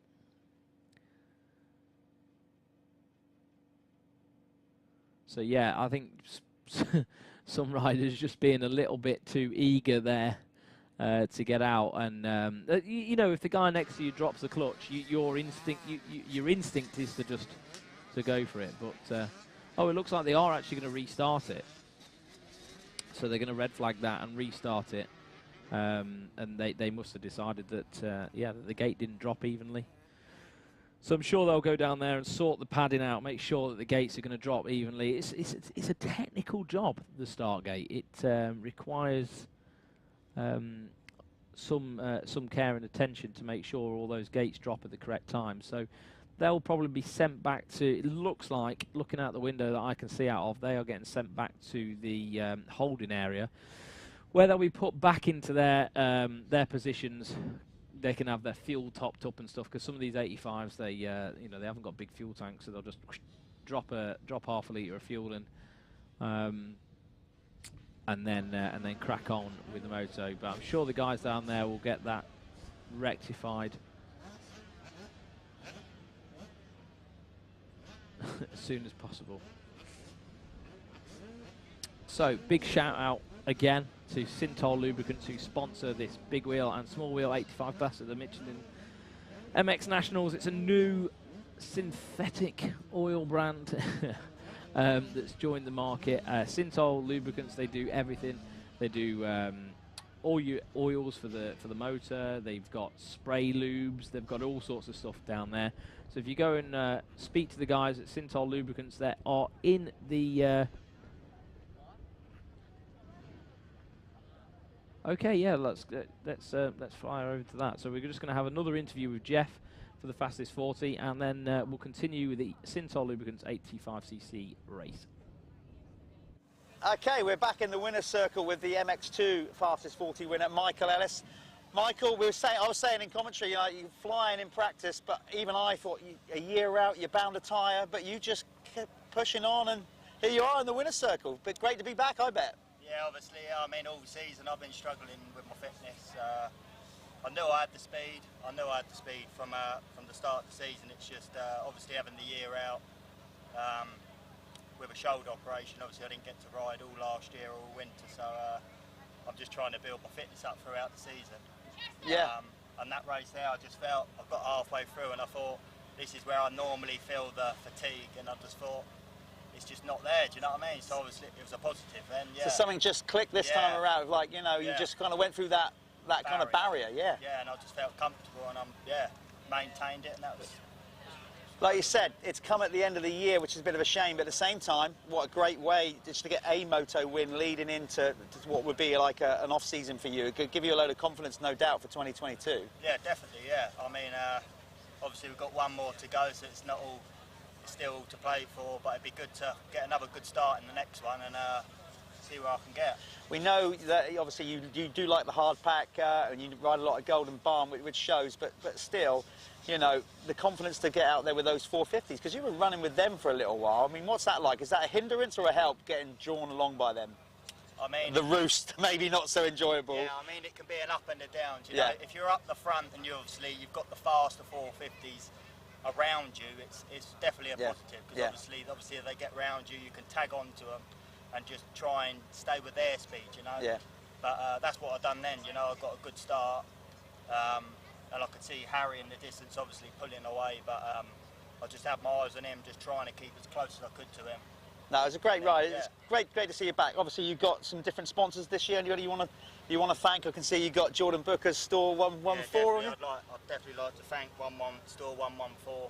helping me out massively this year. ICS, Spy, just my whole family, girlfriend, mum, dad.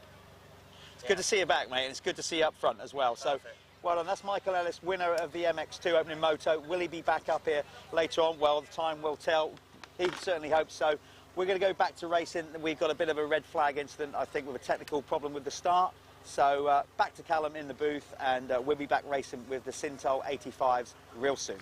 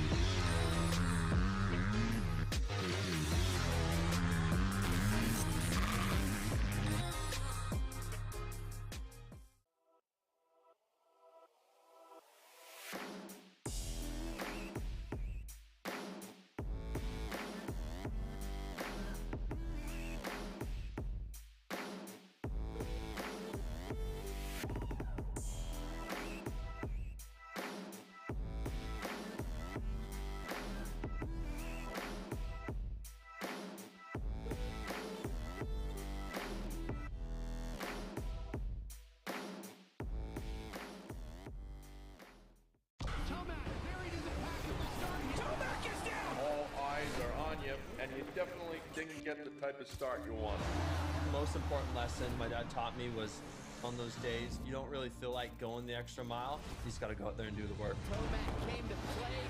The go time for me is the last half of the race. I'm trying to hunt down first place. For a true championship fight, you never want to give up.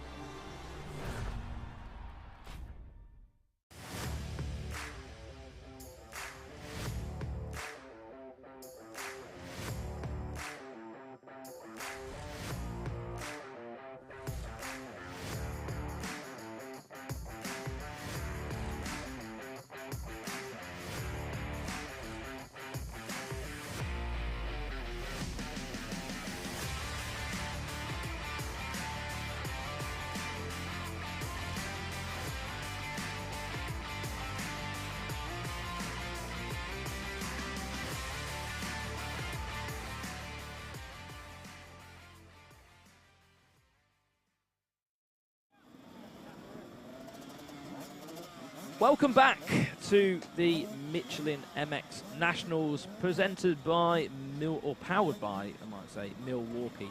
So we are going to restart the small wheel and big wheel race, supported by Sintol lubricants. And as I was saying before, I was interrupted by the winner's circle, which is obviously no problem. Sintol lubricants are in the area of the paddock where we've got the Chippy in the burger van. Slush is up here. Pro Green is also up here. So go and check them out. They're right next to Destination MX. And yeah, go and ask them what they're all about. The guy there is called Johnny. He will help you and he'll talk you through the products that they've got available. Also, right next to him, you can go and buy yourself a Revy. Plenty of Revy bikes in stock as well up there. So they are brilliant little toys for kids. We've got Planet Moto as well up here, so you can go and have a chat with those guys.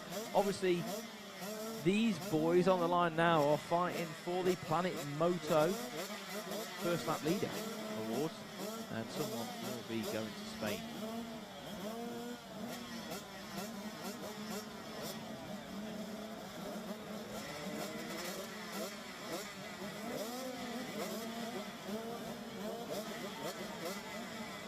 So we've just had Neil walk into the booth. His dog's just taken him for a quick walk. Yeah.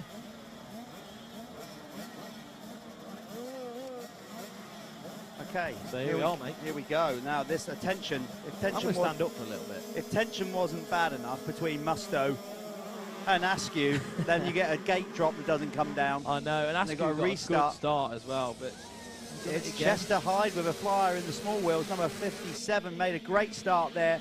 But was that Billy Askew into the lead? I think so. Wow.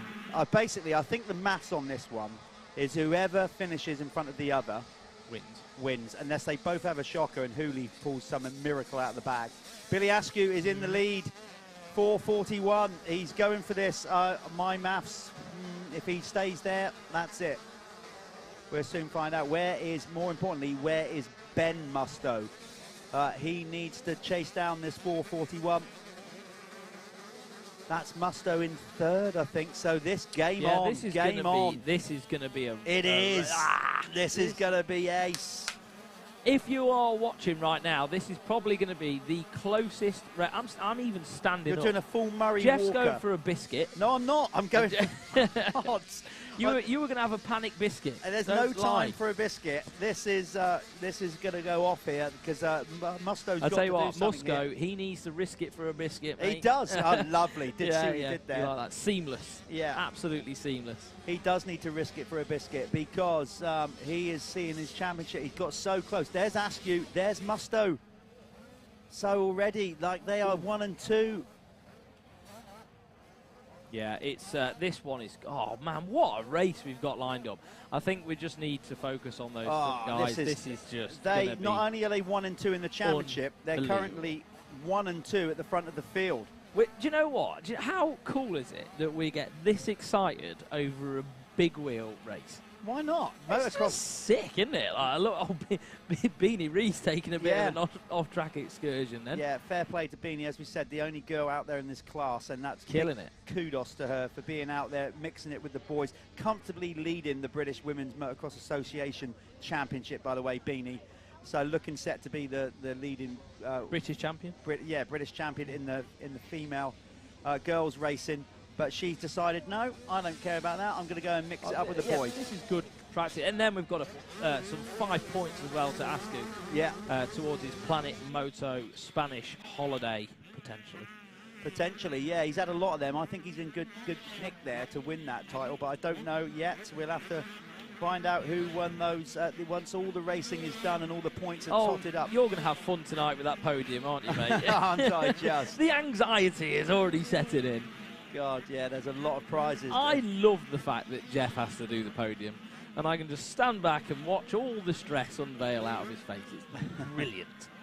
But Mustoe just 1.4 seconds. Well, I think it's less than that. It's a second. Right, our camera crew, I'm sure they've been briefed, and I know they're doing a great job, but we just need to stay on these two, because that is the championship right there at the front of the field. It's between Billy Askew, 4:41 on the SJP Moto KTM.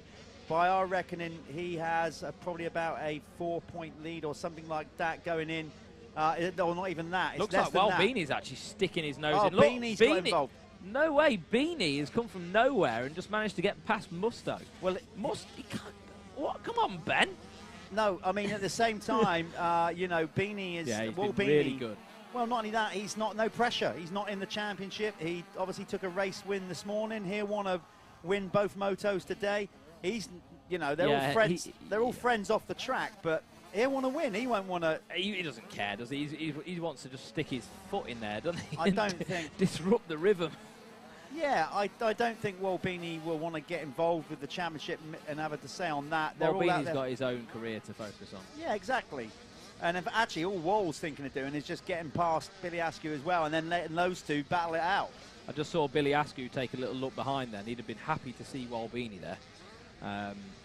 So that... I think the riders will be okay. You know, they're going to feel the nerves or whatever. Right now, it's the parents. Yeah. The parents and true. Teams. Because once these riders come off the line, what do you do? They're kids, aren't they? They're kids. Well, it doesn't matter if you're a kid or an adult. Once a rider goes off the line, there's nothing you can do. And then, you know, as a mechanic, team manager, parent, you're like, oh, you're going through all the anxiety. But there you go. Beanie. Do you know what? Beanie, look at him now. Who does that look like? To me, it looks like Bobby Bruce. Yeah, it does. Look at how leggy he is and stuff, and the style. Very similar to Bobby. Yeah, true. Extremely similar. I thought he was going to say he looked like me then. Oh, well, no. You're a bit more of a stump. To be fair, like me. he's taller than me. Squashed down. We're just squashed down people, aren't we? Yeah, like compact. Compact. Low centre of gravity. Yeah, that's it. I say it didn't work for me very much. I did a fair share of falling off, mate. You got away with it. Yeah, I did all right, not too bad. But Askew now, this is probably not a bad thing for Billy Askew in the fact that he can... He needs to tag on to... He's got somebody to sort of focus on now and go forward and look forward and not maybe kind of think of what's going on behind him. It's got to be tight. Like I said, we're working on our maps, but I spoke to Steve Musto, Ben's dad, between motos, and Steve, I'm sure he would be on top of it with the points, basically told me whoever finishes higher out of those two wins the title. That's it. That's how close it is. Yeah. So look at Askew fighting back. Was there any stress there from Steve? Yes, there was. Yeah. What's going on here? Wall Beanie seemed to let him through. Has he got a puncher? He has. I think he's got a real will puncher. Look at that rim coming off. Can you believe that? Whoa, Beanie was going for another race win, and there you can see the tyre almost coming off the rim. That is such a shame. Because that's it, he's going to have to do it. There's no way. Well, there's no way, yeah, that's almost coming off the rim. You can't. Sometimes you can get away with it, can't you? But that's gone. No point. If he's on mousses, it's obviously broken to pieces, isn't it? Or if he's on, he might be on, to be fair, probably tubes on an 80. Yeah, there's no point staying out there at that point. You can't go fast with a flat tyre around a track like this with all those jumps and everything. It's just, it'll ruin his rim. So, do you know what I've just came to the conclusion of? I'm going to get drenched in champagne again, aren't I? Because it's my turn. Yeah. Well, they might not have the bubbly ready, but I'm sure they will. I mean, whoever, it's going to be one of these. Well, they better start getting it ready, haven't they? It's going to be one of these two riders, basically, because Hooley is off the pace. Now moved up to third, Tyler Hooley, but again, just can't seemingly get out of the gate with these guys. And it costs him. Once he gets rolling, he's more often than not the fastest rider towards the tail end of the race. Yeah, he is. It just takes him, sometimes just takes him a little bit of time to get going, doesn't it? I don't know what his deal is with that. Not such a good start this time for Cole McCulloch, but Cole is already the champion in the small wheels, as we said. You actually missed it. Before the restart, Cole was stuck in the gate. Oh, was he? His whole wheel was inside the start gate. There was not just him, there was a few others. Well, he's still leading the small wheels anyway, but he's not as high up as he normally is. Drew Stock is behind him in the small wheels, number 18 in second in the small wheel class. But it is all about Morris clan, isn't he? Yeah, but it is all about this, really. What you're watching on screen, the Sintal Lubricants 85cc class. It comes down to the last race of the year. Who has got it in them to grit their teeth and go for a title? Do you know what? Positions like this, you as a team manager, this is where it matters, mate. You know, when you're looking at two kids that are very equal in speed. Yeah. I mean, I will not take anything away from the kid who ends up getting second in the championship, but look at it. This is just nuts. What I was saying is it's incredible. You've got a whole series, you know, all these number of races, and it literally boils down to this last motor in a simple equation. Whoever comes out on top in this race between these two. I actually feel a lot of pressure at the minute for Billy Askew. Look at Musto through the woods. He's got to run. Oh my days! Jesus Christ! So Ben Musto to the lead, and that would, as far as we know, that would give Ben the championship. Billy Askew has got to light his wick up I now. hope we're right with this equation. Do you know what? There's so much tension going around. We've got 5:46 to go, plus one lap, that I almost want to double check. I need to almost ask somebody. Look at this move. Look at the run he got, because he went wide. But look at Ben Musto. So much momentum. Front wheel did not touch the ground. Look at that. Unbelievable. And then look at them there. Two future stars. You had a job to get a cigarette paper between them. This is so good to watch. And these two are going to be at this, I'm sure, for years to come. Yeah. This is not going to be the last time these two get elbow to elbow. I know. Yeah, that excites me. It does me. It gives me... I just had a little tingle. The future of our sport, right here and now, on track with these two. And it's looking good for British motocross. If these two, along with Tyler Hooley, all these guys, Finley Evans, they're going to have Greenoff, such a good chance here. It's like we are building a new foundations for British motocross, and I think the next 5 years we're going to have some really, truly great development. and also support for these guys. This is absolutely brilliant. Billy Askew. Oh, he's doing everything he can. Just squares that corner up, comes across the ruts. Billy Askew is doing everything he can to stay with Ben Musto right now. He is absolutely going, because he knows. I'm sure that gives us everything we need to know. The fact that he's charging on so much. Yeah. It's quite simple equation by our reckoning, what we've been told. We haven't had a printout. The thing is, you're better off going flat out and giving it death, and maybe tipping out, maybe falling off, but showing people that you are willing to just lay it all out on. You know what I mean? Like everything. Absolutely. There should be nothing left. Musto. Oh, look at that! Look how nicely Askew got through there. That was awesome. I'll tell you what, it's not just the teams. Matt Gardner will be sat at home watching. I think Matt's at home because he asked about the live timing earlier on. So he'll be nervous, no doubt. His rider is leading the way and currently going to win this championship, we believe. And then you've got the SJP Moto guys as well. They want to win. These guys have got different trainers. Justin Morris training now Ben Musto. So he want to get one over Ash Wild and the Richard Mike Jones Academy. Hey, it's all good stuff. Oh, he had to park it up because of a lap rider, and that gives Billy a chance to catch up. They go past one of our slower small wheel riders. Remember, they're mixed up together here. I'm struggling, mate. Yeah, this is tension building. 3 minutes to go, plus 1 lap. 2:10.655 was the fastest lap of the race from Ben Musto, and that happened on the lap that he went into the lead. So phenomenal from both of these guys. And what can you do, man? Just you can congratulate both of them. Yeah, on a phenomenal season. Well, there's certainly no bias in this commentary booth. May the best man win. They're, like Callum just said, they're both brilliant talents. And hopefully these guys will be around in British motocross for a long time to come, exciting us with their riding skill and grit and determination. But right now, Musto, gutsy little rider, no doubt. I've had the privilege of working with Ben. He rode for Team Green for a year, and one thing right from the get-go that impressed me with Ben is his never-say-die attitude. He would never quit on anything. He would just keep rolling, bike bent, anything twisted up. He will just keep going, even with injuries and everything like that. So he's definitely got that can have a bit more grit. Yeah. I mean, what's the age difference between these two guys? You know, not much at all. I think Ben might be 14, and I've got a sneaking suspicion that Billy Askew is just 13, coming up 14. There's not a lot between them. Askew's still got a lot of growing to do, hasn't he? I just saw on Askew's pit board fight. You got to. So, I mean, he needs to. It's 2.5 seconds. Bit of a gap there now. A worrying gap, I imagine, for Billy Askew. And he's just got to throw it all out on the table. And he, like, I don't want to call it, mate. I do not want to call it. Oh, my God. Musto getting a bit of a slip on there as he went into that session. There's no way Billy Askew has given up on this. Still tripling up that hill. Musto has got to focus forward. I wonder, you know, what's going on under that lid if he's just trying to focus on the race. He obviously knows that the rider behind him is the guy he needs to beat for the championship.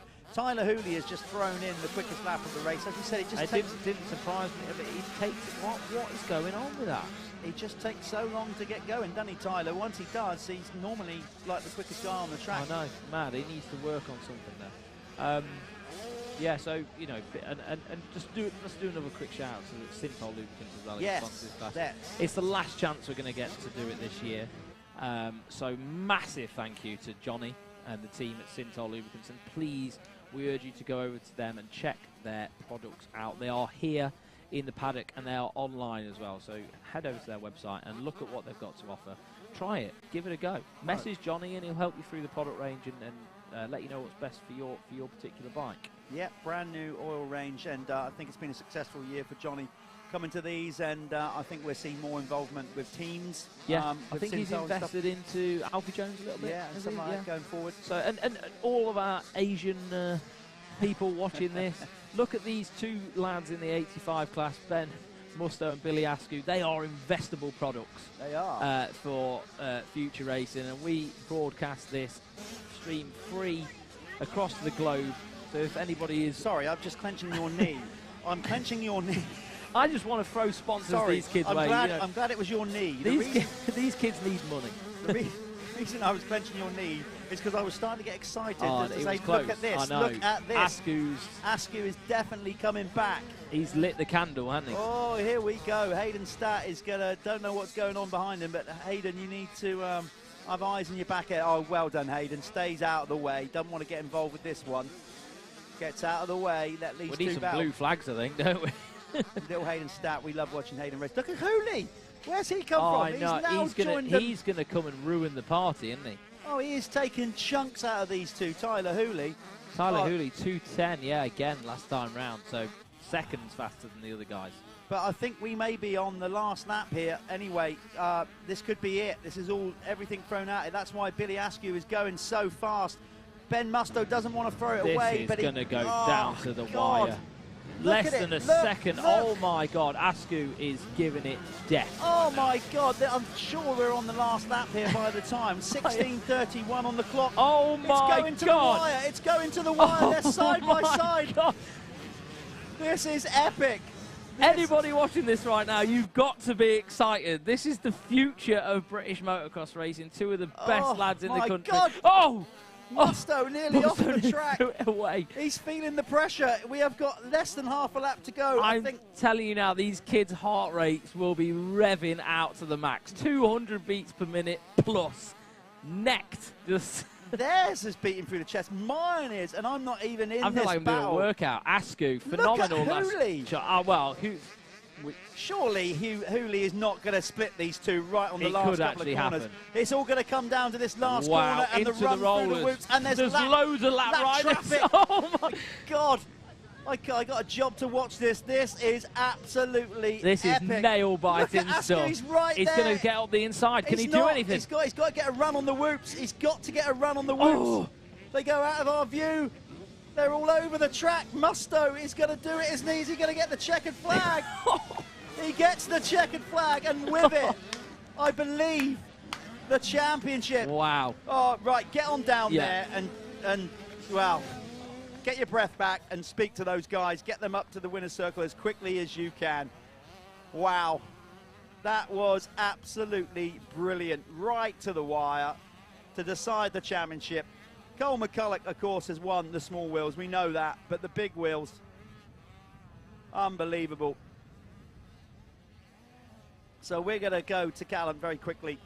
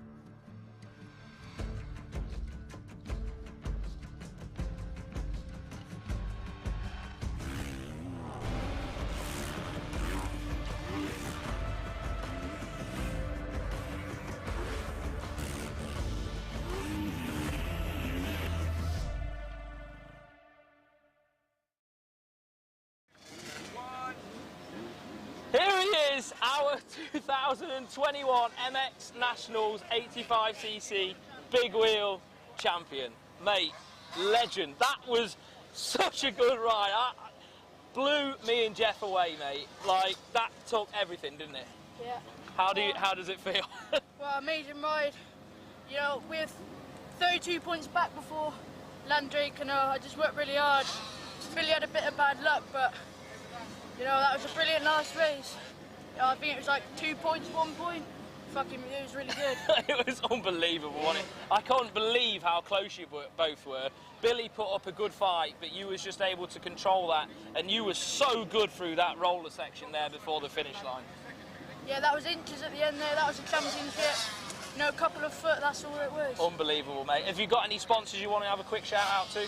Team Matt Gardner, my whole family, Justin Morris, they all made it happen. Thanks so much. Yeah, well done, mate. Congratulations. Go and enjoy yourself, yeah? Thank you. He's earned some time off. Throw you back to Jeff now.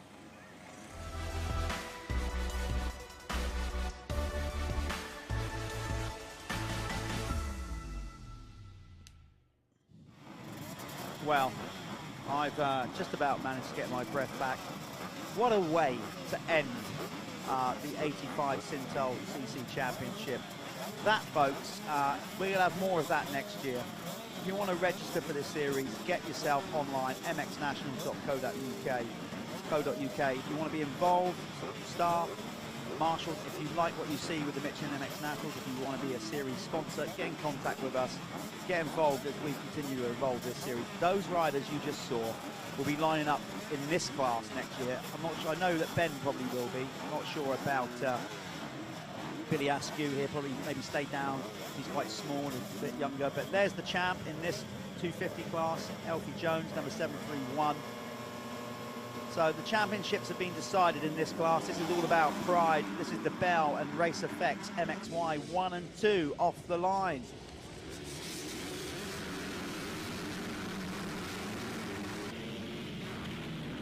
There's Charlie Heyman, not making a good start. He's already got the red #1 plate, as you saw there, because he's already won the championship. Track is starting to chew up quite a bit. Jude Morris squashing that jump out nicely. It's Ben Clark who's made the whole shot. Number 227 on the Husqvarna. He's leading the way. With Jude Morris in second. Jude will want to go for another race win here. He took the opening moto this morning. But as we said, championships already decided. Your champion in the MXY2 class is Elfie Jones. There he is, 731.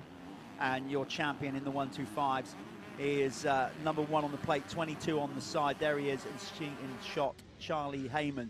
So this is more a case for pride, for overall. Who's going to win the overall this weekend? Of course, that is how that's done. It's the score across 4 races. So not just what happened today, what happened yesterday as well. And of course, yesterday there was Tyler Westcott took a race win in one of them. Sam Atkinson took a race win in the other.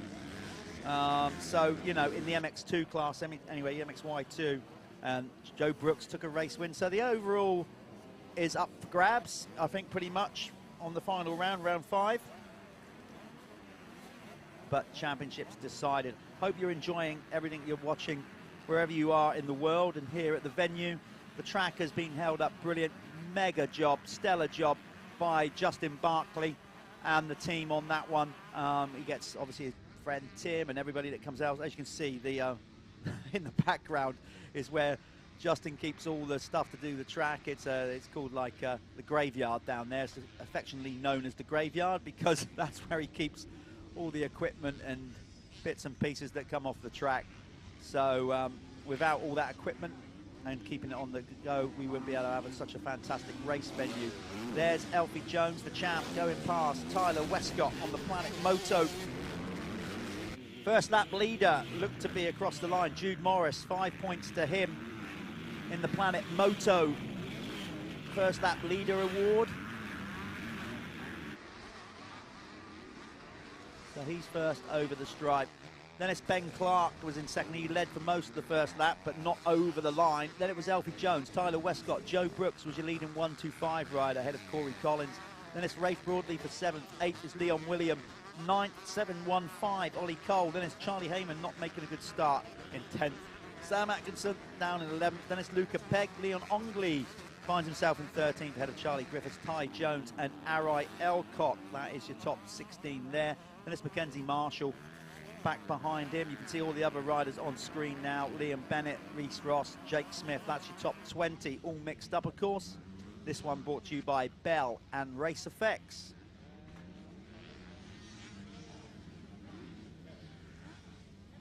So as they sort themselves out, the track's starting to go a little bit hard pack at a few places, and of course as the water goes down to keep the dust coming up, that will go a bit blue groove and shiny. Blue groove is a term we use in motocross where ultimately if it goes so dry you actually start seeing rubber laid down on the track. not quite at that stage yet, but it's definitely hard underneath. There's not so many loamy spots out there now, so you're going to be chasing the dirt somewhat if that's what you want to go looking for, the loamy conditions. But there's an obvious race line around the track now. Fast ones anyway, but so many lines to choose from, so it's been good in that sense. And as we said, the track has held up really well. We are just into the second race in our second block of racing. And this is the MXY1 and 2 brought to you by Bell and Race Effects. Right now, Jude Morris going for another race win. If he can make it 2 today, he'll be happy with that. I'm sure it's his fastest lap time. But now the fastest lap of the race, actually, last lap around, has gone to... Yeah, it's suddenly gone to Joe Brooks. So Joe Brooks is now the fastest rider on track, Keck's fastest lap, with a time of 2:06.213.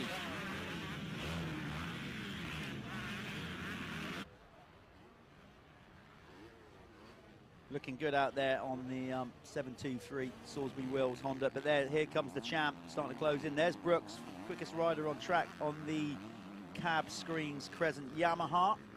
125, leading 125 riders. So Charlie Heyman's got his work cut out in this one if he's going to peg Joe Brooks back, and that might be a decider for the overall. I'm not sure exactly, but we will see come the end of the race. Then we're going to get all 4 point scores from the weekend tallied up, and we'll know who was the overall winner for round 5, the final round of the Michelin MX Nationals powered by Milwaukee.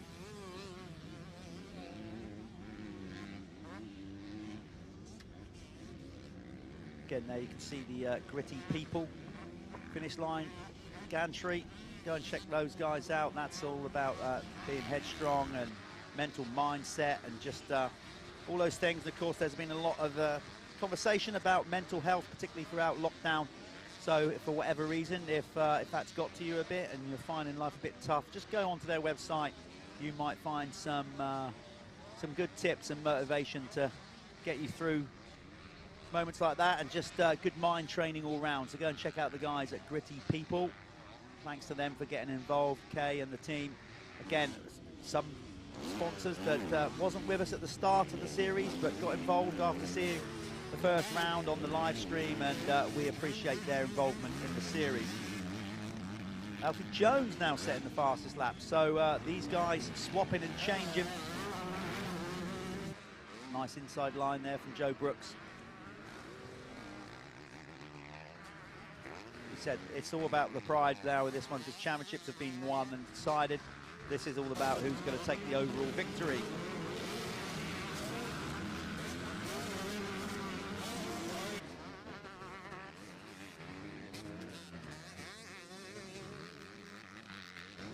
The track is definitely starting to chew up a bit now, but it's to be expected. We get through a lot of racing at the Michelin MX Nationals, and clearly the track gets chewed up. That's why we like to keep it rolling with the live stream. We don't have much time between motos for you guys, really. As soon as we do the winner's circle, and sometimes we don't even get them done, the next race is coming off the line.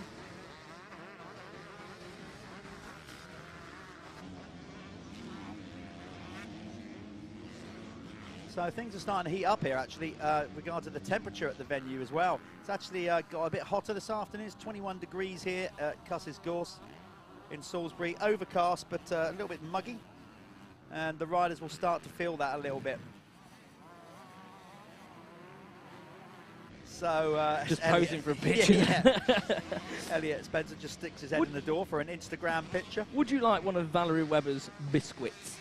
No. Come on. No, honestly, no, I am not. I am. Okay, I'm going to go and take one to our director. As Callum goes for the mid-afternoon sugar hit to get him through, these riders are in their last moto of the not only of the weekend but the championship. And we're watching Joe Brooks on screen. Listen, that's not to say that I won't have a biscuit. I just don't want one now. So if you could leave some, that would be appreciated.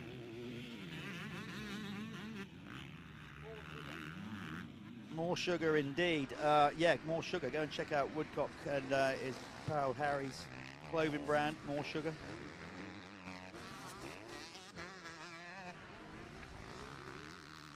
But this is settling down now against these guys. I guess when you've got a championship, I suppose they're still racing, like you said, for the like we said, for the overall. But intensity definitely just goes when championships have been decided. Of course, there's other places in the championship that need to be decided, Yeah, so they're sure. still racing Top for that. three still. Yeah, yeah. It's important. It is. If you can say you're like, you know, third fastest clubman in the country or whatever, or youth rider, or, you know, I mean, it means something. It does indeed. Well, I'm trying to find on the screen. Charlie Heyman's up to 7th in the race. He is obviously the second MXY1 rider. There he is on screen right now. Let's stick with our race leader at 101 because he is now getting chased down by the champion on the Middlesex MX I tell you what, machine. mate, Jude Morris has been good today. Really good. It's just like a switch. Yeah, he wasn't so much on form yesterday. Struggled a little bit in the wet. And yes, but today, and of course, honest. Yeah, Jude's looking good. And like I said, I don't think there'll be enough to win the overall. I can't remember, but either way, a good way to cap off your series if you can go 1-1 on the final day is always good. You take those memories, don't you? You know, like this could be the last race of his year. I don't know what other championships he's doing and stuff. But it's nice to just walk away with that memory of like, well, the last time I raced these guys, I won. Yeah. So yeah, it's nice, isn't it? I don't know how old is Jude now. Would he be moving up or? I think you know, if he's going to move up, I think he'd probably go jump straight into the pro. Well, I don't think he'd go pro. Maybe go to the expert class. Yeah. That's the beauty of that expert class. That's why it was brought in. Because the step from youth motocross to adult is hard enough as it is, but going from youth motocross, and we've never really had that bridge, have we? Straight to pros can finish a rider. It really can. And the good thing, I think, about the experts is right. You've got people like Richard Bird in there, people like with experience. Yeah. You know, as well, who aren't going to be in the fastest 40. They're just expert riders. But it gives these kids the chance to race with people with all that racecraft and knowledge and everything else, and it does groom them to become one of the better riders. Absolutely. You know what I mean? Like it's built to work like that. I think it works great, having the expert class and then the amateurs sit below them for those clubman riders that can then go into amateurs before they go expert. Yeah. But obviously, some of these kids in youth are good enough to bypass the amateur class and go straight into expert. That time the to top tell you sort that. of 5. Yeah. Maybe even more. Yeah. So that's probably what will be in their plans. I'm sure Jude will be moving up. I don't think he'll be staying in the MXY2 for another year. Maybe even the top 10. Like 10th, Rafe Broadley. Yeah. Like he's a mint rider. Yeah, he really is. Interesting what Rafe does next year, whether he'll stick on that 125 for another year or he'll go on to a 250. I think he could do with another year on a 125. Yeah, well, they've got the choice, haven't they? Yeah. That's the beauty of it. This MXY1 and 2 class. I'm sure he's ridden both, though, as well. Like, I mean, a lot of these kids are already swinging their legs over 250Fs, aren't they, on practice tracks and stuff. So, yeah, we'll see. I think Rafe's going to be a cracking rider in the future. Well, he's proven. He's won championships. He's won Arena Cross title. Rider. We had somebody just mentioning that to me earlier on Facebook a while ago, asking is Arena Cross back next year. That came in from Adam Hamilton. Adam, I wish I could give you the answer on that, but I haven't got a clue. I haven't heard anything from on that side of the thing. I think with regards to Arena Cross, it'd be great to see it back. But I'd love to see it back. I think it just makes people very nervous. I would love to see it back. Obviously, I was actively involved with it as well, regards of hosting the shows and everything, co-hosting the shows. But would be great to see it back. But I can't give you any more information than that because I don't know myself. It's the state of the economy, though, isn't it? Really, in that sort of, not in the in that industry. Indoor events at the minute are just super sketchy and a big risk to go. Oh yeah, we're going to book out Wembley. Yeah, we're gonna put 30,000 people in there. Sound, yeah, we'll make some money. And then the last minute, the government go, oh, you're only allowed 5,000. Yeah, and then you're like, oh, it's risky. Like that at the minute. It's not worth. You can understand why there's been no commitment. But the answer to your question is Don't know, but it would be great to see it back. There you go. About a fair answer I can give you on that. That's all we can say. Jude Morris is now he's gone quickest. They're back and forth, pushing each other. Jeff's just having a bit. You've had a bit of a sore throat, haven't you, the latter half of this season, mate? And you're just nursing it, aren't you? It's more than a sore throat, yeah. Last time out at Landrake, you probably heard me suffering a little bit. The diagnosis is basically, yeah, I have strained my vocal cords. It's crazy, that, isn't it? Yeah. So the doctor, my lovely doctor, said what you need to do is stop talking for a week or so. To which I said, you actually know what I do for a job. So yeah, anyway, there you go. I've got my medication. I'll get through. This will be the last one I have to do for a while. Did you actually just do a week of like pretty much no talking? I tried. Of course, it's almost impossible with everything I've got going on. Other people calling me up and whatever. But yeah, I have tried to take it easy this week. Ooh, look at that. Alfie Jones, new fastest lap of the race. 2:02.580. See, last lap it was Jude. Yeah, respond. Then it was Joe Brooks. It's good. You know, this is how good this championship is in this class. Oh, see that then? Jesus. Alfie Jones just got a right kick coming into that corner. You might not have noticed it too much, but his rear end was pretty much in the air while he was braking the whole way down into the corner after the step down. It was pretty sketchy. What do you reckon then? Do you reckon Alfie will get this done, roll the dice, or do you reckon Jude will hold on? No, I think Jude's going to do it. Fair play. Yeah. I don't know. Like, yeah. You know, as soon as you say that, you're like, oh, wow. Hey, Alfie is one sick geezer. Like, I've got a lot of respect for him. What awesome. I've never actually took a liking to someone, I think, so much. Just from interviewing them, you know, like the brief moments with them. I just see Alfie Jones as such a investable product. I just do. He's such a nice kid. He is. He's always really polite. So polite. His dad's great. Yeah, just a good package, really. Not taking anything away from Jude Morris either, but yeah, that's a real nice guy. I think we can genuinely say that is the majority of the riders. You know, that's one thing this sport does teach you is a little bit of respect, discipline. Yeah. Hey. Eventually, once you come into it, when you won't work out what it's all about, you've got to show respect in this sport and in life in general, but this sport definitely brings that out in you. Definitely. How good was Ben Musto? Yeah. Interviewed. Yeah. Very confident, switched on kid. Congratulated. Well, he congratulated other people saying that they, pushed hard and rode well. Well, he basically said, you know, that it was them that won the championship. Not really the case, Ben. You did. Yeah. You did the lion's share of it, but it was great. Brilliant. Great that you. I just thought, do you know what? You're good. You're all right. Right. Oh, well, do you know what? that's I mean, I've called it now, but Alfie Jones is. It looks like he's lit the fire, doesn't it? Look, he's there now, isn't he? Lovely line from Alfie there, but he has to roll it up there. I don't know why. He bailed the well, I think step up. he was a bit too close to him, wasn't he? He didn't want to run the risk of jumping it with him. Where's the bike gone? Oh, hang on. Bike. Do you think the bike's gone? I think the bike's gone. Yeah. Oh, I thought he parked up because he was too close, but oh no. Alfie Jones, he wins the You know when you should have just sold your bike after you'd won?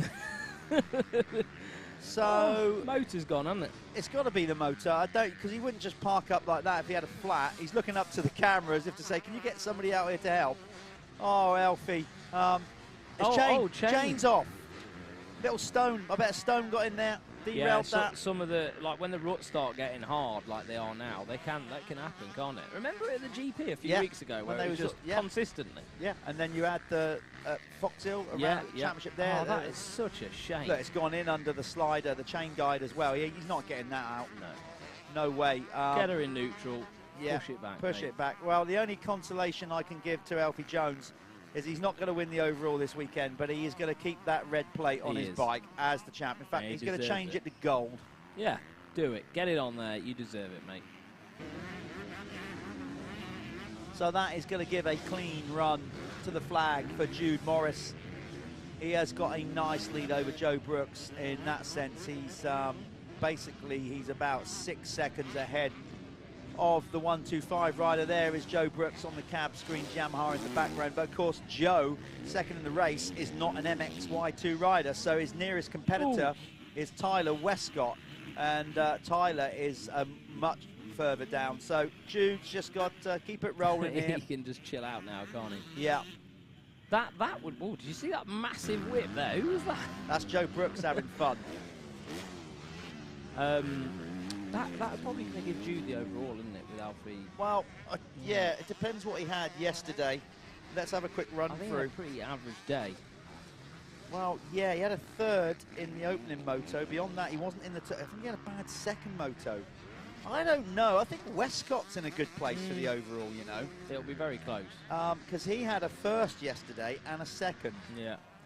So we're This'll going to be a find second out as anyway well, when it comes to do the podium. Of course, all results by the end of the day, all yesterday's results are on Speed Hive. If you got that on your phone, smartphone, if you don't, just download it. It's a free app, and that will show you not only lap charts from yesterday, it shows you from all the racing all year. You can go to any round, punch in a rider's name, it's got all their lap times, their charts. It's just when it works. When it works, unlike this morning. Yeah. I've never seen that before. The whole. No, the whole of it. We would go live, wouldn't we? And then the whole of Speed Hive would just break. Yeah. It just shows how many people we draw to it. maybe we overloaded the server. Maybe. I'd like to think yeah, I would too. That'll be good. So this is winding down here. It's on the last lap for Jude Morris. He's going to take the flag in this one. He's just got a few corners to go. In fact, is he already over the line? I can't see the flag out. No sign of a checkered flag. There's Sid Putnam, young Sid, moving up off the 85. Still really small. You can see him on that little 125, number 19. Always smiling, Sid Putnam, isn't he? He's always got a big smile on his chops. I hope he stays like that for the rest of his life. He's a lovely kid, isn't he? He is a lovely kid. I was. Well, he's got the style as well. He hasn't quite mastered the knack-knack of older brother Charlie. He's a lot smaller and daintier than Charlie, though, for the time being. He's still a kid, isn't he? There's Jude into the pits. So is that a race win for him? I guess the flag's dropped. Yes, it has. Checkered flag is out. Let's go and speak to Jude Morris, get him in the winner's circle. I hope he doesn't spend too much time down there talking to Dad, Mark. Let's get him in. I'm going to go and have a chat with him.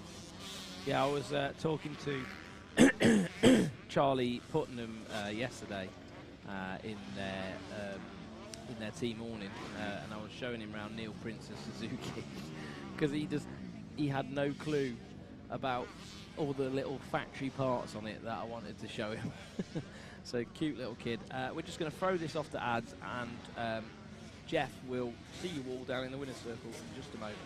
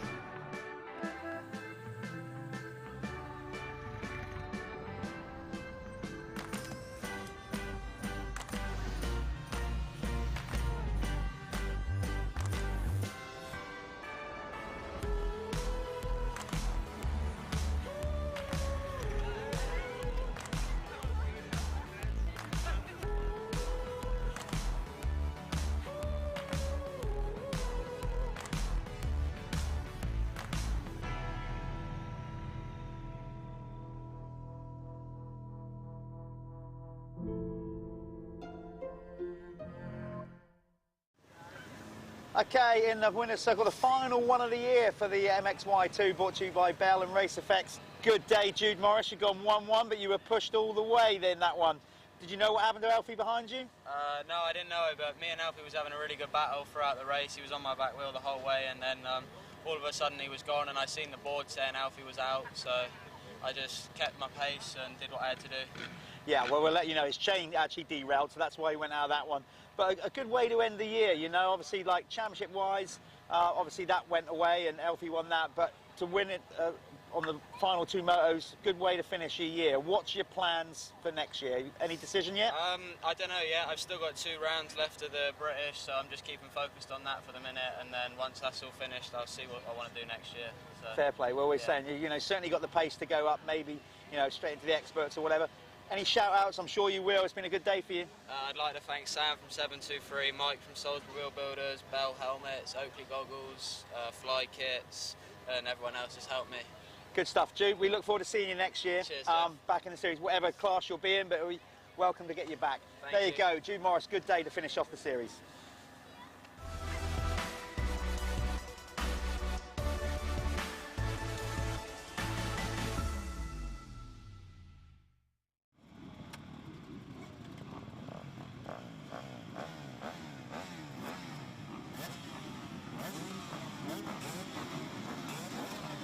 Hello and welcome back to the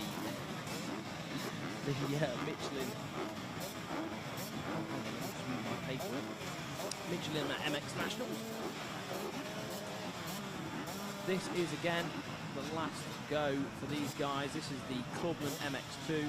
This race is brought to you by Moto Connection, so www.moto-connection.com. They are one of the leading e-tailers around Europe, so go and check them out for any of your spare parts. So let's see who's going to grab the shot. We don't actually award the whole shot here at the Michelin MX Nationals. It's all on the first lap leader for those all-important Spanish motocross holiday points.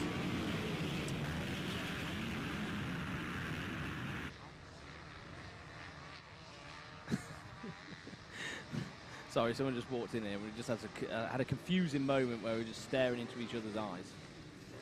Becky, are you okay? I was live, yeah. We're still live. So, Ricky Roberts had a good start on the Suzuki 111, but then he just disappeared. I thought, oh my God, yeah, nice. Whole shot, and then not there. And then no, he was saying that he could get 3rd in the championship, so not sure what's going on there. I don't know whether he's already secured the 3rd in the championship, but I think I can see him just on screen now, the inside of the corner on the Suzuki. So Ricky Roberts was pretty pumped that he's in the top 3, and he's not. He said he's not been on a podium all year, and I said, you know, he's got the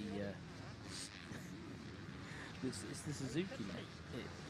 You live in the dream. You live in the dream. So this is the Clubman MX2. We have a new champion in this class already decided. So Ben Wainwright, you see him there in the bright 7 gear with the #1 plate, the gold #1 with the red background. So huge, huge congratulations to Ben Wainwright. What a result. I just saw his uncle Rob walk into his trailer. The Wainwright family, quite a big family of motocross riders, absolutely love all coming out racing, and all the cousins and brothers, they all love it. So this race, they should be coming across the line in a minute, and then we can start running through the order. They're just about to come round over the rollers and then through the gritty people. Ready, mindset, go, finish line. Not gave them enough of a shout out today, so a big shout out to gritty people. Ready, mindset, go.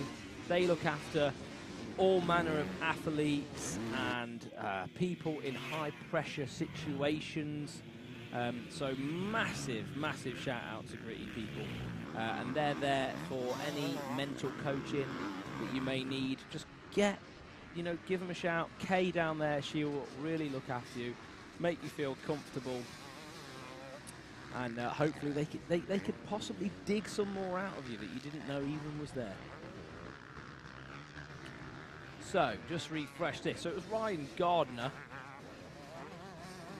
who is leading the way. Cam McDonald, I think, is in second at the moment. Or no, it's changed, so that's... Yeah, that is still Cam McDonald. He's 46, not 461, because he's a wild card. So Cam McDonald in second. Michael McAllister in third. Charlie West fourth. DJ Walker came across the line in fifth. He won our last race. And if you haven't seen it, flip back to the first Clubman race today and you'll see all his kids on the podium and everything. It was absolutely mint to see. George Boyce there on the screen, the number 10. Boycey doing a good job out there, working his way. He's had some really good results this year, George Boyce, getting back into the swing of things.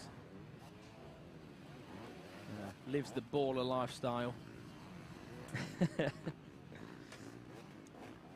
Ben Wainwright there as well, up in the top 10. Jake Taylor's in the top 10 as well, and 8th as they came across the line. Ollie Sheldon was 9th, and Jamie Mottram was 10th. So, obviously, the champion has already been decided in this Clubman MX2 class, but there's plenty to fight for. We've got an overall podium today. That's DJ Walker on the screen right now. He's looks like his trousers are up this time and around his waist. He was just trying to look cool, wasn't he? You know what I mean? Like, he had just had his... You can't do that, DJ. Like, you've been away from him a bit of a while. He's just used to wearing his motocross kit like he'd wear his jeans. So, good to see he's pulled them up, tightened the drawstrings. Maybe he's lost a bit of weight. Maybe he's lost a bit of weight while he's been riding himself back into shape. It's good to see the gold number 1, though, on the front of Ben Wainwright's Yamaha, though. 2 champions crowned from the Wainwright dynasty out of this, out of the Michelin MX Nationals. And then one of the other cousins, brother, uncles, sons, is in the pro class as well. Jamie Wainwright, who we'll see later, number 40, the quickest one out of a lot of them.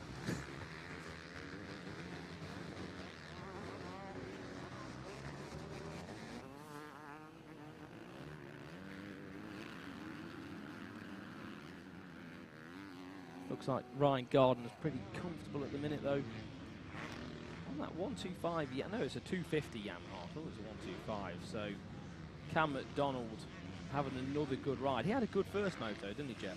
He got second in the opening moto today, but he took both moto wins yesterday. He was fast as well, yeah. if I remember.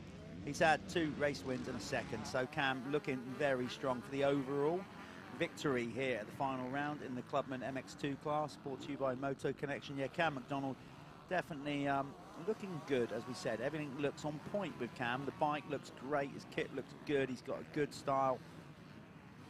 And it will be a good day for him. Look, just checking things out. He's like, right, okay. Got nobody directly behind me. I can take my time with this one.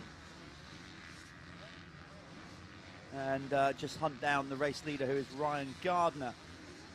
And Cam was setting some pretty fast laps in that last time out in the last race. Couldn't quite get it done. He ran out of time to get the race win, but he got a solid second.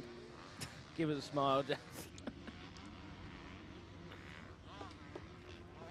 Love to see what it, are you mate. doing there, Callum? Are you doing a bit of Instagramming? Are you doing some gramming? My dude from the PR for Giveaway Live was asking for some pictures of me and you. Okay. So I thought, you know what, I'll divot you. You want it? You want some? I'll divot you. Waystone Radar. Brilliant. Did you love that? Oh, it's amazing. Still one of the funniest things I've ever seen on the internet. Absolutely amazing. Yeah, brilliant.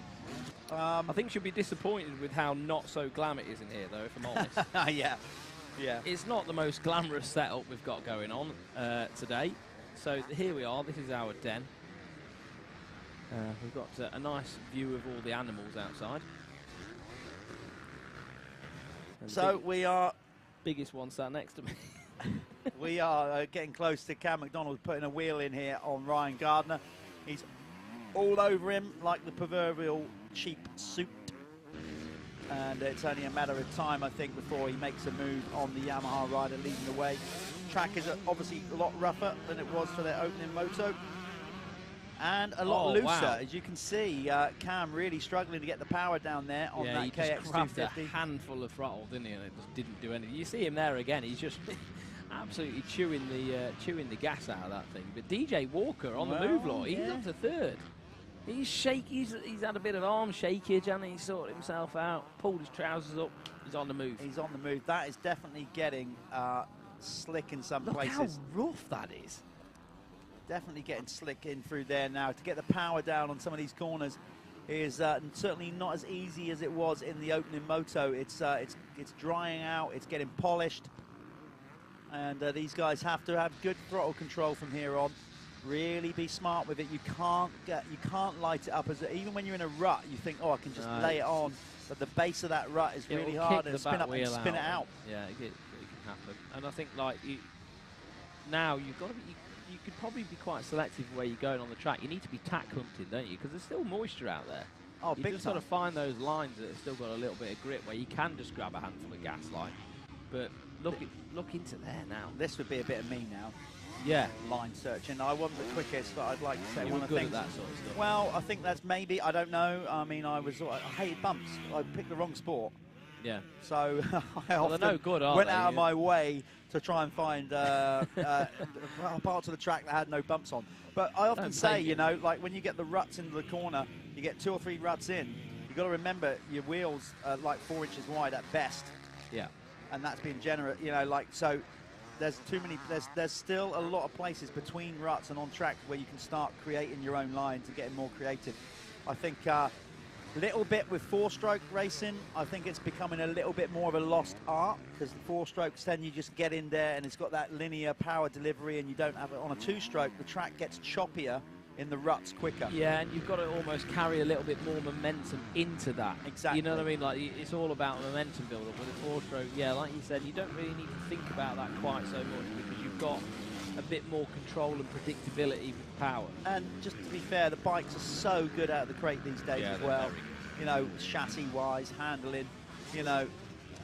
Well, you've owned the biggest way to look at that is looking at a factory bike from the 90s and how different that would be to a production bike.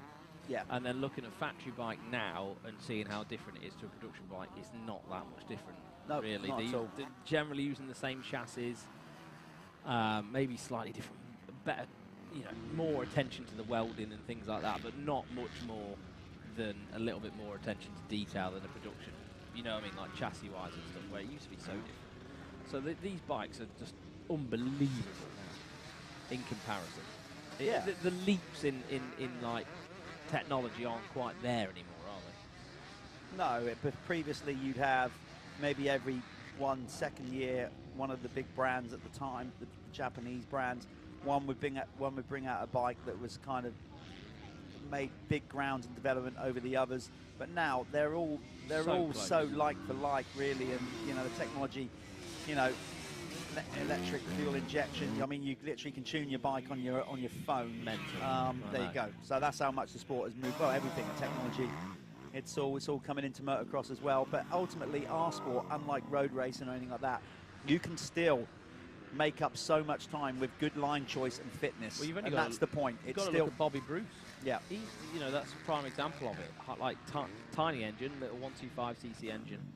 And he's DJ's got off it. No. Oh no! Look, he's broke his strap.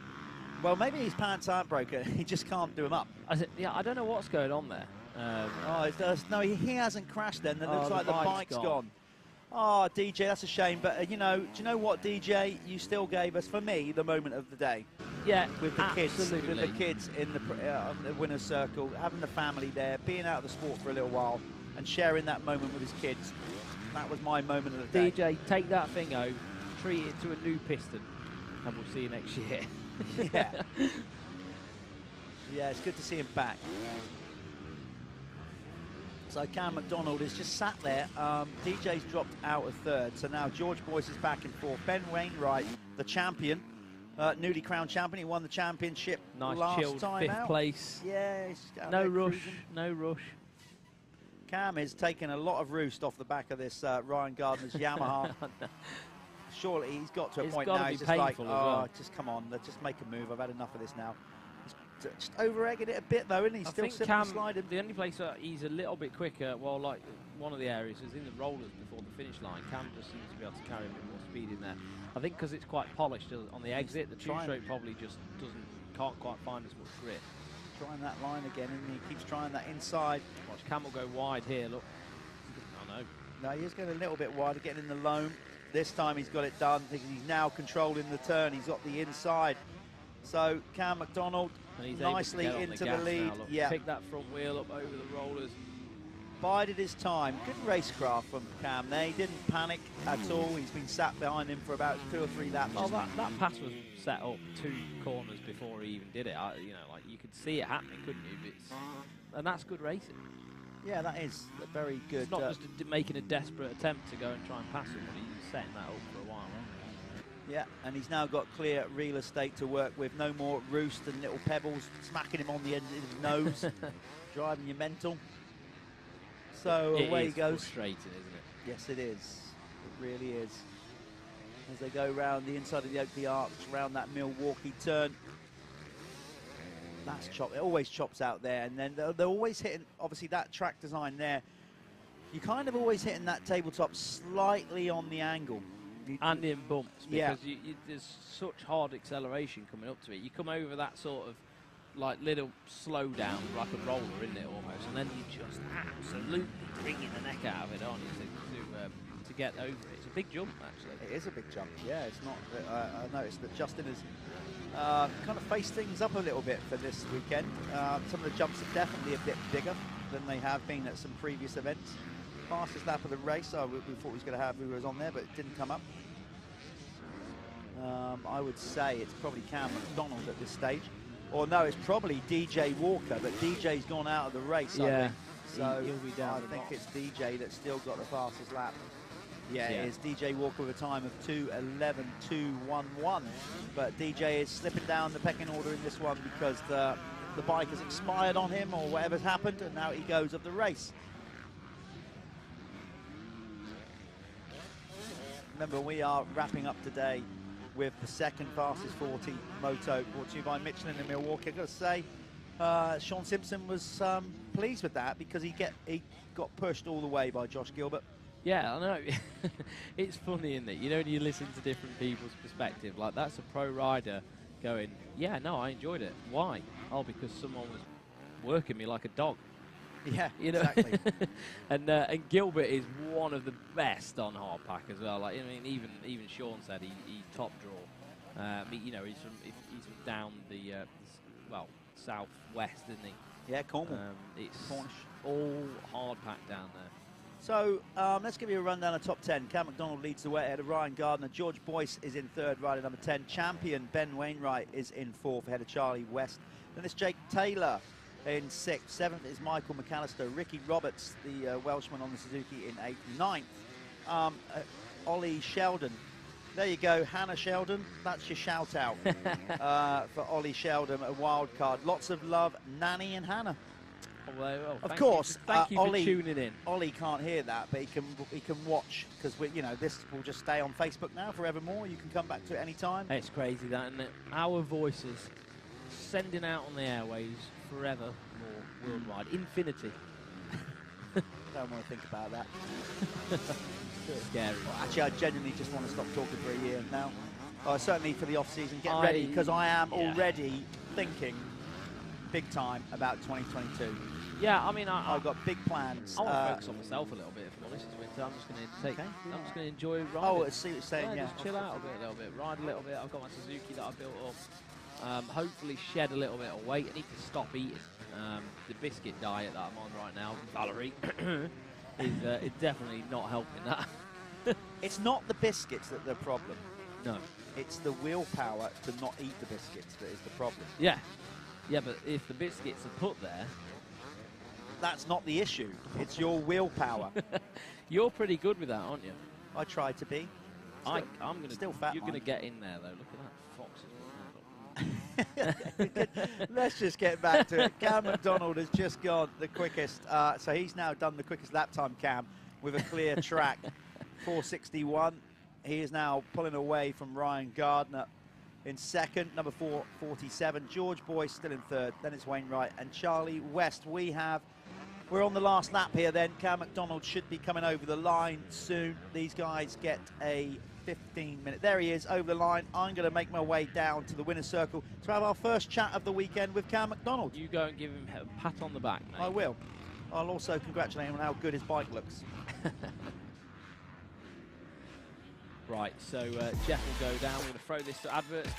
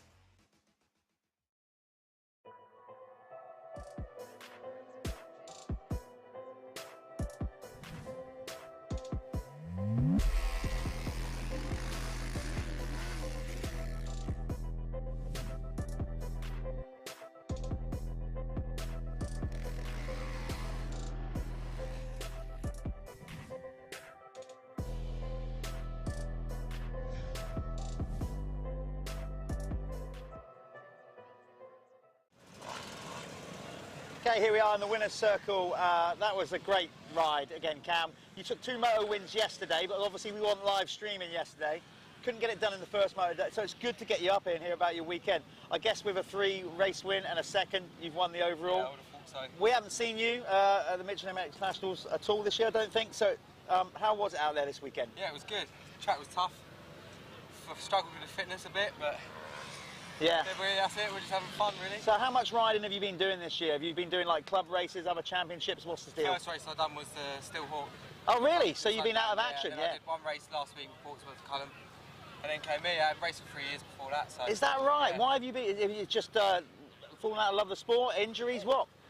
Not really sure, to be honest. Yeah. Sort of just stopped and didn't really carry on too much. Right. So you've only been back riding what? Two months? Something like that? Yeah. And you've gone 1-1, 2-1. I think like the break might have done you good, didn't it? Obviously, I commented on how good your bike looks. Anybody you want to help, give a shout out to who helps you out? To Loaf Motocross, we've got to get the Loaf Mob in there. Sorry, Smokes. We've got to get Race Shop Designs. Yeah. Out here, to be honest, they're the boys that helped me out.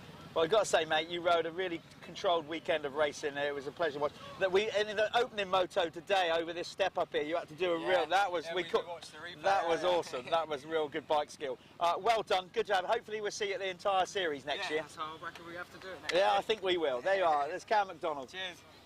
Well done, mate.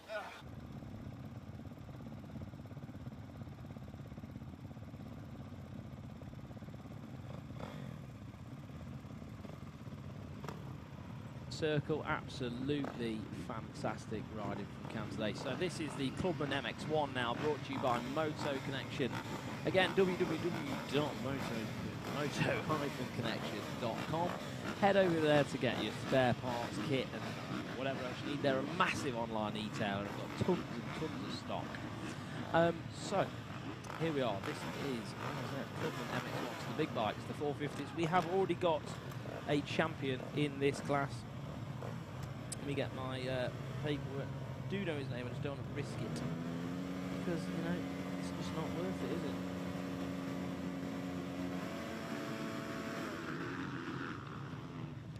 So, see who's going to get the start in this last MX1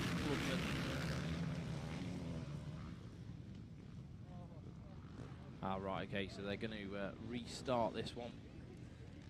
So it's Alex Christopher who's oh dear, that was a that was a false start, wasn't it?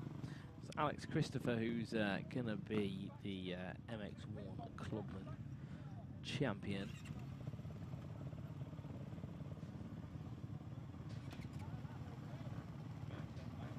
These guys are going to get reloaded onto the gate now. They want to sort this out. Get them all off there and get it all nice and level again to make sure that that drops nice and evenly. Obviously, we want the gates to be bang on at the Michelin MX Nationals. There is no half-assing at our events. It is done properly. So we're going to chuck this over to an advert break, and we've got plenty of stuff to show you. So we'll throw them over there, and we'll be back here with the Clubman MX1 in just a moment's time.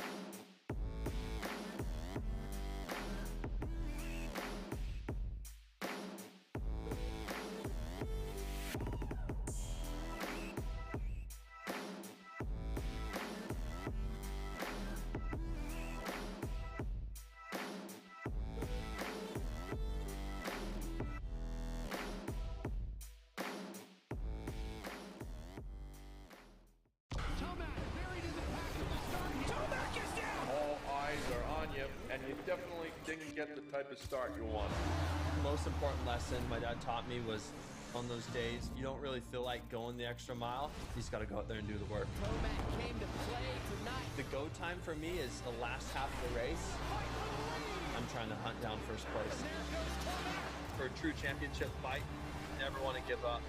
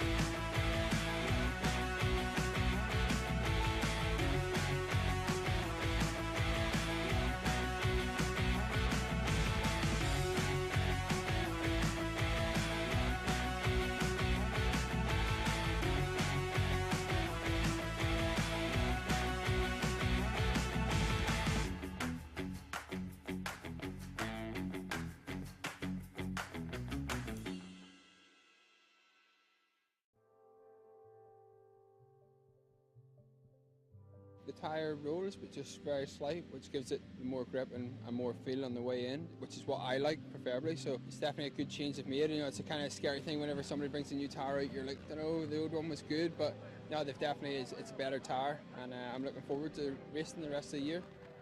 Michelin, a better way forward.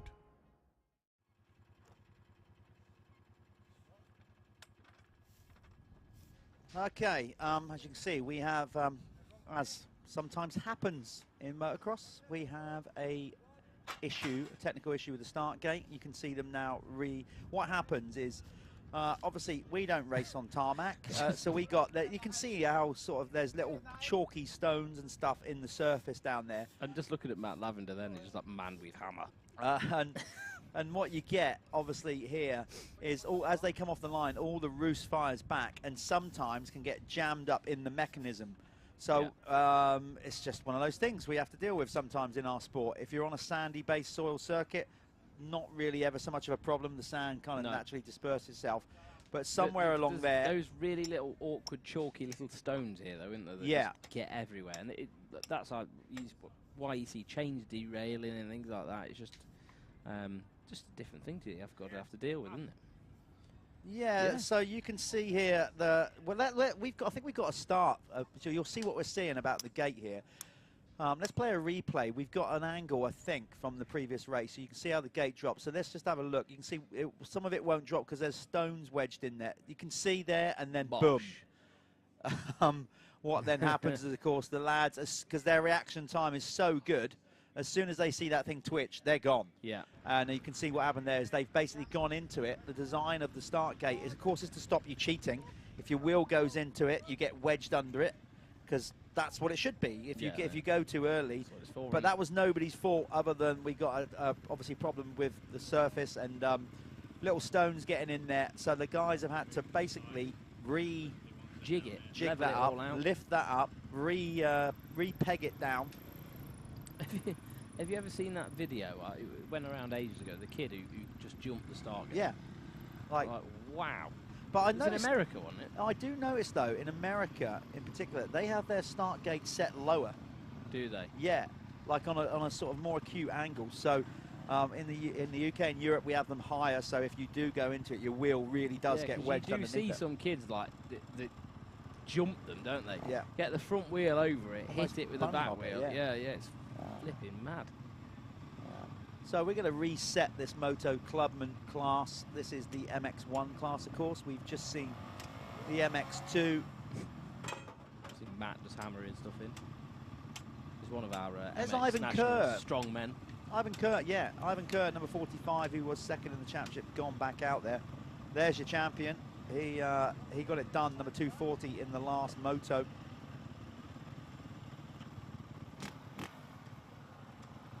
So some of these riders, again, will want their start device put on. There's Ewan Johnson there, one of our track team, helping out.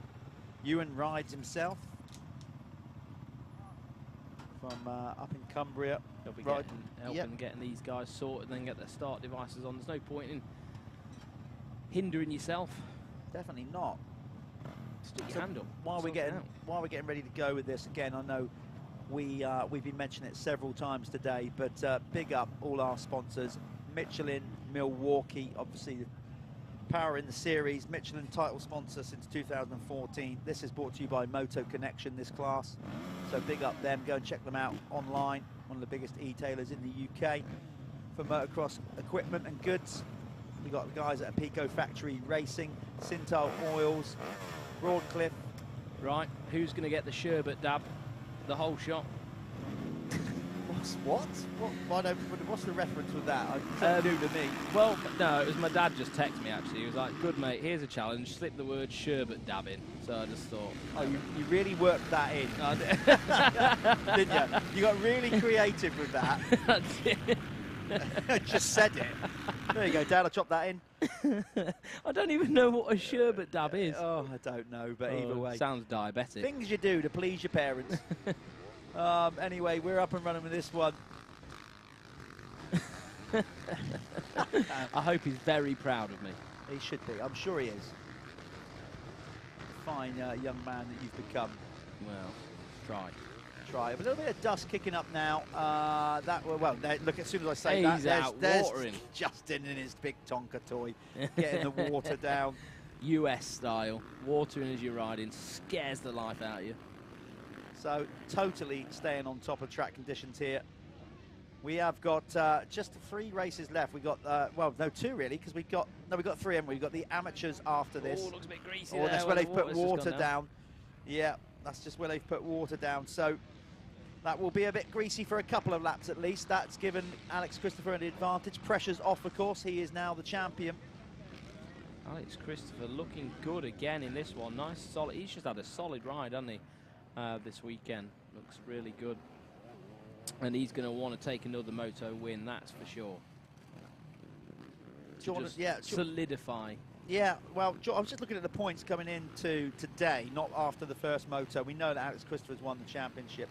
He's having a good battle there with Jordan Ambler, but it's going to be Alex Christopher who's going to get the Planet Moto First Lap Leader Award when he comes over the line. It's a little bit too little too late because the points of, who's that gone down in the background? That was Jordan Ambler, early race pace setup, and Jordan hit the deck in this one. Yeah, he's doing what I used to do, just get a good start, work backwards to a nice stable position. Yeah, safe way of doing it. Yeah, that's what I used to safe do way all of the doing time. it. Alex Christopher, though, looking solid right now. He does. He's going to be first over the line for the Planet Moto First Lap Leader Award. 5 points to him. It is 5 points to him. Oh, but Matt Pocock. Here's the but. Go on then. He's first over the line for another point, but it's not going to be enough to win the holiday. We have a winner. Do we have a winner? We have a winner. Oh, Matt Pocock just got together with his mate. Oh, wow. That was, God dear. They're meant to be mates. Pocock just got cleaned out. I don't think intentionally by Grant Martin. Matt did put a really aggressive pass on him. You missed it, really. Like, it was after the finish line. As they cut back onto the start straight, Math just come right up the inside of him, so maybe they're just having a bit of a laugh. Well, I'm sure there was no hard feelings. It'll all be fun, and Mel Pocock will be laughing his head off. Yeah, I'm sure at home now. That was well. They say now they were shouting at each other and having a laugh in the open moto. Maybe they won't after that. Anyway, going back to the Planet Moto whole shot first lap lead, not whole shot, first lap leader award. We have a winner, yeah. According to the points, somebody has an unassailable lead in that and cannot be caught. Who is it? Are we going to announce? Remember, this is by class. Okay. This is by class, not whoever crosses the line on the first lap. So that's giving you a clue. It's a mixed class race. So who do you reckon has been the first rider in their class over the line the most times this year? Askew. No, close. Think about it. Musto. No. Cole McCulloch has he has rattled out. He has been first over the line in his class. He has been first over the line in his class this year 15 times. We haven't even had that many races, have we? How has he managed that? That's impressive. That's everything. He's got every single one then, hasn't he? All but one. Yeah, brilliant. No, hold on. My maths are terrible. Four races around. No, he's apart from 5. But other than that, he's basically been across the line. Very consistent. Very consistently. He's been so consistent all year, the number 5, Cole McCulloch. And yeah, terrific. And nice little championship one. Well, so there you go. Class. He is off, and I'm sure Dad, Philip, and they're welcome that. They have won. Basically, a holiday down to Spain, courtesy of Planet Moto. Spanish motocross holiday, so and they're well here done. Today as well. You can go and chat to them. They're parked in the hospitality bit up here. Yeah. Go and grab a leaflet and get your holidays booked. So well done to Cole McCulloch, winning the Planet Moto Championship, first lap leader championship. Well done, that young man. Alex Christopher, champion out front ahead of Grant Martin in this one. Jordan Andrews is in third ahead of Billy Saunders. Then it's Paul Barron. 5th, 6th is Christopher Cawthorne. Then it's Miles Dolphin, Matt Jones. Some wildcard riders in this. Obviously, I haven't seen Chris Cawthorne all year. No. Nor have we seen Miles Dolphin. Before his number, which, yeah. Miles Dolphin, Matt Jones, Jordan Ambler, and Kyle Noble. He's a distant relative of James Noble. You never know. There's a lot of nobles in the UK, though. Yeah. Pocock. I just like to think it. Yeah. Why not? Pocock has gone down to 11th after that get-together with his mate Grant Martin. Alex Christopher has got the fastest lap so far with a 2:10.211. So the Keck's fastest lap goes to Alex Christopher. Obviously, it might not be the fastest lap. No. They will be decided at the end of the day.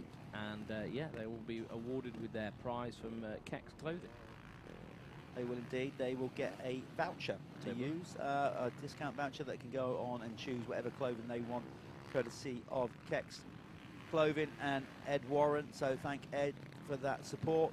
Big up. I was just going to comment how good the scenery is here on Salisbury Plain, and then we went down to Justin's graveyard with all the all the stuff just shut in the background.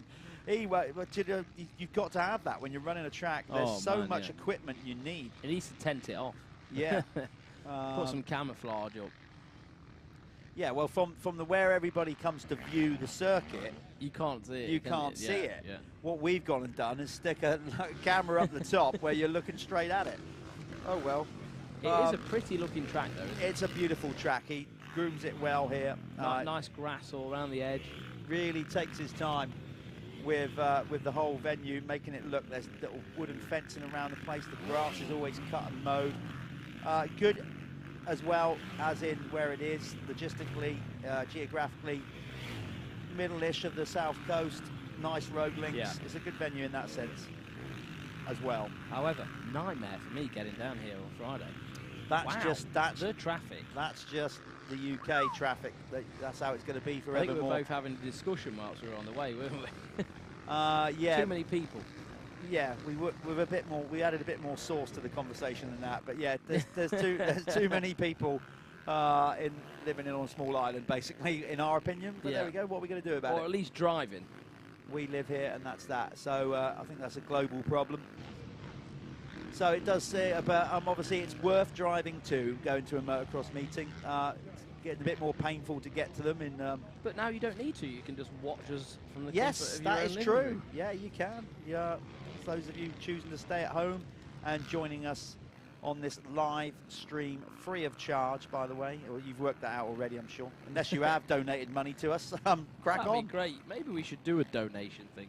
Yeah. We could get a percentage of it. No, well, I was thinking more put it to a notable charity, but or maybe a rider. Yeah.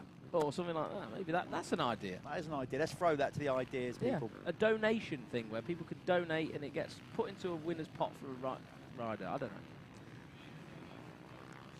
know. Neil says we need a donation page just for the stream. Yeah. So, in this one, well, Billy Saunders, we're filming him. It's all good. He's currently in third on the Honda. A red Honda with number 4 on it. Remind you of anyone? Mind you, Ricky Carmichael was not that tall.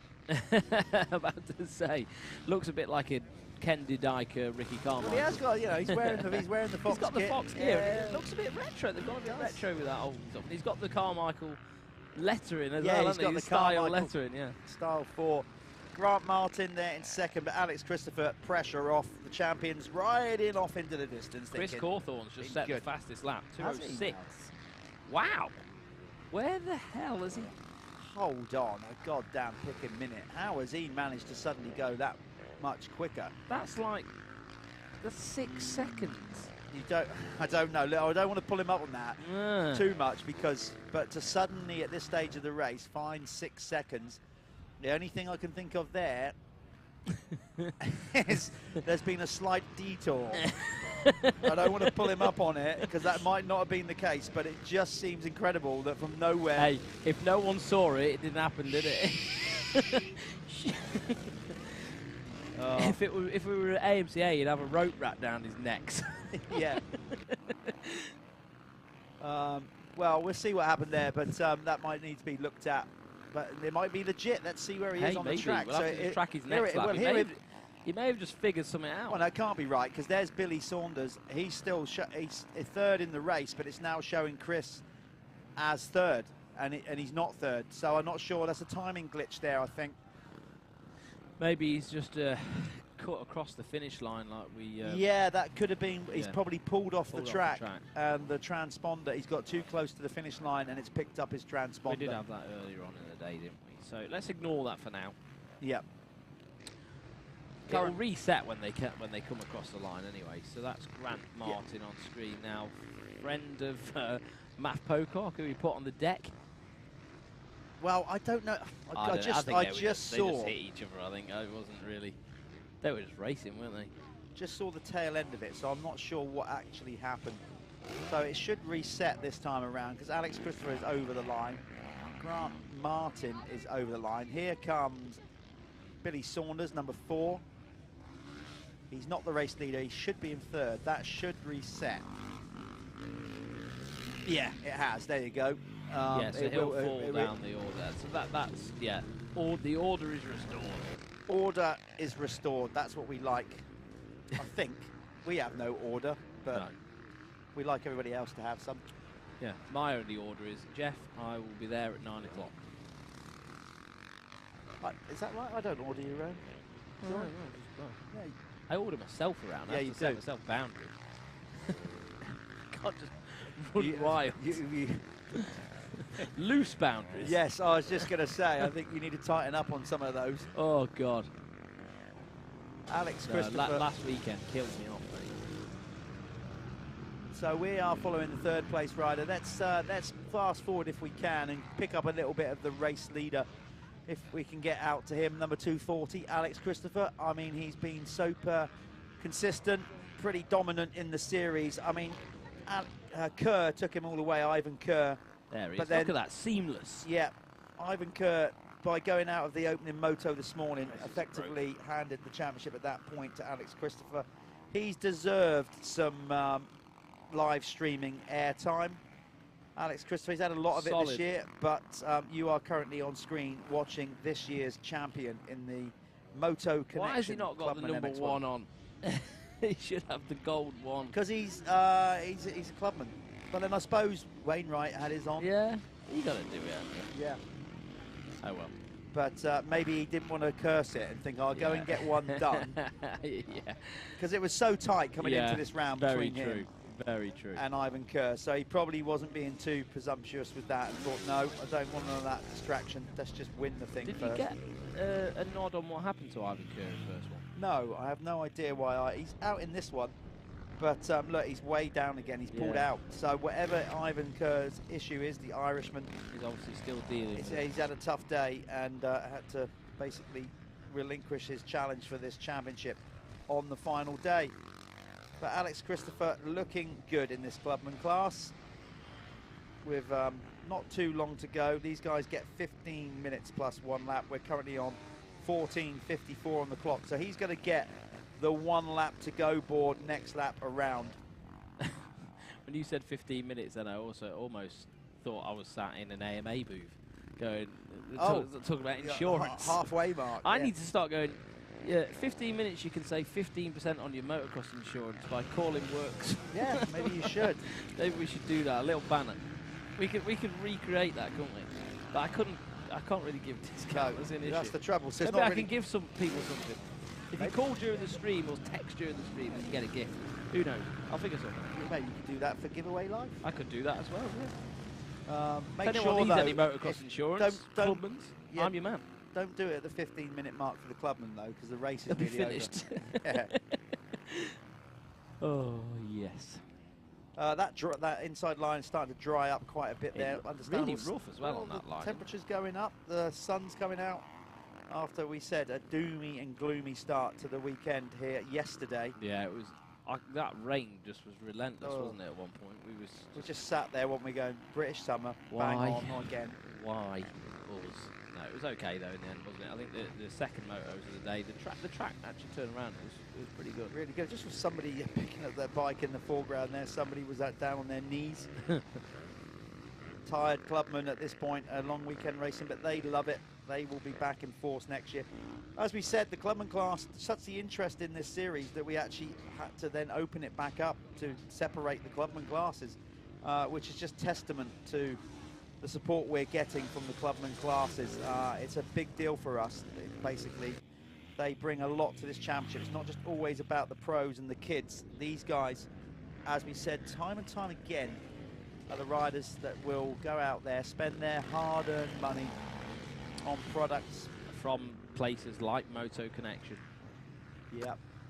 That was a nice little drop, wasn't it? Well, it's true. I mean, that's it's exactly true. Well, that's why they've sponsored the class, isn't it? Yeah. You know, because they're their customers at the end of the day. So we're going to follow Alex Christopher around on this last lap here at Cusses Gorse, just north of Salisbury, on the road out to Amesbury. As we said, we're not very far away from the World Heritage Site that is Stonehenge. I just don't come here, this part of the world, very often. It's almost felt a bit alien when I was arriving. I've never really been to Salisbury in my life. Well, you should. It was a lovely... No, we went there on Saturday, Friday night for Nando's and something. Lovely town. It is. Believe it. Yeah, it's a real really, nice, really nice. real nice city. Yeah, Salisbury. Here's a fact. You want a fact on Salisbury? Oh yeah, go on then. It has the largest cathedral spire in the UK. Really? I'll tell you that. It seems quite a pricey place. Of course it is. Down south, boy. Yeah, there's a bit of money about, isn't there? I could feel it, mate. I could feel the vibe. Did you fit right in? No. Your fat wallet? No, definitely not. A few years ago, maybe. Thinned out a bit now. Oh, yes. Coronavirus, but you're coronavirus sort of that, mate. Yeah. You're on the up. We're all on the up here at the Michelin MX Nationals. We certainly will be again for next year. As we said, there's going to be lots of discussions and planning going on after this event, and we're going to be hopefully announcing our plans soon for 2022. Remember, registration to this series is now open. If you want to register for next year's championship as a rider, you need to go on mxnationals.co.uk, follow the links on there, or follow us on our social media. And as we said, if you're not a rider but you want to get maybe more involved, either become a series partner, sponsor, get involved as staff or help out, we're always looking for new people to grow this series. So get in touch with us and we'll take it from there. Alex Christopher giving it a good old solid fist pump. Shall I go and have a chat with him? Go and have a chat with Alex. He'll be really happy with what's gone on. He is the champion. So Callum's going to go out there and have a word with Alex Christopher.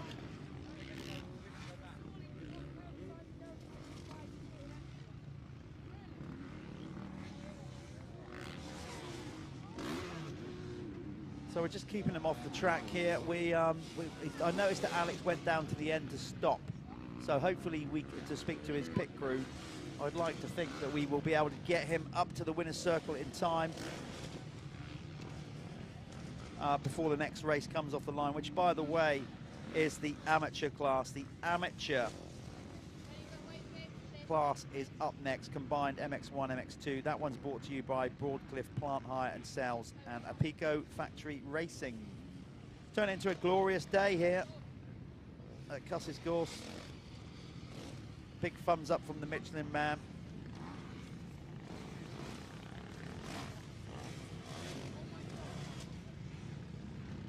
By I say a big thumb up from the Michelin man, I mean the Michelin man and not our Marshall point there, Mr. Joslin. He's pointing the riders to say, look, you've got to go off track that way. Even though, you know, they probably just want to get off the track as quickly as they can at this point. Some tired Clubman riders out there. So hopefully we have Alex Christopher nearly up here and ready. If not, we swing straight down to the amateur start gate for their second and final moto of the day and of the championship.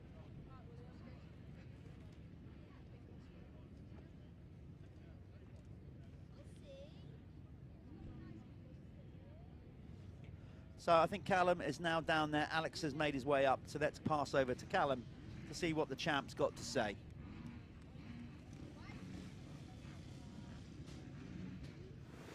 Hi, it's Callum back with the champion of the MX1 Clubman class.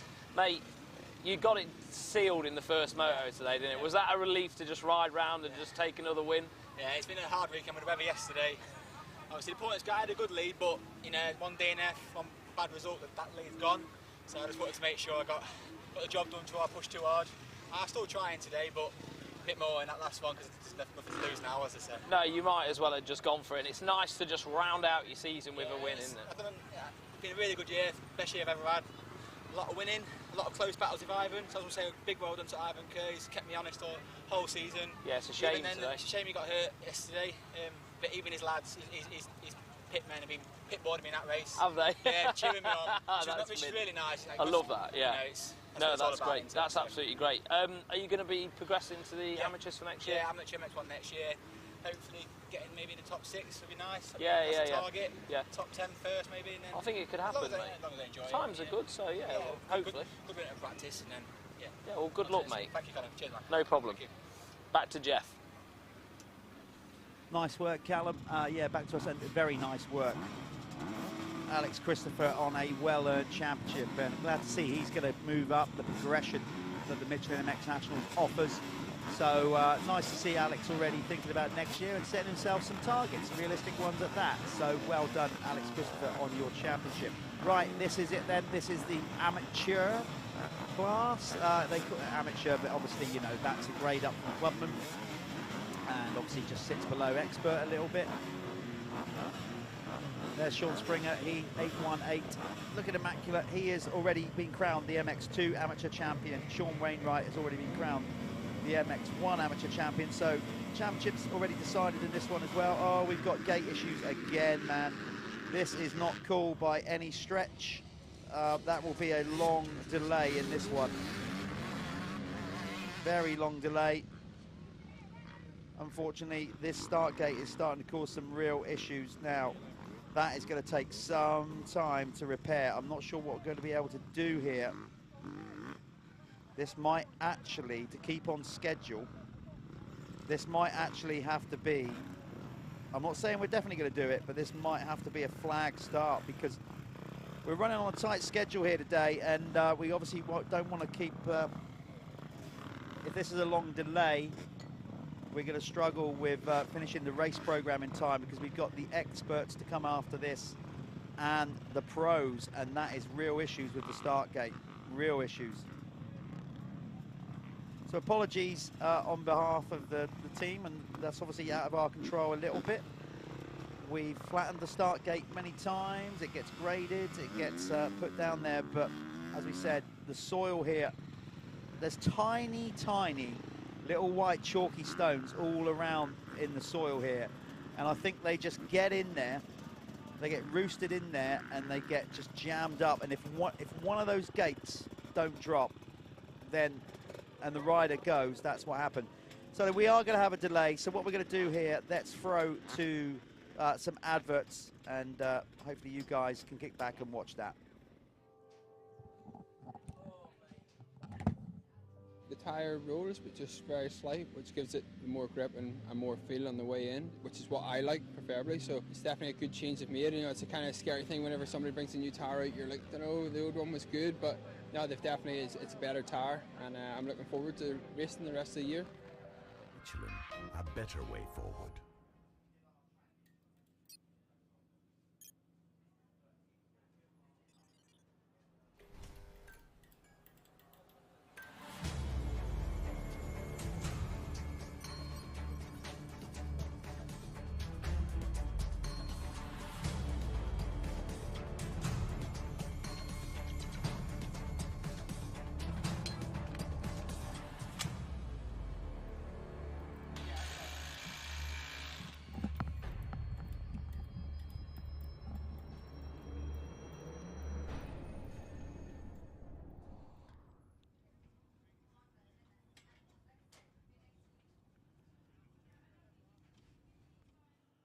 Okay, as you can see, the guys are down there repairing the start gate.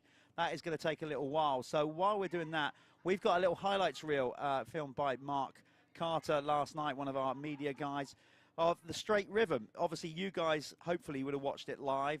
That is still on Facebook. You can watch that. That will be there on Alpha Live YouTube channel. But in the meantime, here's a little edit that Mark from Xcast Media knocked up last night of the straight rhythm. So sit back and enjoy this while we try to get this start gate repaired as quickly as we can.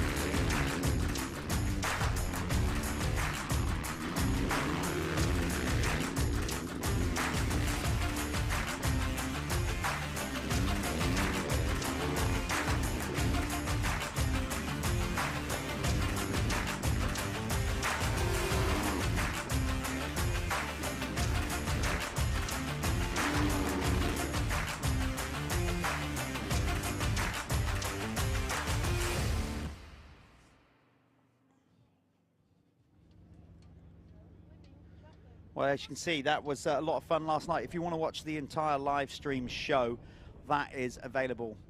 Just find it here on Michelin MX Nationals Facebook page, or Alpha Live, or any of the other ones that we are cross-streaming to, such as Dirthub's page. We're also on Milwaukee, Michelin, etc. All those things, as we're trying to get the repairs done.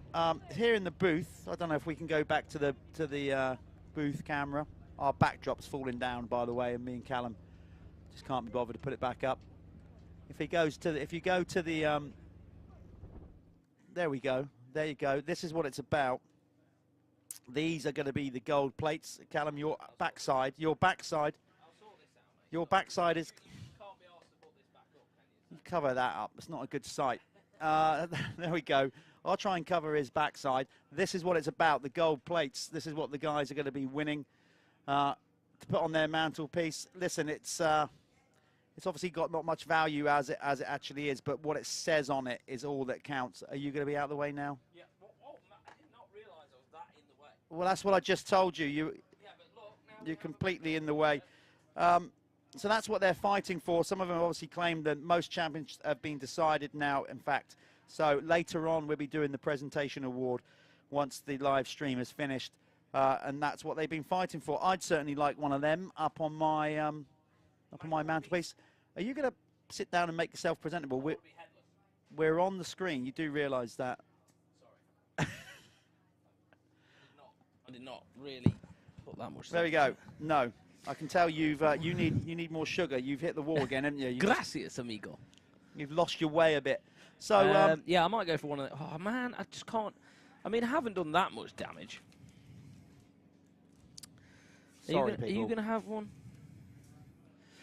While yeah, while we're doing this start gate, we have got some more stuff to show you. Let's show you what it's like to be on board around Cusses Gorse. Anything that he can eat is biscuits. So this is the Tom Grimshaw GoPro lap. There's Tom over the line there, over that nice jump. Then they hook a gear on landing, a lot of them, and whip round that corner past the pit signaling area. That comes away down the hill quite fast, and that corner comes up on you quite quick. There's an inside-outside alternation there, and then that's where quite a lot of passing's done around turn 2. Then the first of the big jumps, that one's quite a lengthy tabletop. It's like close to over 80 feet or more. Then they drop down. This is a relatively new part of the circuit, changed only a year or so ago. Justin opened up this whole section, reversed the track. Big step up. Then this choppy corner that is hard to gauge as the race goes on. That gets a lot of chop through there, and you've got to almost get on the gas really early for the tabletop there as well. It's not a massive jump, but it's just straight out of the corner, so you haven't got a lot of time to settle through. You don't. This is a switchback section again, inside, outside. And this bit is probably one of the most technical parts of the track. It drops away from you, and you keep wanting to go right when the track's going left, so you have to hug that inside. You've really got to slow down. Lovely camber on the turn. Yeah, it's really good. Up to this new little step up. This is a nice little jump. You can see the ruts into the corner. They got land, and it's straight on the anchors. That jump is so sketchy to gauge. You do not need to hit it fast at all. And it just pops you, and then over the massive triple there. That is the biggest triple step up on the track. You can see all the little stones in the ground. Obviously, you don't notice that so much when you're watching the live stream. You certainly notice it when you're behind another bike.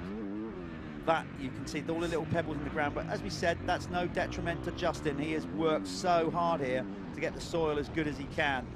With the soil he's got to work with. Finding real estate to build a motocross track isn't easy. You can't overly be fussy about the soil you're given. You've got to work it. We'd all love a big bowl of sand. Yeah. Because it's just easy, but yeah, this is a lot harder ground to get right. But Justin does an amazing job at this track, and gets it somewhat near perfect, doesn't it? Tom, you can see up and down the gears. He'll probably be down to second coming around that corner. Hook third before he hits the whoops and try and get a run. And that is one complete lap at Cusses Gorse. That was filmed yesterday evening after the rain, and that's what it's like to do a track. Probably a little bit quicker than you and me. Yeah, just a little bit. Yeah. Maybe 30 seconds. We're not that slow, are we? Well, okay. So the Clubman. Well, let's say it'd be at least 10 seconds. I went riding with Tom up at the VIP not too long ago. Yeah. I'm not saying I didn't. You matched him, did you? No, I didn't match him, but it wasn't as bad as I thought. But that was only for 1 lap or 2 laps. If we'd have gone more than that, we're talking a minute lost a lap. I'll tell you why. Well, because I would have been back to the van having ice cream. So he'd have definitely gone quicker than me then. Yeah, us 2 old buggers doing motocross. That's why we love it so much now, sat in the booth watching these younger riders go at it. I'm just slowly warming up. It's like we're sat in a pressure cooker. Well, yeah, it's the dark window just. It's starting to get hot in here. Let me just go to my phone here. I'll tell you the reason I'm going to do that is just seeing where we're at. I'd like to fold this bed out with viewers. Yeah, don't do that. I need you. You said that would be funny. Oh wait, go on then. If you want to do that. Oh no, but I won't get off it. I think if I go up there, mate, I'll be commentating from up there. Trouble is, I mean, getting up there it's the view that people would get of you getting up there. Yeah. Not sure people need to see that. Not going to be pretty. No one needs to see that, do they? They don't. Let's go through some of the comments here on, well, Facebook. I've only got the ones for Facebook on my phone. We also get comments on YouTube, which we don't get to see because we're just watching through one platform here. Oh, he's going to do that. He's going to come in. Look at it. There's our man. I'm getting in the way. He's getting in the way. Man, here we go. Oh, it's not ours. Okay. Okay, so this is Mon the Scots, Stephen Jameson, up the Scots. Graham Steele is watching. Thank you for tuning in. Gordon McGregor. See, I just saw the name McGregor. Gordon McGregor. Well done, Ben Edwards, on the MX1 Expert Championship win. Second that. Definitely second that. He's been absolutely stellar all year. A lot of comments on the kit. Let's go. What's some of the comments on there? Well, we've got, I would say he's an American. Because of the word dang being said, but give a thumbs up to the free stream. Dang can't take a second to hit the thumbs up button. It helps with the YouTube algorithm, so offers. This must be YouTube. Yeah, comments. Or we're completely being hacked. No, but that's cool. That's good. That's cool. It must be with that slang. I'll say he's a Yankee. So Elliot looks like he's been on the sport page here. He's like, who are you supporting this weekend? Drop us a comment to Jeff and Callum, give you a shout out. Well, the reason we're doing that, of course, is because we've got, if you're just tuning in, wondering what the hell's going on, if you it's like the Muppet Show, the 2 old guys. You're too old for that. Sat up in the balcony. 2 old guys, 1 old guy. Sorry, mate, I forget that. Yeah, you're nearly 50. I am. Next year I'm the big 50. Mental. Yeah. It's all downhill from there, Jeff. Oh, it's uphill, mate. It's all good. Life's great. Life is great. I suppose if you keep telling yourself that, if you keep telling yourself anything, it becomes true, doesn't it? Yeah, I feel great. Life is really good. Yeah? Yeah. Just smooth. Yeah. Absolutely. What's not to like? I'm at a motocross That's event watching the sport, involved with the sport, doing what I love. Isn't it? It is great. That's why I love being here as well. As far as I know, apart from my throat issues, I'm healthy, fit. Yeah. But hold on. I'm healthy. I'm not fit. I don't know whether I'm either of those at the moment. So you just saw a little look there. We're getting closer to getting the start line done. Let's just get some of these Milwaukee products in again. Yeah, if you're just tuning in, we've got an issue with the start gate. Little stones get involved. The little, what's this one called then? Has it got a thing on it? This is an M18 FID 2. That's just a part number, isn't it? It's just a little thing. This definitely needs to be in my my Do you know, shed. why don't we... Do you know these ones that we've all touched? Surely they can't sell these. Because we've... Is that your... Whoa! Oh, you're active. Are you ready? I'm going to... Have you pulled the little tab out? That's what you've done, isn't it? No, it's just... It was just... I mean, it wasn't... No, seriously, I don't think anybody's watching. Just put that in there. Just take them. We'll take them back with us, all right? All right, yeah, so... Okay, hopefully we got away with that. Yeah, some great products from Milwaukee. And we said we are not officially set in stone yet, but we're working with Milwaukee on a plan for next year to hopefully do like an apprenticeship thing with you use can of the power win tools. Some Milwaukee power tools. That's what's been in discussion so far. Maybe we shouldn't have said that because it's not signed and sealed, and now we're putting pressure on Milwaukee like it's going to happen. Yeah, well, do you know what? There, we've said it now. Said it. You've got to do it now. So, yeah. Hey, maybe Milwaukee could fancy this room up a little bit. Well, I'd like to think next year we're going to work on having a studio. Definitely going to start doing a little studio show. It would be nice, wouldn't it? Yeah, we're going to polish all this up, have proper backdrops done. We might even be a bit more presentable. I might even have a shave. Yeah. Then Nah. again, not. No, that'd be boring. Yeah, That'd be boring. It doesn't suit me. I might skinhead myself just so it look like Now a that little would mini be jet. worth watching. That would be worth watching.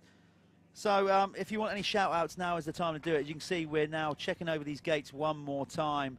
It is an issue. I'd love to think we're going to get through these final 3 motos with no more gate issues, because if we do get one, this is going to throw a real spanner in the works for us. It doesn't always go to Do we plan. have a curfew here? Is there a time cut off? I know they're pretty weird about starting before 9, aren't they? Yeah, it's just, I don't know. It's going to be a tough call, this one. As you can see, gates have to come out, put back. Bear with us, folks. Just keep tuning in. Here we go. A shout out from Tom Milechrist. Shout out to Tom Milechrist, going to win that KTM tomorrow, Swanee. Apparently. Well, yeah, mate. If you've got your tickets on it, you're in it to win it, aren't you? Yeah. Well, apparently he is. Head over to giveawaylife.co.uk and get your tickets in. We've got a lovely 350 to give away tomorrow. It's there, and it needs a new owner. Tell me more, Swanee, about Giveaway Live, because you also do you go live on a Monday, you give the giveaway. Yep. But you also do a little competition now, don't you? A little quiz. We do a little quiz. Yeah, have you seen it? I saw you comment on it the other day. So, mate of mine. Tell us how that works then. Yeah, it's free of charge. Like no price. 7:30 on our Facebook page, Giveaway Life on Facebook. You can join us on there every Monday for the world-famous Brad Doyle Motocross quiz show. And my friend Brad, he's a proper motocross egghead. Like, he knows stuff that you just shouldn't know.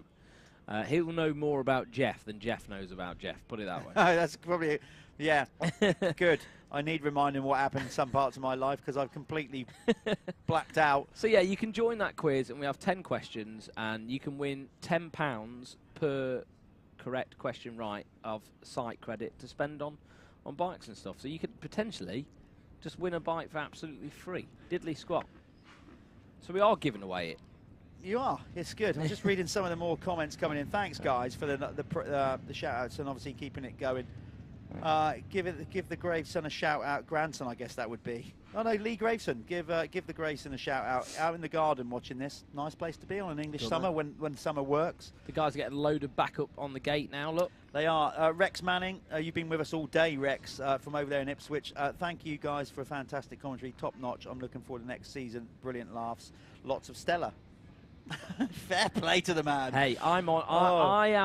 I really am. I want to get myself knuckled down. No more Stella.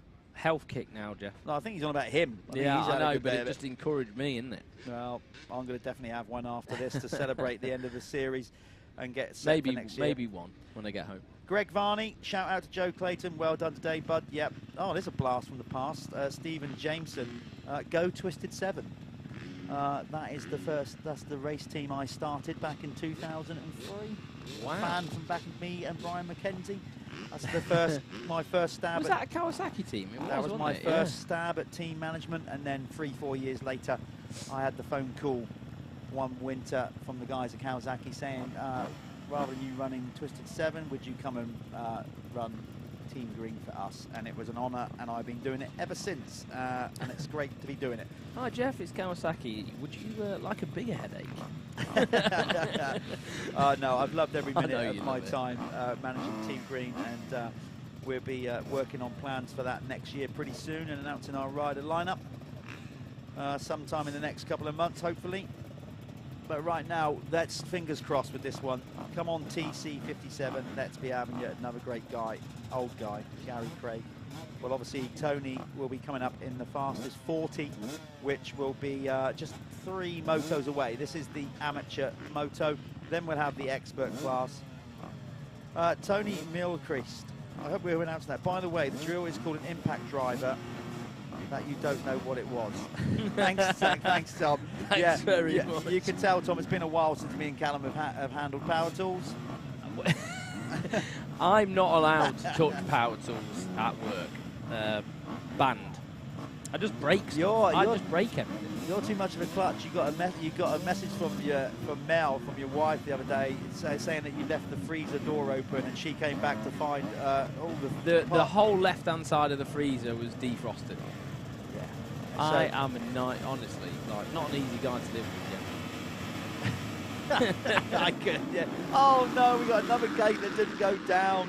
Is he going to put his hand up and complain about it? Oh, what are we going to do? We're not going to red flag this one. Well, I don't know. Look, I don't know. I'm staying out of the politics of this one. Yeah, it looks like we're going to run it. I don't think he'll have to protest that one, whoever that was. It's number 15. What's happening? So that is John Kirk, and he's high up in the championship, isn't he? Have we not had a decider in this one yet? No, it's all been decided. Obviously, we know that your champion is Sean Springer, and your champion in the MX1 is Wainwright. Yeah. Oh, we have. Here we go. Aye. Well, fair's fair. I mean, his gate didn't drop, and John Kirk is second in the championship, with Brad Thornhill closing in a little bit on him. So John had every right to put his hand up and say, "No, come on, that wasn't fair." Why should they all get? Why should I sit on the line when my gate didn't drop? So this is what I'm on about. See, Andy Watts has difficult decisions to make. We want to get through the races. We're running out a bit of time here, so we may have to cut some of the races a bit short to get through. Yeah, maybe winners circles and stuff. Yeah. We can just bang on into the next motos or whatever. We'll figure it out. It's not going to be an issue. Well, it will be, unfortunately, if we can't get this gate how it needs to be. And it's a painful operation. I mean, you know, we're talking tiny little stones that can get in there and wedge it up. And if it's not all in aligned, you know. Has to be all level, doesn't it? It does. So, I don't know, you know, we might even result to a flag start. And we don't want that to happen, but we've got to do what we've got to do.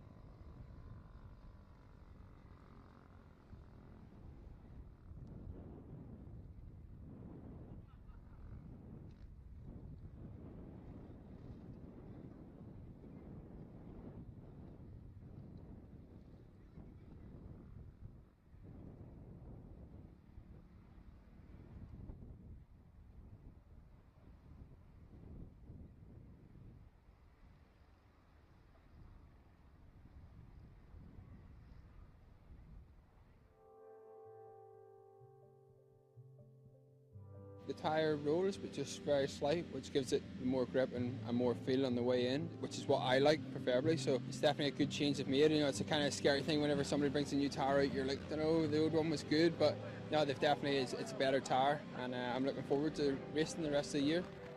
Michelin, a better way forward.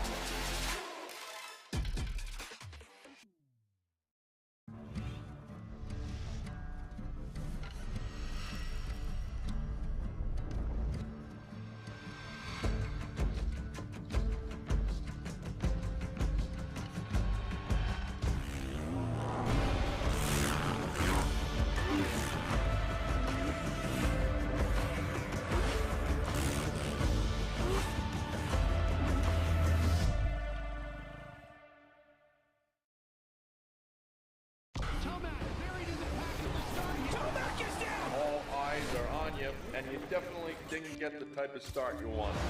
The most important lesson my dad taught me was on those days, you don't really feel like going the extra mile. You just got to go out there and do the work. The go time for me is the last half of the race. I'm trying to hunt down first place. For a true championship fight, never want to give up.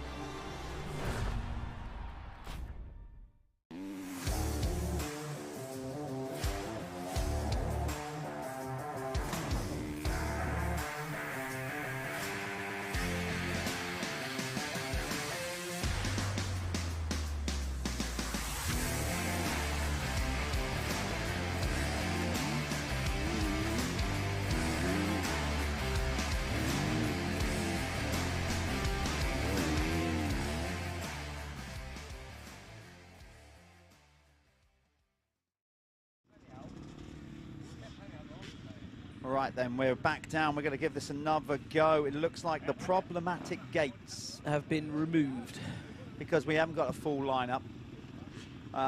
So hopefully that solves the issue. So there's still enough gates down there. And let's hope. Let's just really hope that this one comes off the line, no problem, and we can get back on track here.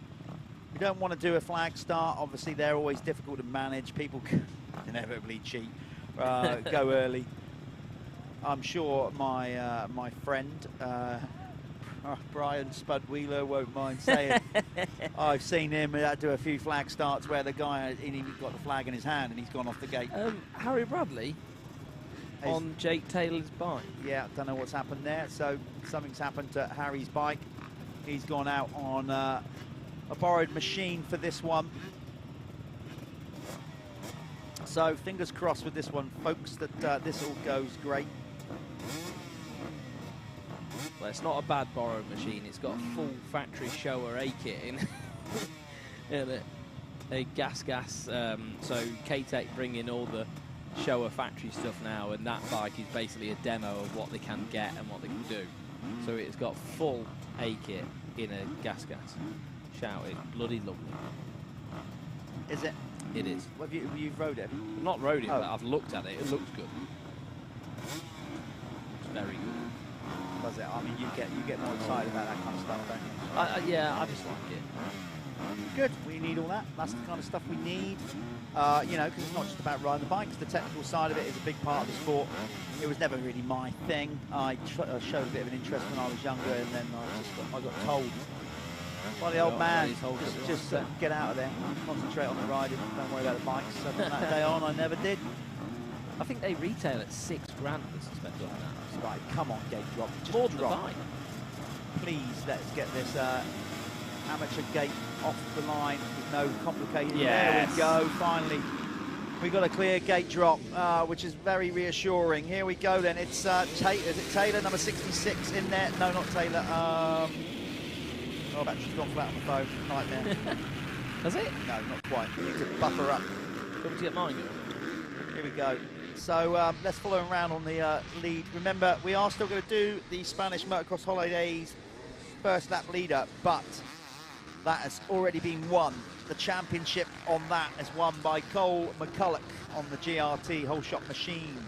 Bit of dust starting to kick up now, but nothing that would cause any problems for the riders. It looks like Dan Brough on the Enduro bike. It's got a is. brilliant start. You see his brake light going in a minute. It's a giveaway when he's braking, though, isn't it? So you can just out-brake him everywhere. The others use start box. Dan just had the stand down. The side stand. The side stand just rode off with his feet on the pegs. Techers. Yeah, Techers indeed. But it's Sean Springer, the champion in MX2, that leads the way. Brough in second. I think Dan finished second in the championship as it goes, so that's a 1-2. Bit of a parade thing going on here.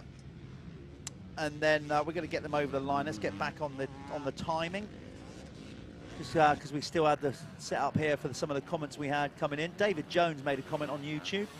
4 strokes of crap. Well, that's his opinion. Well, I'm not. They take a bit of fun out of it. Yeah, don't they? I'm not getting involved. There's with no that one. going back now, mate. And the next thing you're going to have to get used to is electric. So let's just enjoy the 4 strokes while they're here. Absolutely. Before they're gone, because they will be gone. So we are in the amateur class. It's the final moto for these guys this weekend. Springer leading the way, of course. Do you ever think, Jeff, like, you know how pretty much motocross has had, what, 50, 60 years of development now? Yeah. That's nothing. That's nothing. Imagine what we're going to be riding in 100 years' time. Well, hopefully. Well, yeah, who it's knows? Mad. The sport won't even be here, Well, bro. I'd like something different. I'd like to think. Hoverboards. Yeah, but at the same time, I'd like to think that there still be something for nostalgic yeah, purposes. Exactly. Yeah. I'd hope so. Yeah, I'd hate to think that. I know we've got to save planet Earth, and I get all that. Obviously, you know, that's climate change and all that kind of stuff. I absolutely get that. You can't keep using the planet's resources. But it will be a sad day for me if this sport goes to a point where there's no mechanical, you know, like involvement in that sense, and no noise, you know, the smell, the noise of the bikes coming off the start line. I've always thought, like, with the electric stuff coming through, the only one that's really excited me so far is the one that Honda have developed. It's not out yet, of course, and I don't think it'll be any time soon. But I'm sure they've developed an electric bike. It's basically like a factory Honda, but with an electric engine. But it's got an actual gearbox. Yeah. Which and I don't like the fact that the others didn't. There's no, like, you know, the outer rev and go, no good. If you're going to go that way, it still needs to have a gearbox, clutch, everything. It needs to have the delicate side of it that's beautiful. You know, about finessing a bike round. Yeah. Not just point and shoot. Twisting of twist and go. Switch. Yeah. Whoever's bravest. Yeah, and then can they add some kind of artificial noise to it as well? Quite possibly. Yeah. You can choose your noise like a sat nav. Yeah, like a UFO noise. You could just have Bob Marley every time you open Brilliant. Up. Buffalo Soldier. Every time you whack. Oh my days. Oh man, you can tell it's getting late on in the day. You can patent that. Get onto it. I'm gonna. Right, here we go. Oh. So we are getting through. Who's that on the talk KTM? That's Kobe. Yeah, Kobe Newbold. So Kobe, first year doing the Michelin MX Nationals. We had him on a little show we did, talking to the guys at Gritty People. He's supported by the guys at Gritty People. I had a good chat with Kobe a couple of weeks ago. He's loving doing the MX Nationals for the first time. Obviously, it hasn't ended well for him there, but Kobe will be back next year. It looked again like maybe a derailed chain or something like that. There's a lot of little issues. These stones are playing havoc, aren't they? These little tiny stones getting in everywhere. Sean Springer, fastest lap of the race thus far with a time of 2:05.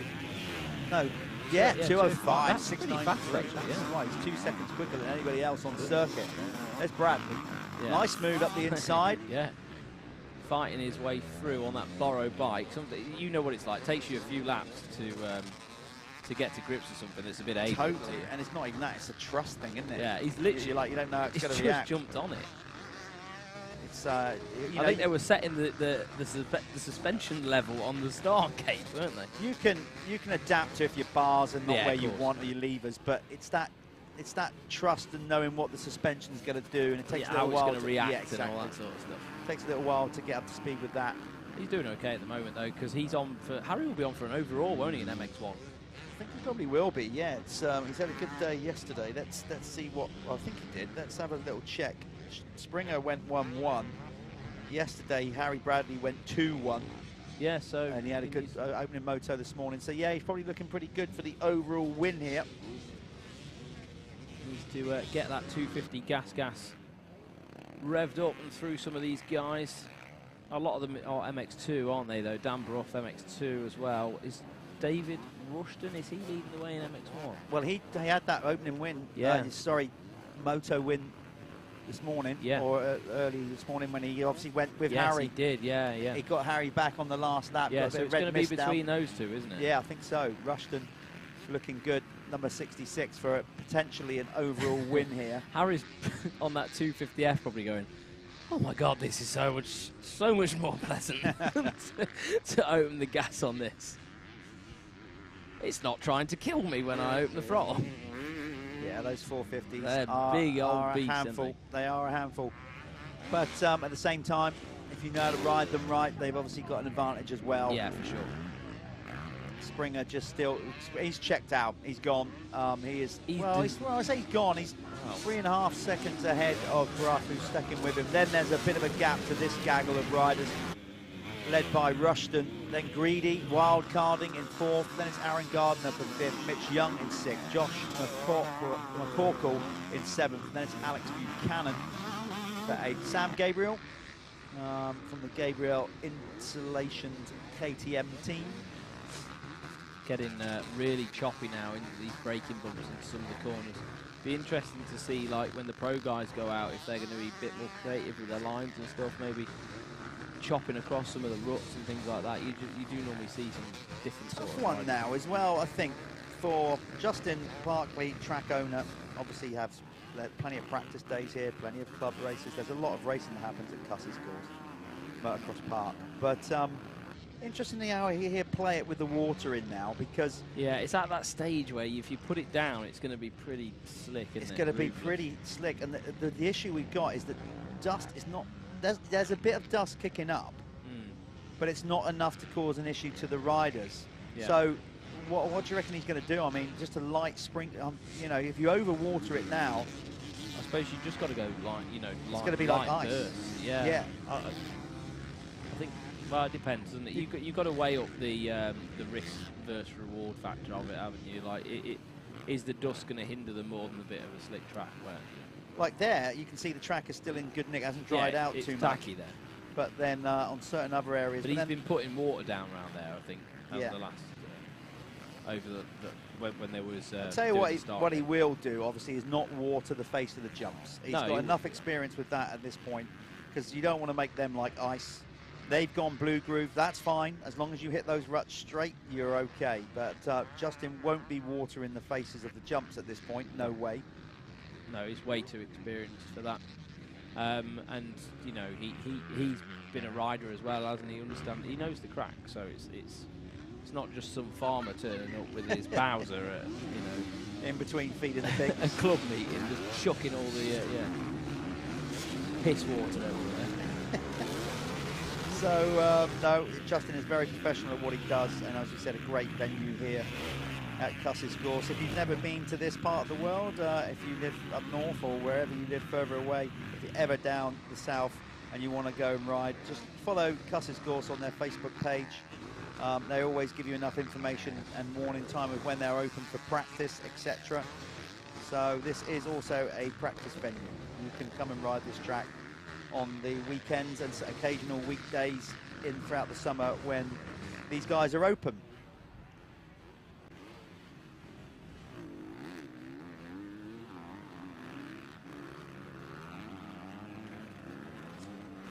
So this class is brought to you by Apico Factory Racing and Broadcliffe Plant Hire and Sales. Jeff just spraying his neck out with his Cavonia. So just give him a bit of a... You don't like that at all, do you? Horrible stuff. I didn't mind it. I mean, it wasn't nice. Just a drama queen, mate. How is a spray going to fix a vocal gland, a vocal cord? I think you're living in a cloud of just try anything. I don't know, I'm not a doctor. I don't think that's going to be any good for it, mate. So there's Harry on screen now. Harry Bradley, he's got himself up to 4th at the minute. David Rushton's just ahead of him. Oh, we've just got some Carlos fuel vouchers delivered to us that we'll be divvying out to the podiums.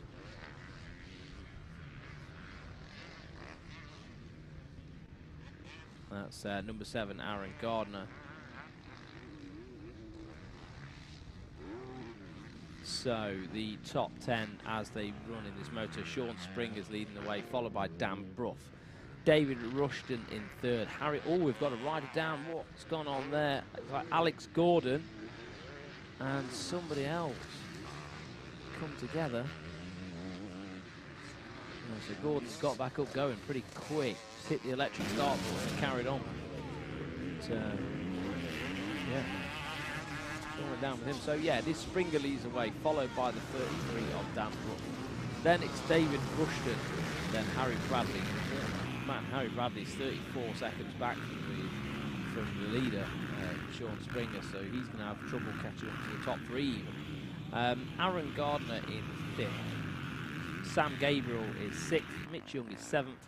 Harry Barker, bit of a better ride for him, in 8th place.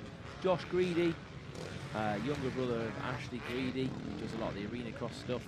He is in 9th, and Harry Foster rounds out the top 10. There is Harry Barker. Just taking a quick look behind him. I know Harry does some training with Josh Spinks, so he'll be putting his skills to the task at the minute, especially now the track's cut out like it has, because it looks pretty treacherous out there now. That was the 52 of Harry Foster there, who's on screen. He's just defending that top 10 position at the minute, so he's in 10th and having a pretty decent ride. Just behind him, I think that's Joshua McCorkle. So Joshua McCorkle trying to move forward and putting a bit of pressure on Harry Foster, but he looks good at the moment. He can hold out that top 10. This is Sean Springer, absolutely destroyed this one. 6 seconds lead over Dan Brough at the moment. Dan Brough obviously not out there on his own bike. He's on an enduro bike. I do not know how he's ridden so well today. Hats off to him. Absolutely well done, Dan Brough. And if his family are about, yeah, that's brilliant. So give him a pat on the back. A big well done from us at the Michelin MX Nationals. It's definitely not easy to go and ride a road legal enduro bike round a motocross track that's quite as rough as this and has such big jumps.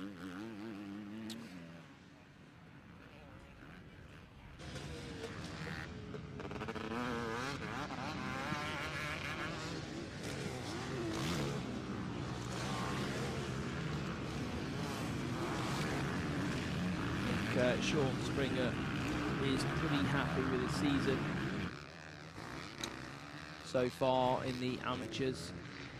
Multi-tech gas rider, and said in the interview that he had with Jeff that he's really happy with that bike that Multi-Tech have built for him. It's a bit of a weapon, I think. These guys are now on lap 5, so that is Harry Barker coming under a bit of pressure now from Mitch Young.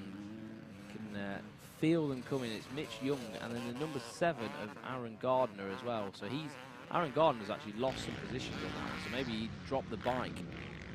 But they're going to be reeling up the back of Harry Barker anyway now.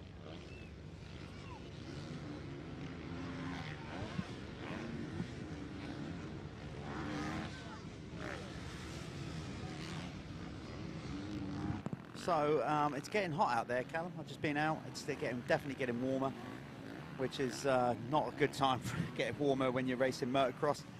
And your second moto, battle of the fittest, this one, and Sean Springer hasn't got too long to go until he sees that 1 lap to go board. These guys get 18 minutes plus 1 lap, unless Callum Gordon on down again. That's all right. Yeah, he's made a few errors in this moto. Well, that's the energy, the fatigue. Got to say, I know how he feels. Yeah, it's pretty hot in here. Yeah. So this could be a slightly reduced race distance because of the problem we've had with the start, but I don't think so. It looks like we're going the distance. 2 races to come after this. Remember, we have the expert class up next. Then we finish with the pros, the final moto of the 2021 Michelin MX National Series powered by Milwaukee. Obviously, we go straight to the winner's circle after the MX1 MX2 pro race. Just saw Jude Morris walking here with a big slush puppy, well deserved. Yeah, it is. He's done well today. He's taken a double moto win today, at least. Alex Buchanan off the side of the track. Not sure what happened there. Alex Buchanan parked up. Well, he's missed the last 2 laps, so he's obviously he's up on his feet. So looks like he's okay. Jude Morris. Wasn't Jude Morris? It was Ben Musto. My head's folded in half. Oh God. Oh dear. We're getting towards the end of the day now, guys. We'll be okay. Becky, are you all right? Are you looking forward to the podium? We're all looking forward to the podium here. Well, yeah, you know, hard day at the office for us all. We're going to celebrate a great season here.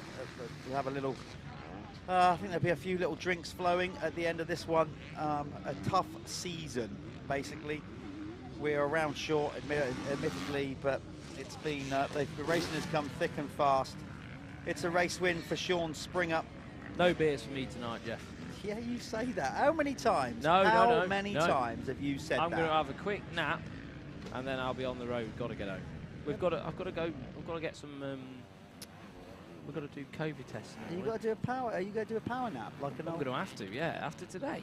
God, I can't do a 3-hour drive. Might as well have an hour, haven't I? I'm not going to get back before the kids in bed anyway. So. You bring out the old chaise longue and just, you know. Yeah, that's it, yeah. You need somebody with a massive palm leaf. Are we going to do a winner's circle? Whose go is it? Is it mine? I think it's Can't yours, remember. mate. Right, let's do it. Let's do it. Let's do it. So we'll throw Jeff down to the winner's circle, and you'll see him in a moment's time.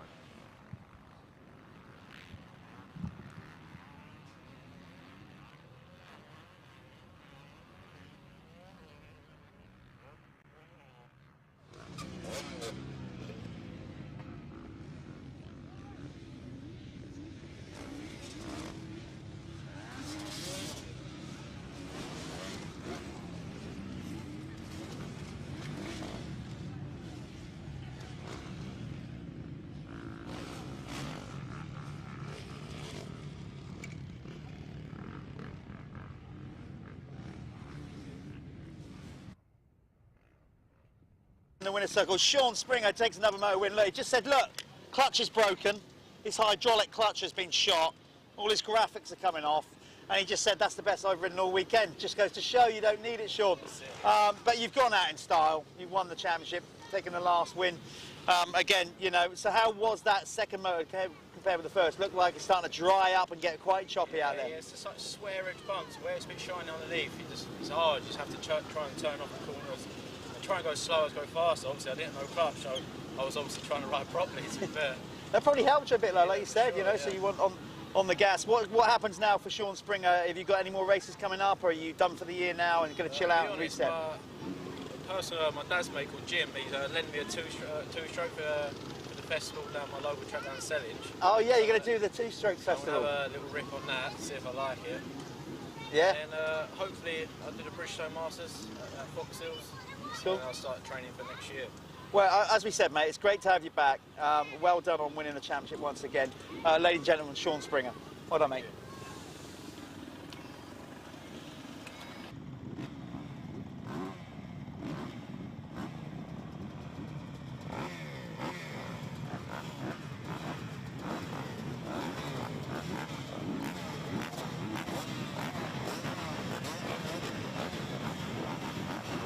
Right, we're back in the room. Come on, I want some energy. I'm going to give myself some fake energy. So here they are. We've got our Michelin MX Nationals experts on the line, brought to you by Pico Factory Racing and Broadcliffe Plant Hire Services. Tom Murphy on the inside again on that Acer scaffolding, gas. Acer United scaffolding, sorry. So he's going to get the start here. I didn't quite get my eyes on that. Oh, Ongley just having a bit of a mare on the first turn.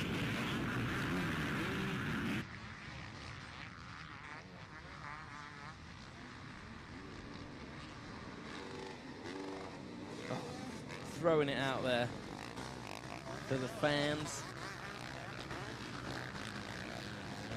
So obviously the first lap leader award, the Planet Moto Spanish Holiday Award, has been awarded now to McCulloch on the GRT whole shot KTM. He will be going to Spain, so none of these first lap leader things matter anymore for anybody else, because Cole absolutely cleaned that job right up. Jake Preston, nightmare of a start for Jake. And that's Bobby Bruce. Oh, he's had to go off track there. He'll just return to the track safely, didn't make up any positions there. In fact, he lost a position. So Bobby Bruce just get himself settled back down. Look at that 2022 Troy Lee design kit that Bobby Bruce is rocking already. Looks pretty cool to me. So these guys, let's get them circulated around. We'll see who's where, what's going on.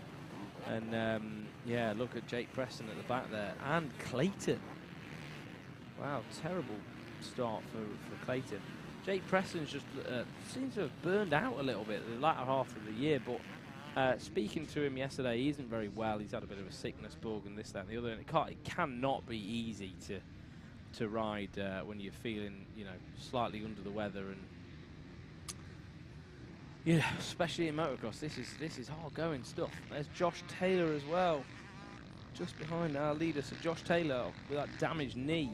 Screamed, Jeff said when he came past him yesterday. He was absolutely screaming in agony. But for the minute, it's Jack Beniston who's dominating this one so far. A good lap clicked off for Jack.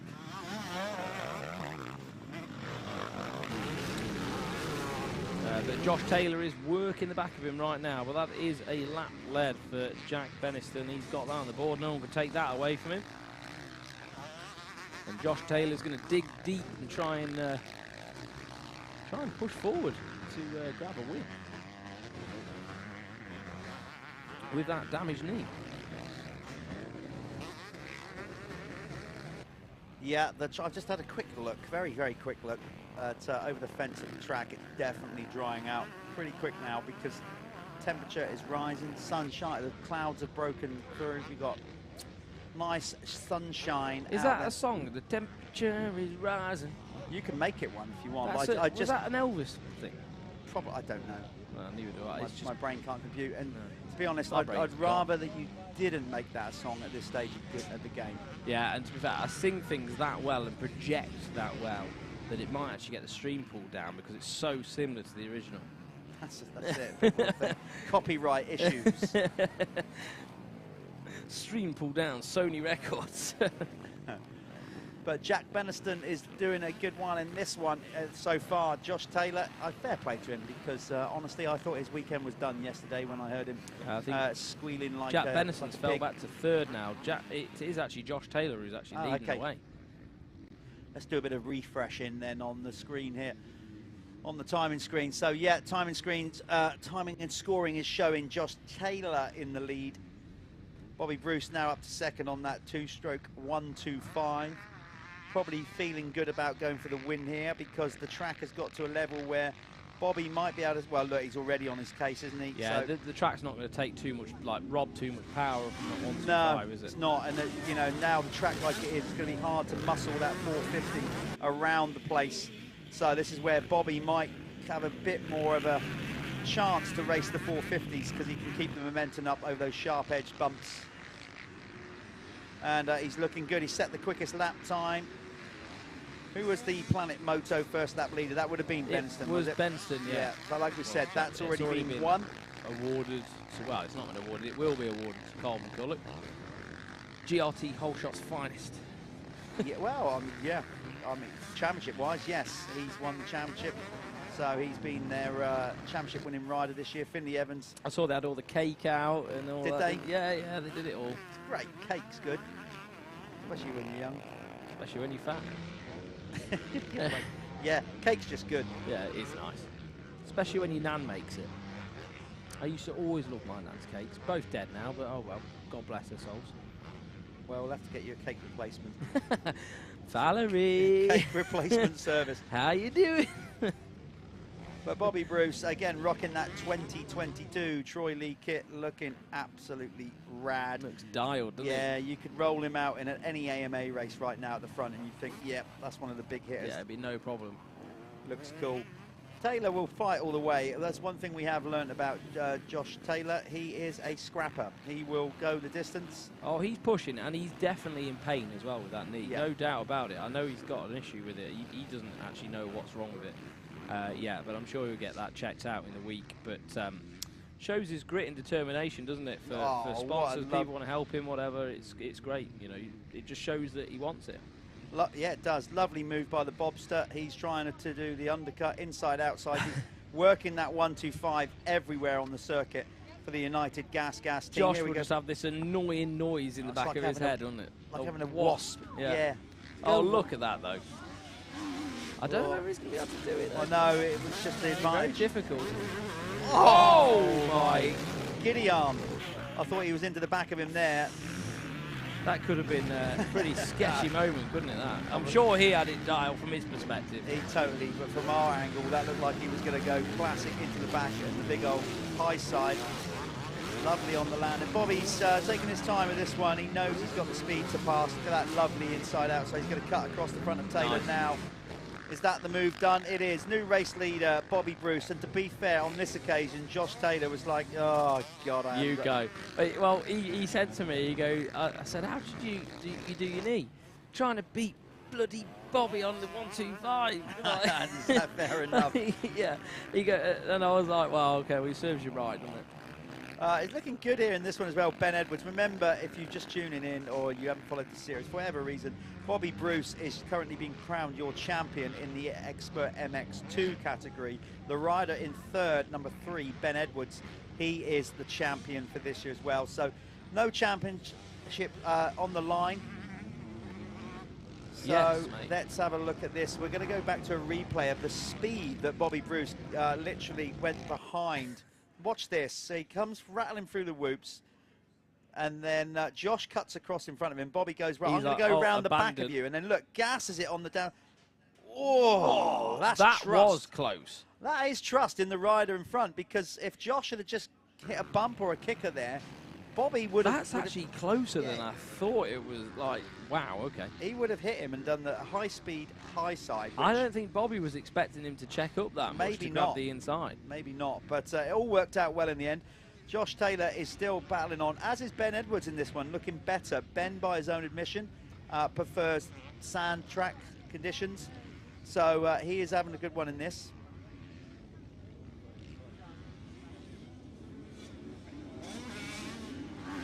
Yeah, so we're just watching this. While we got this race on and we're reaching about the halfway stage, now is a great time to put a shout out to John Robson. John Robson, trained by Justin Morris. John had an awful accident not long ago up at Duns. Sound good, does we it? won't go into the details of his accident. All we can say it was life-changing, life-threatening. So John Robson is going to have to go under multiple surgeries now to get himself back to any kind of health and fitness, or a freak crash. And so what they're going to do, Justin Morris and the crew are going to do a charity golf match at Duns next Saturday. Yeah, so anybody's able to jump on it. Everybody's invited to that. And basically what the money will go to the I think it was the air ambulance that basically saved John's life. Yeah, no, multiple times, I think. Yeah. Let's not underestimate that. Without the air ambulance, it could have been a lot worse for John Robson. So John, who normally races in this expert class, basically had a massive incident. So get following John and Justin. It will all be on social media, because you can donate as well. Yeah, they really they want to help out, don't they? Yeah. And I think it's going to touch Robson a little bit as well. Obviously, he's going to be a big loss to us as a series. He was a great rider. Great. You know, he's obviously a good guy. It's shocking. It's horrible. Yeah, it's a shocking injury. Listen, we're not saying that John won't ever be back riding. But the motocross riders are something. Yeah, they're different to normal people. They are. We'll see. But the reality is, having to go through now, he's got multiple surgeries ahead of him. The chances are he won't be racing with us next year. So, John Robson, we wish you all the best. And if you want to donate to the air ambulance and everybody that helped John and Justin out, follow Justin on his social media, follow John on social media. It'll all be on there. Next Saturday, charity golf match at Duns, just down the road from the track. There's a golf course. It's all happening there. So go and check that out. If you're up that way next week, get involved. And if you're not, make a donation. So that's that. Joe, just noticed that Joe Clayton again is picking up the pace. Joe looking good for the overall here in the MX1. Actually, Joe was, you wouldn't believe how many spots Joe's moved up the order because he didn't have the best of starts. Absolutely flying. He is I'm just ripping. looking at this. Look, 2:04. Look how quick he's caught these two Yeah, up. I think he'll be going past these two. He mate. loves a bit of hard pack, does Joe Clayton, particularly on a jumpy Supercross style track. This is him all over, and he has suddenly caught up these two on the Team Green Kawasaki. Are you sure he hasn't got a career in motocross as Well, maybe he has. He still prefers. Has he started Supercross. enjoying it? I think so. When you win, it makes it way more enjoyable, doesn't it? It does.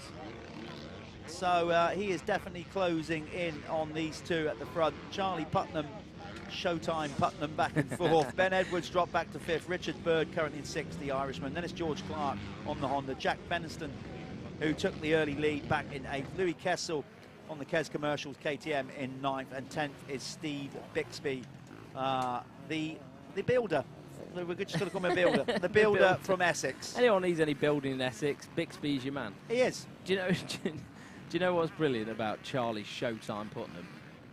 All he had to do was just crack that knack out at Fat Cats at the Yeah, that's it. round And one. now we've that was it. He's only done it once. He's got a brand. He's got a brand. He's done it a few other times. He threw a few knack-knacks out yesterday. He did one yesterday, didn't he? Absolutely mint to see. He's just a good fun in it. If you're new to this sport and you're wondering what the hell we're on about knack-knack, it's not a corn snack. No, it's basically It's a pulling your leg around from one side of the bike to the other and in hanging mid-air. it off.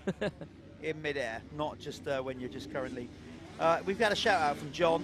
John, glad you're watching, mate. We're really sorry to hear the news on that, and we really hope that your road to recovery goes well. Take your time with it, fella. And hopefully one day we'll see you back at the Michelin MX Nationals. But Yeah. a shout out from John. He's currently watching from a hospital bed in Edinburgh. Well, John, if you need anything from any of us, then do not be afraid to reach out. Absolutely. And we do wish you the best of luck with that. So, back to this, Taylor though. back in the lead. Taylor back in the lead. Bobby. No way. Bobby's going to be blitzed here by a 450. I think Bobby's had enough of this. Hasn't he? I think he has. He's won the championship. He's look. Yeah, look, that's the defeat. I don't know. Oh no! Look, he's three abreast as they go in this corner. This is great racing in this last expert class. 3 abreast going into one turn there, Look. all in different lines. Look, Bobby's like, right, let's just make sure there's no other 450s coming through. I'll figure this out. Right, I'm going to sit back here and let these two go a bit and try and figure out some new race lines. Or is there going, oh yeah, come on, beat me up with these stones. Come on, keep it coming. Go on, smash my teeth out. Yeah. EMX training. Yeah, trying to get himself toughened up Yeah. for EMX 250 next year because that, oh, Joe, what a move that was. Swept round the outside, but Josh, Really we've good. seen, will fight back if Joe doesn't close the door.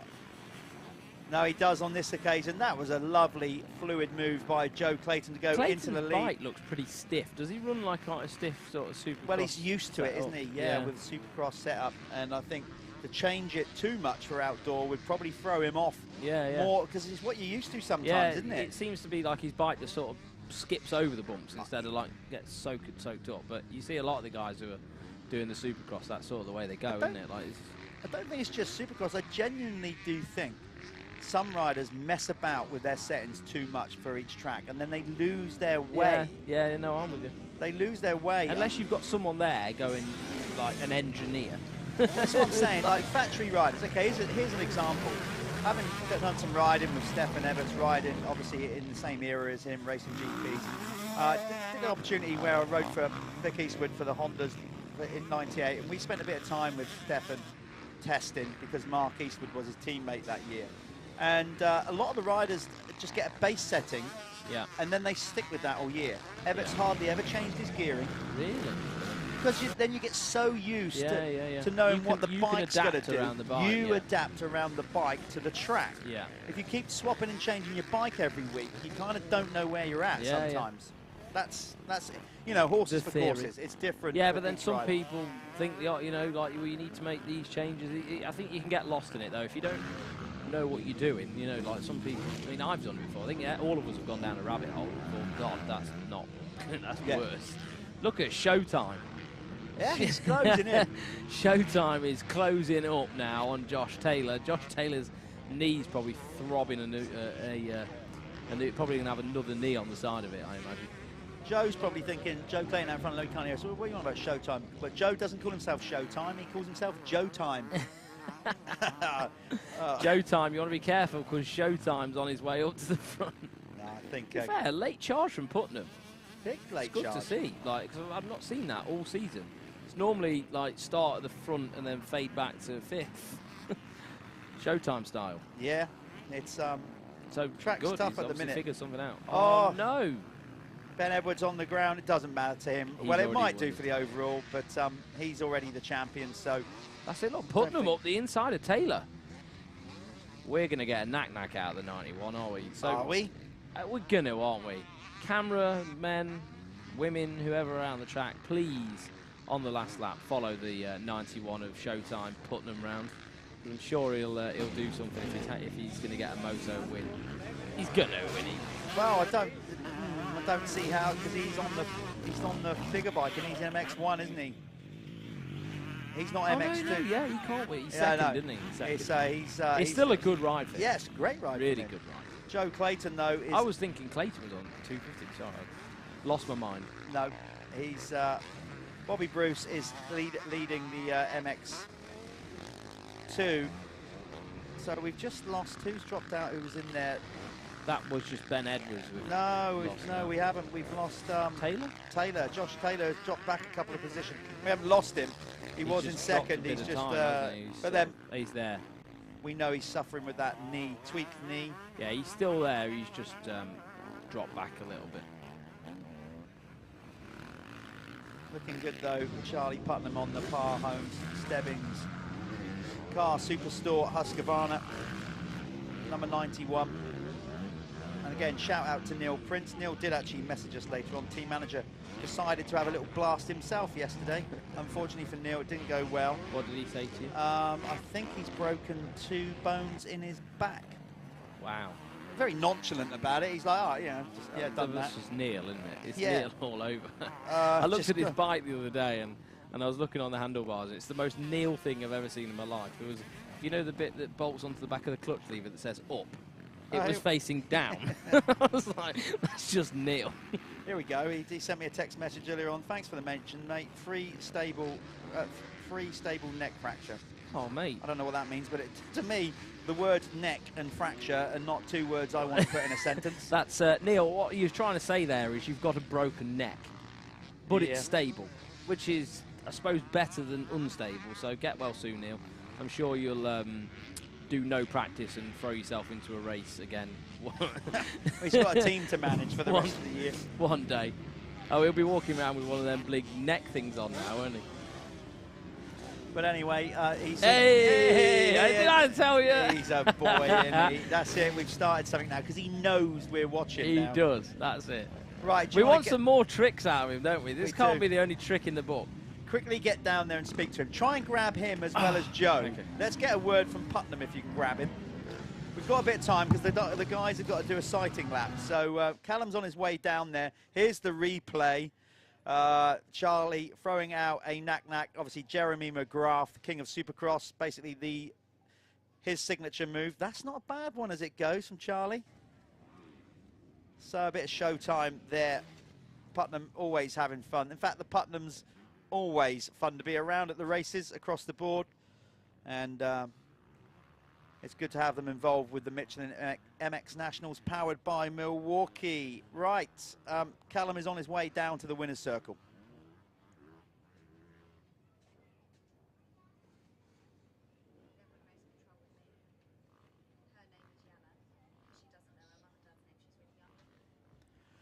Okay, very quickly before we go to Callum, just very, very quickly, this is for everybody at the venue, obviously not people watching the live stream. We have a lost child up here at Race Control, a young girl called Yana. Yana, if you've lost your child, and her name is Yana, she is up here at Race Control. So we have a lost child, Yana, parents of a little girl called Yana. She is up here at Race Control. Right, let's get to Callum down in the winner's circle.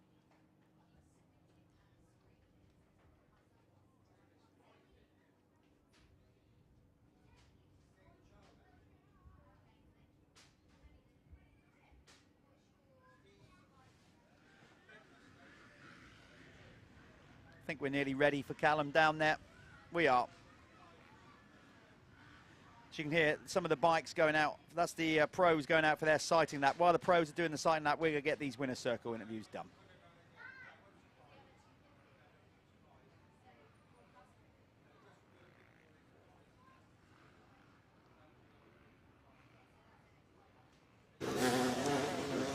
So, that's it, mate. That's the season done.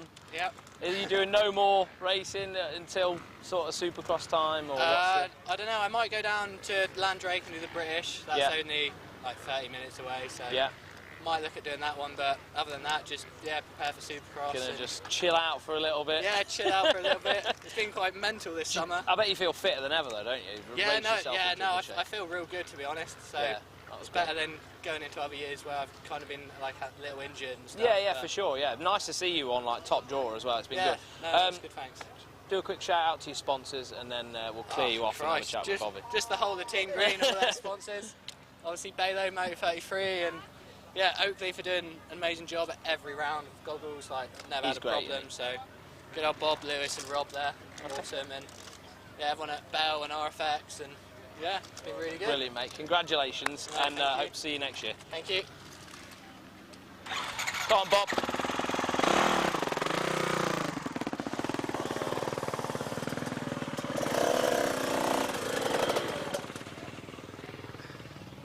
Right, that's it. The deal is sealed.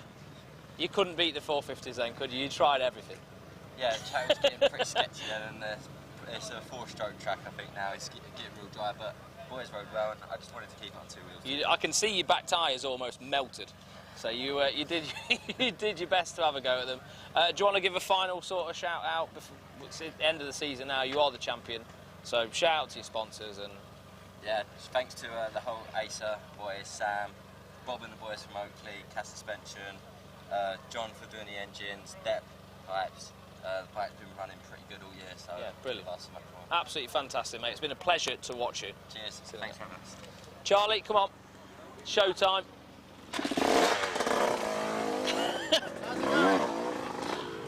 That was a good ride, wasn't it, mate? It was all right.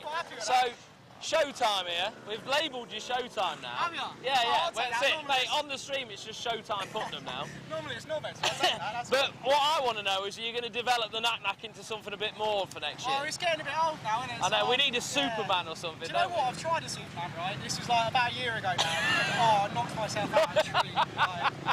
So I'm going to have to think something a little bit let's safer. do maybe a clap behind the back and then a... Well, my legs ain't long enough for like a heel clicker or something. No, we'll work on it. We'll work on it. challenged a little bit, so. No, honestly, mate, well done. That was a great ride as well. Thank you. Cheers. How was your day? It's been all right. It's pretty hot in there. We're trying to... Yeah. It's not... I know, not been easy, mate. Back to Jeff. Yeah? Yeah, it's tough in here. There's Putnam dripping with sweat, covered in dirt and mud, and then we're saying about how hot it is. And look, it's all gone belly up now. The banner's come down. We just keep. The trouble is, we keep sitting on it. So let's move my water out of the way. Great to see Charlie Putnam out there again, making it fun for us and for you guys watching at home. Interesting that he's already tried a Superman. It didn't end well. I'm sure he'll come up with some kind of idea for next year to get that done. So we are getting very close now to getting into this final race of the season for the Michelin MX Nationals, powered by Milwaukee. It's the fastest 40 coming up next. The final moto champions have been crowned. Harry Koulas, of course, is your 2021 champion. But the MX2 title is yet to be decided. We're trying to work out the maths on it. I'm going to try and find out what the points gap is from our crew here in race control as we go into this last round of racing, this last race. But it's basically John Adamson still has the red plate, but Carlton Husband on the Phoenix Tools Kawasaki did gain points. He's gone. He's just gone. This is the thing working with Callum Swan. He's good. He's very good, and he's got all the concentration levels. This could be reflecting your riding career, and then all of a sudden, boom! It just all goes out the window, doesn't it? It all just goes go to Pete pieces. Tong, doesn't it? You go to pieces. I was going to go and ask you to go and find out what the points gap is.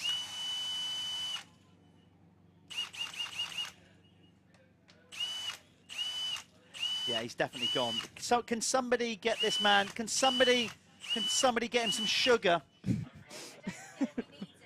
No, he does. More sugar. He does.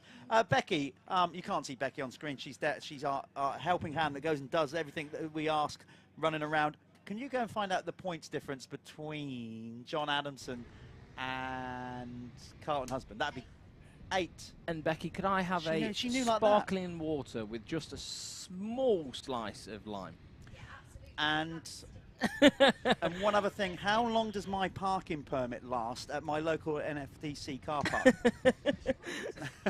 Right, anyway, moving back to this then, there's Michael Ellis. Can he go and do this? So it's 8 points apparently was the gap. I thought that was the gap going into, but no, obviously, because in the end he just pulled 2 points on him, didn't he, John Adamson? I thought a rider got between them there, but either way, John Adamson has got a good points gap. Not huge, but enough to work with. There's Dylan Woodcock running the stock KX. He's going to try again. Yep. That's your bike, isn't it? No, that's his bike, but that's my suspension. Right. But that was a rigmarole, wasn't it? Not for me. I just went, there's the bike. There it is. There's your bike. There's the tools. Set about your work, Crack young man. Oh, dear. Is that just bone stock suspension as well? Oh, yeah. Oh, that'd be done. So it's only had my fat ass on it, and that's it. So, yeah, they're not really set up for a rider that's going that sort of speed off out the box. Yeah, he's fine. Adam Collins has decided to go, I'm staying well out of the way of this one. I'll just go up here at the end and mind my own business. Let those morons crash into each other. Yeah. And Matt Burrows there as well, like, nope, not doing it. Just get me home. You can see Dan Thornell there doing a bit of head banging before he went out. There's Carlton Husband trying to get himself pumped up. He's got the championship leader next to him. I wonder if there's any thoughts in his mind just to go, I'm going to be naughty and run Lino. He's going to have, well, what do? You sort of have to, don't you, play some of those games to within the parameters of safety. Here's a nice backhanded compliment. We get them off the line and I'll read that compliment. Here we go, gate drop for the final Pro MX1, MX2, fastest 40. Nickel. Flyer up the inside. Awesome start. But it's Gilbert, Walsh, then Kulas. As they drop down, I was going to say, Mandy Simpson, a backhanded compliment. Come on, numbnuts, Brad Todd. One way of encouraging him, I saw someone said Milwaukee should make their own bike. Yeah. Well, come on, Milwaukee, crack on, get it done. Oh, Dylan Walsh got a much better start. He this did, time. as did Bobryshev. Bobryshev scrubbing it off there, but this doesn't bode well for the rest of the field because Josh Gilbert, although he didn't win the opening moto, he was right there to the end all over Simpson. Not such a good start for Simpson. Where is he? Buried in the pack. Couldn't even see him. Or is he there? No, he might be third, you know. Is that him in third? No, that's Bobryshev in third. Come on, Jeff. Has Sean even gone out? Let's get your thing going. I'm telling you now. What? He's in third. I think. He might not be.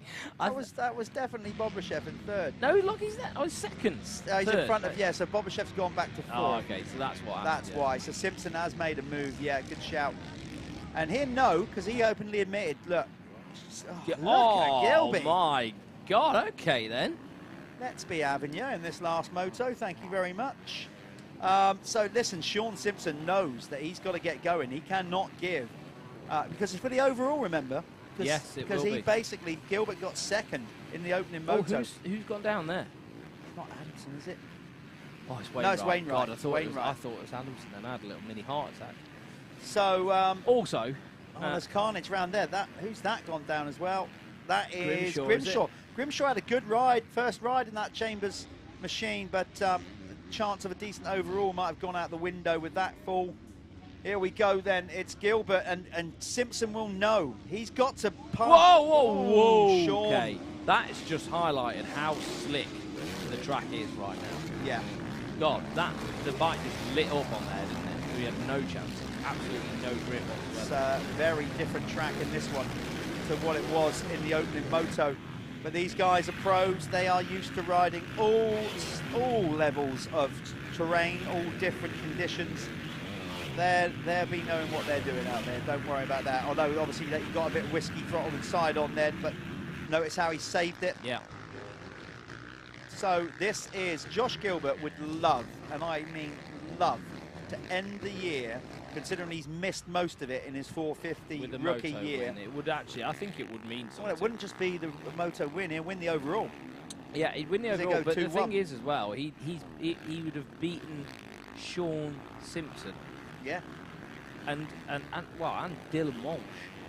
You know, It's a big real couple of scalps. heavy hitters, you know, like MXGP riders. That really does put, you know, Gilbert in that sort of shop window, doesn't it? So back to the MX2, Michael Ellis has made another flyer. So Michael Ellis, number 128, who won the opening moto in MX2, currently sits in 10th in the race, but the leading MX2 rider, Florin Mio, is tucked in behind him. Then it's John Adamson in third, ahead of Carlton Husband. So Adamson doing what he needs to do. In fact, where is he on there? I can't even see. Carlton Husband is down in the last place. That could be it. That could be it regards to the MX2 title. There's a lot of work from there to do. He's 8 points behind, and now he's dropped a load more points currently to John Adamson. So Adamson on the Gabriel Insulations KTM team in the driving seat for the championship. There's Adam struggling, but he's got a rear wheel puncher, or has he just come off? No, he must have just dropped it. Yeah, Ed Walsh looking very fly. That team does look great. Yeah, doesn't it? This setup, like, you know, Mark and Sam, they really do put a lot of, you know, attention to key detail. attention to details. Yeah, definitely. I think the whole Revo brand is a bit like that, though, isn't it? It has to be, doesn't it? It's gotta high be end. cool. Yeah. Motor parts, performance moto parts, of course, for the Revo guys. They're off to America next year to do the AMA Supercross with Dylan Walsh, if it all goes well. And they've got, I think they've got quite a bit of support. But I know the team is looking for more sponsorship. So Mark wouldn't, I'm sure he won't mind me saying this. You know, they do need help to go racing. I mean, as much as they are a big company, but it is predominantly one company trying to fund the dream. So if anyone does want to get behind Dylan Walsh and the whole AMA Supercross thing, I'm sure he'll be quite, he's going to be up there, isn't he? We've seen he's got flair. So they're going to get out to America. It is going to happen, but if you want to jump on board with that, then get in touch with Revo, and I'm sure Mark will welcome you with open arms. What I would say is not only will the team be committed to that, Dylan Walsh will absolutely be committed. He's in. To throwing himself round an AMA Supercross track. It will not phase him whatsoever. Not one bit. He's he'll be fine out there. I think he'll do very well. John Adamson looking good here for the title, number 2 in the MX2. Of course, Kulas on the cab screens, Crescent Yamaha. He has already wrapped up the title. It's all about this MX2 title. There is John Adamson on screen, championship leader. He is currently 3rd in the MX2 standings in this race. Ahead of him is Florin Mio on the Par Home Stebbins Car Superstore Husqvarna, and leading the way is Michael Ellis. Brilliant weekend on the Husky. Yeah, what a comeback. He's had shoulder surgery, missed most of last year, missed a fair old chunk of this year, and he has come back. Slowly built himself back up. It's what you've got to do sometimes. You don't lose speed, do you? You've just got to make sure you get there sensibly without pushing back into it. Because often that can rush you into another injury. Good to see as well, Elliot Banks-Brown, 6th. Like, he's just, you know, been getting a little bit more solid every week, hasn't he? Yeah. You know, there's nothing major, no massive flair, but good to see the 44 actually putting two motos together. As I said, I think what he needed. I think he's just like, come on, just he get wants what you to need do to it get still, out of this doesn't season. He still wants to do it. And just press the reset button and have, you know, hopefully, that's just not for Elliot, that's for a lot of riders. Obviously, it's been, as we've said before, we've all lived through this very strange time over the last 18 months. Well, he just went to work, didn't he? I think, as far as I know, he had a year off. He didn't even ride a bike, didn't touch a bike. Yeah, so it's hard to come back to that. Ellis is still looking good here and leading MX2. And it's still Josh Gilbert leading the way. We got a rider down, or we suddenly... Oh, somebody... Who was that? Was that Lewis Hall going off track? It was one of the RH. I think that... Lewis Hall. Oh, it is it? Oh, no. Oh, the winner last time out at Landrake. Oh, that looked like the crouched over of I've hurt my knee. Right. I really hope not. Lewis Hall, little niggling injuries have got in the way of his career. You know, you could argue that maybe, well, self-inflicted sometimes. He just tries a bit too hard, makes mistakes. But if he's just tweaked his knee there, remember, he is still riding with a damaged coccyx. Maybe he's just aggravated that. I hope so. I hope so. It just looked like that dejected, you know, ride off. But, well, fingers crossed he can figure something out. Josh Gilbert, 6 seconds now over Dylan Walsh. He just keeps flying out these quickest laps. Dylan Walsh actually lost a spot to Sean Simpson. Right, so Simpson's got clean track now then to try and chase down. But he said in the winner's circle interview after his opening moto win, Josh pushed me all the way, wouldn't let up. So now it's role reversal, basically. Yeah, will he be able to pick some time back? Sam Wadsworth, Sam has commented, my thoughts on the Revo Husky AMA Supercross, maybe their pick Woodcock back up for AMA. I don't think that's going to happen, Sam. There'll be an announcement soon from Dylan Woodcock. He is signed for an American team, basically over there to race AMA Supercross in the West Coast 250. I think he showed enough, didn't he, in that brief moment he had doing the Supercross last year, to show that he's got potential. Yeah. And a lot of these American guys, the amateur kids, they're expensive. And Dylan Woodcock's probably, you know, he could bring a lot to a team. Absolutely. For not a massive amount of money. So he's definitely someone who's got potential to do well over there. I'm sure Dylan won't need reminding of this, but he wasn't far away from potentially filling in for Austin Faulkner. I know. And then he went and had that same night when they was going to approach him. He had that big off in the woods. Well, it was already sort of talked about, wasn't it? Absolutely. That's just one of those things, isn't it, in that's life? life. Opportunities come and go, and it does take a lot of luck in this sport. Harry Koulas, the champion on the cab screens. Yamaha are starting to show some real interest in trying to make his way past Dylan Walsh. I think Dylan looks a bit tired. Yeah, well, Dylan's been off the bike a lot with those injuries. He's still riding himself fit, isn't he? And I don't think... There goes Koulas. He's got the run on the whoops. He's going to have the inside. Going over this, it's going to be a whip contest between those two. For Dylan, there's no need to like ride to an extent what you could risk, you know, hurting yourself or doing any more damage to anything.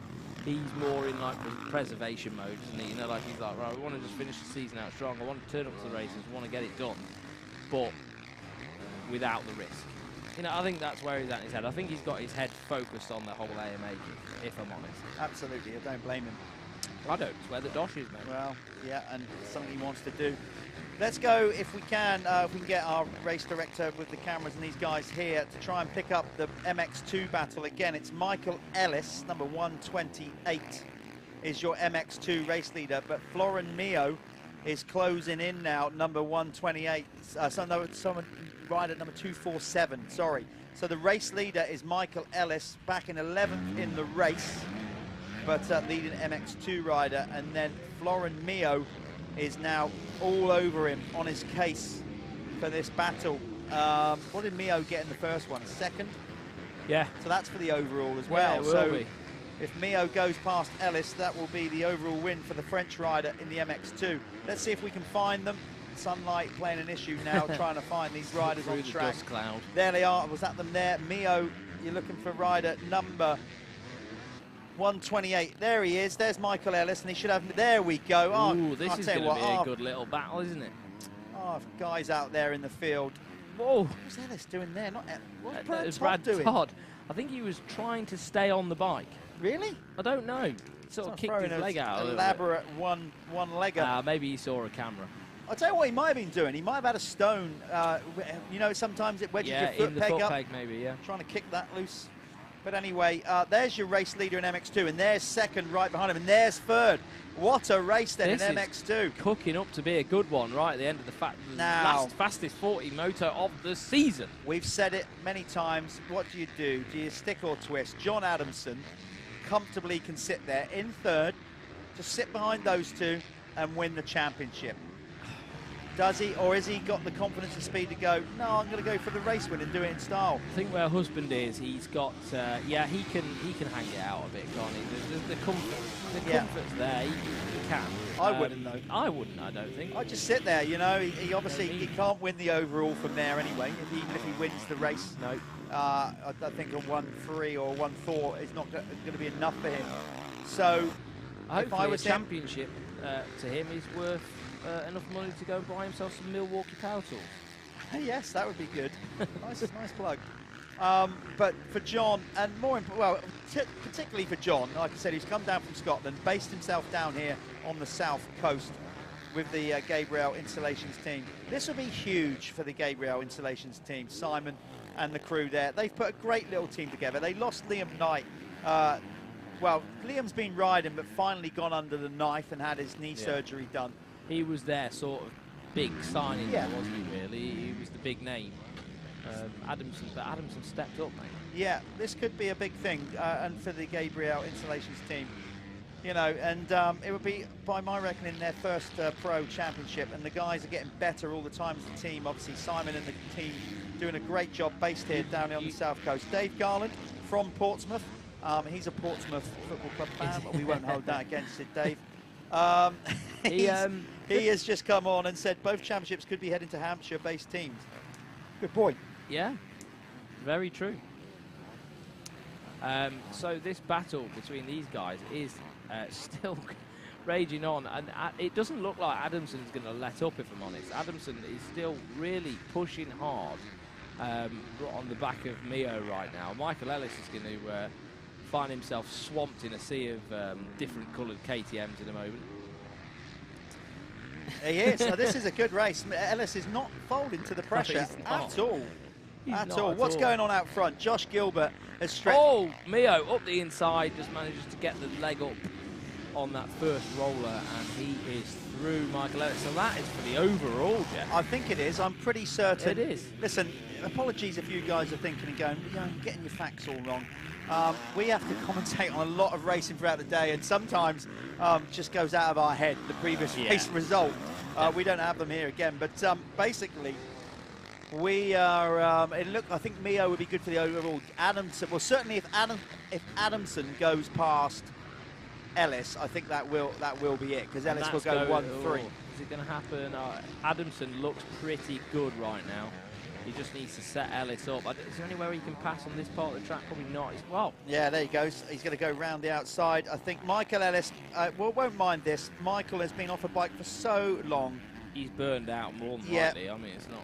I don't want to talk for him, but it's obvious. He hasn't got the race strength. He hasn't been doing enough racing. He's been off a bike for over a year. He missed all of last season. And it's just starting to catch up with him a little bit now. John just trying to politely find his way through. And Michael's like, oh, God, leave me alone. Just want to get out. John just thinking, well, also, I just want to win this championship. Can you move out of the way, please? That's not going to happen, of course, because Michael's fighting for an overall. That's true, yeah. But Michael might need the motivation to push him back onto the rear end of Mio. Good line there. Very good line from John Adamson, doing everything to try and set him up. The track inside, outside. He's trying to stay out of those ruts.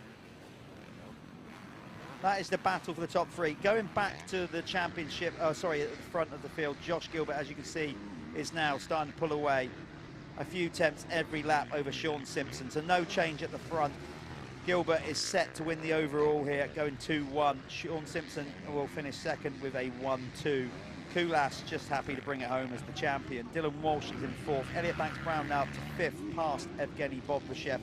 Stuart Edmonds on the Apico Racing Husqvarna having a good ride in seventh. Then it's Jason Mira on the Phoenix Tools Kawasaki. And then Martin Barr on the, what was it? It's Delkovic. Delkovic, that's it, sorry, my bad. I think they make exhaust, don't they, or something like that. Or they did do back in the day. Delkovic VRT, of course, Martin's own team. Then it's Brad Todd for 10th. And then we're back to this battle, effectively. This is the battle from in the race from 11th, 12th and 13th. But what you're watching is the battle for MX2 supremacy. But it looks like, yeah, Adamson has found his way around Ellis now, so that's going to secure Mio's overall win, providing Ellis doesn't find some pace and get back around. Well, So still a can't long way see to that go. happening. No, because we have 7:31 left to go, plus 2 laps. And if Michael Ellis is already starting to drop off the pace, unless he gets an incredible second wind here, he's going to drop. I think he's going to slowly but surely get dropped by these guys. But you know, there's no harm with that. We got a replay coming up here of the overtaking move. Let's just show you that. So there was Adamson slingshotting around the outside and pinching hard on the brakes down the inside. Trying to replicate the Bobby Bruce move. No, but Adamson went for it there. He was really charged down that hill. Sean Simpson now starting to wind up the wick, so maybe it's not done. Yeah, look Keck's at that. fastest lap. 1:56. I just don't know whether it's too little, too late. There's 7 seconds to be made up. Yeah, it might be. Ellis hasn't gone away yet. Adamson can sit there in second and win this title, but what a way it would be to go out if you took the moto win. It's doable. He is closing in on Mio. If he feels comfortable without taking any risks, yeah, then why not? It would be nice to finish out the season that way, wouldn't it? And looking good on the hard pack as well. I mean, a lot of his better races were Sam. It's going to be interesting with the overall, just working it out. If it stays like it is, by our maths, Mio's going to win. If Adamson goes past Mio, that is going to affect the overall. So if Adamson goes past Mio... Yeah, but how would that... No, that would give the overall to Ellis, I believe, with a 1-3. So this is interesting stuff. It's not, you know, John Adamson, maybe... Also, Adamson could be the crux. Yeah. He could be the nail in the coffin. If I was Michael Ellis, I'd be shouting in Adamson, going, go on, son, go on. Get past him. If you go past him, I'll win the overall.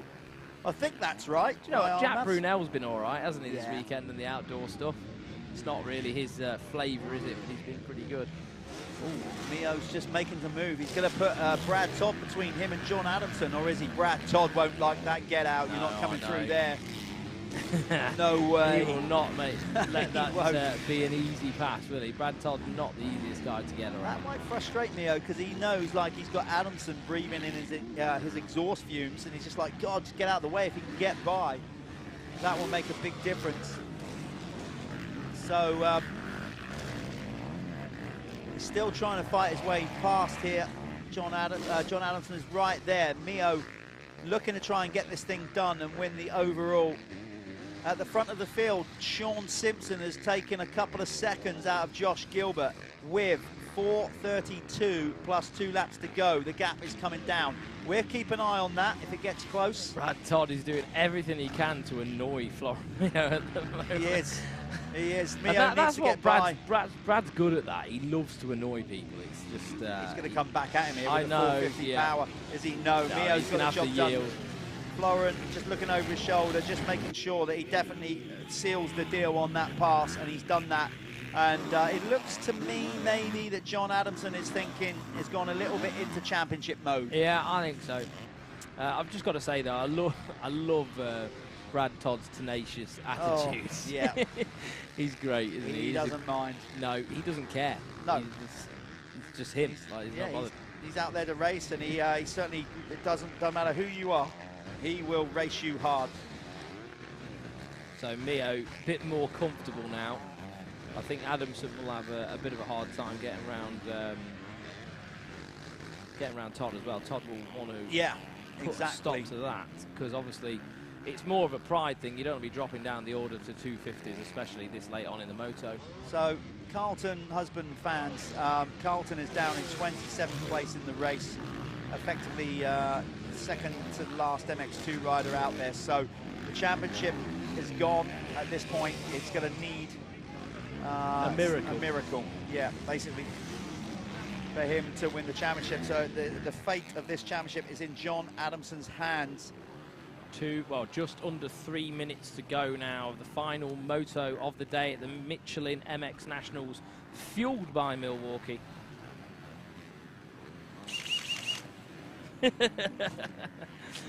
Sorry, they will give me power tools in here to play with. Why would you give me power tools? Yeah. What's a silly thing to do? The only thing I'm happy about is there's no drill bits in it. Then it would get out of hand. Oh, God, he's just found one. Put that down. Come on, let's get it over the line. Okay. We've got 2 minutes 22. Do not be distracted by the Milwaukee power tools. Come on. They are beautiful piece of machinery. They are. Right, they are a good bit of kit, but so is this. What you're watching there, the Par Homes machine. Flow Mio. Flow Mio. Yeah, I'm just gonna. Flow Mayo. Yeah, just gonna abbreviate it now. Just Flow. Going with the Flow. Florin Mio. He's got Adamson back on him though. Yeah, I know. Adamson's had a bit of a second win. Yeah, he's got around Brad Todd, and that could be a big spoiler. So these two are racing actually. Brad Todd and Jack Brunello are going at it, and obviously that counts for positions in the 450. There goes Adamson. He's going to make the move. Ooh, very nearly. Don't go throwing it away now, John. You've done the hard work throughout the series. You need to do it. No, you do not. Neil Prince is there in his hospital bed going, don't you dare. Don't you dare. Yeah. Sean Simpson has got the gap down to 4.859 seconds.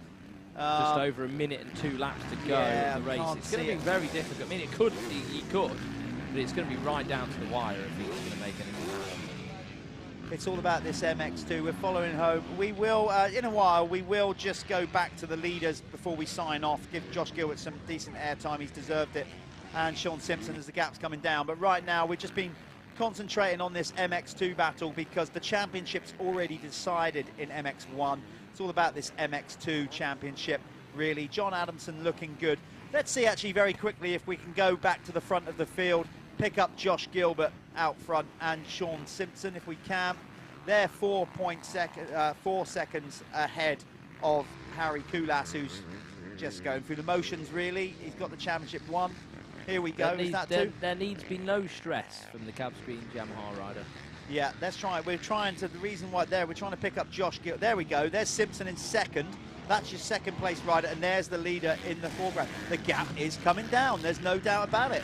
Simpson is pushing on. This is good training for Sean for the MXGP series, as we said. Don't know what his plans are for next year, but if he decides at any point to hang up his MXGP boots and concentrate on the domestic racing in the UK, it would be great to have Sean at all rounds of the Michelin MX Nationals next year. Yeah, I mean, like, the economy is a funny place at the minute, so he'll do whatever's best for him and his family, I suppose. I think the GPs at the minute are probably a bit of a chore. Like, definitely are, with travelling all around. The travelling and the signing of doing all the forms and the COVID tests and this, that, it would, I don't know whether, you've got to weigh up the reward factor. Yeah, you have. You've got to look at that and see where we're at. Especially when we've got quite, you know, a good, like, solid championship now. You know, it's brilliant, you know, especially with all this live feed and everything. They can, you know, get their sponsors out to everybody. Because that's always been what's missing with British motocross racing, I think. Absolutely. Since we lost it from the TV. Plenty of exposure. We're just trying to find, there he is, John Adamson. He is the championship leader in MX2. He's not leading the race by our reckoning. There's the leader in front of him, Mio. The gap's come down to 3.9 seconds at the front of the field between Gilbert and Simpson, but with 2 to go. It's going to be 2 to go next lap around, or they might have even got the 2-lap board then. I think they did. I think Josh Gilbert has already got the 2-lap to go board, so he's got to be sensible and bring it home.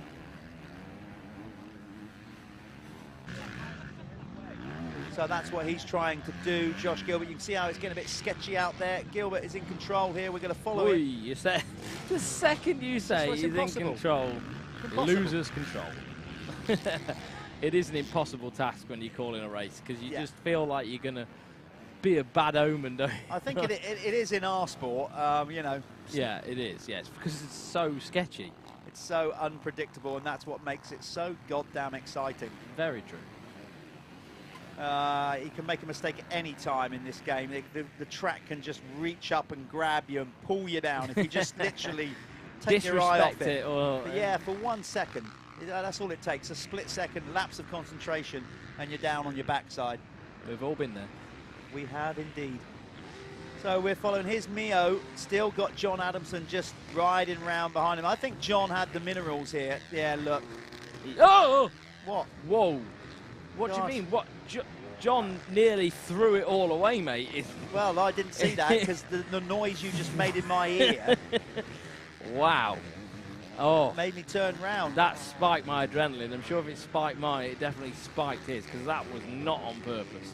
Well, maybe just because he took his eye off the ball a little bit, and that's what we're on about, how quickly it can all change if you don't concentrate. John, here we go. Look. So he has a look around. He thinks, I'm just taking it steady.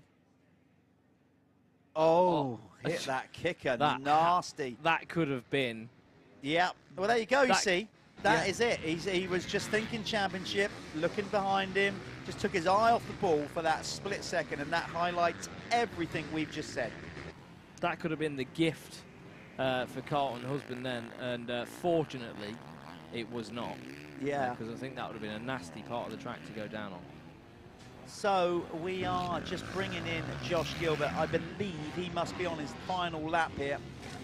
We haven't seen the one-lap board. It's positioned. We can't see it quite from the cameras. But Josh Gilbert, going by the time on the screen, 28:40 on the race length time at the minute. So that would indicate to me that he is on his last lap. It was Sean Simpson with the Keck's fastest lap in this motor with a 1:56.802. I think they was a bit quicker in the first moto, weren't they? I think they were 1:52s. Yeah, the track has got considerably rougher since then. But Gilbert, this is going to be great for Josh Gilbert. He felt disappointed with himself last round at Landrake when he hit that false neutral, threw it away. Could have gone for the overall there. We got a load of kids and everybody up on the gantry cheering riders on. But what he couldn't get done at Landrake last week, it looks like he's going to get done here. And what a great way for Josh Gilbert to end his rookie year in the 450. Missed so much racing with that ACL surgery. Here he comes back. He's going to take the overall. Like big relief. Oh, yeah, look at that. You can see it. He's made up. It's an overall race win this weekend, round 5, final round for Josh Gilbert.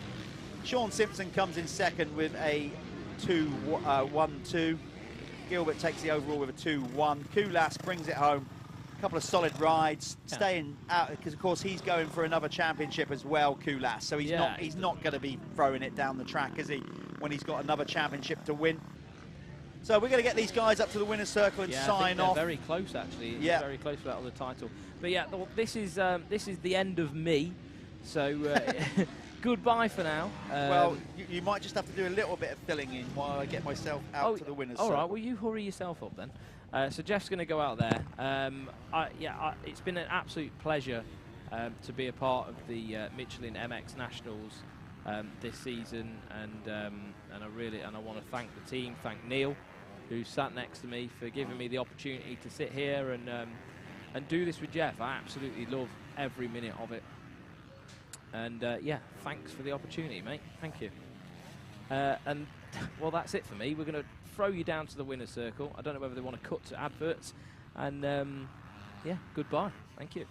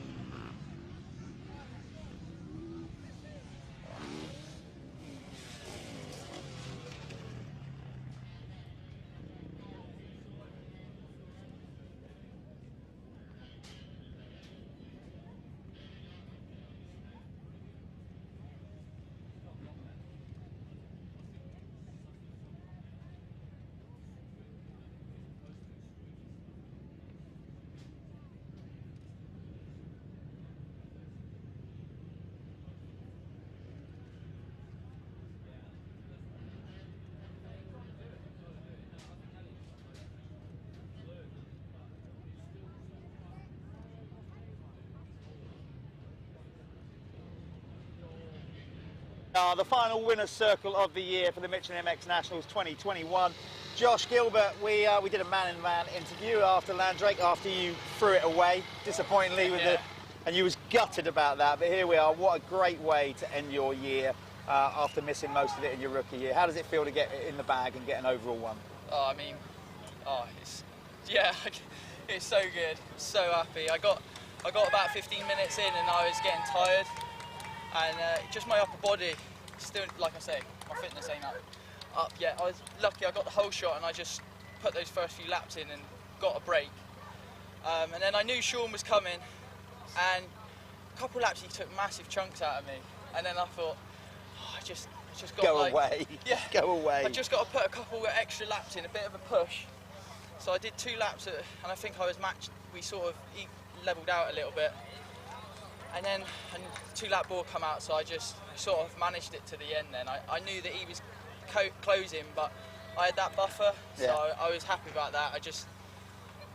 I can't wait until I'm fully fit, and then. Well, what a great, like I said, what a great way to end. You know, in your rookie year, you didn't get a full season in, but you'll be able to take that momentum into the off season. So we're going to see you hopefully back here next year, going for a run on the championship.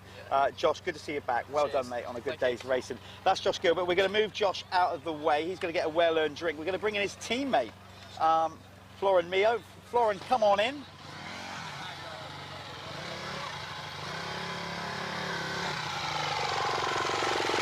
Park it up there, dude. I'll get closer. There you go. God, your bike's hot. I can feel the fan. I can see the fan working on his radiator there. Florin, what a good weekend you've had. Straight ribbon winner, and now the overall. How was that out there today? It looked like a tough track, second moto. Yeah, it's a very good weekend for me. Yesterday I win. Today I win. It's very good. Good second moto. The track very rough and very physical. But I'm okay. I have a good feeling in the track. I have a good preparation physical.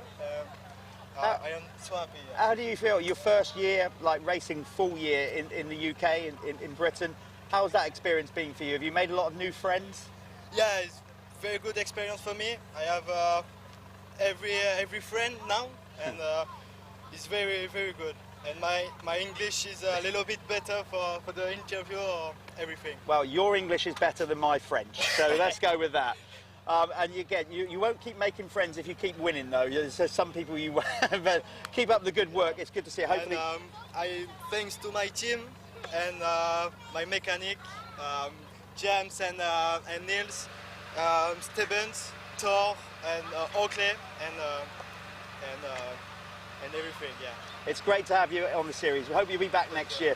There you are, Florin Mio, the overall winner here at round 5. Let's move you out of the way, Florin, because we are going to get now the championship winner in. We're going to get him in. Let's move you out of the way. You can start the bike up again. We're going to get in the MX2. Let's bring John down. Can we get John down?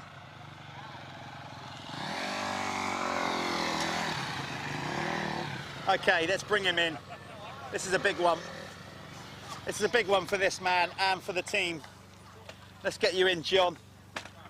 That's it. Put that bike on display. Your team have been impeccable.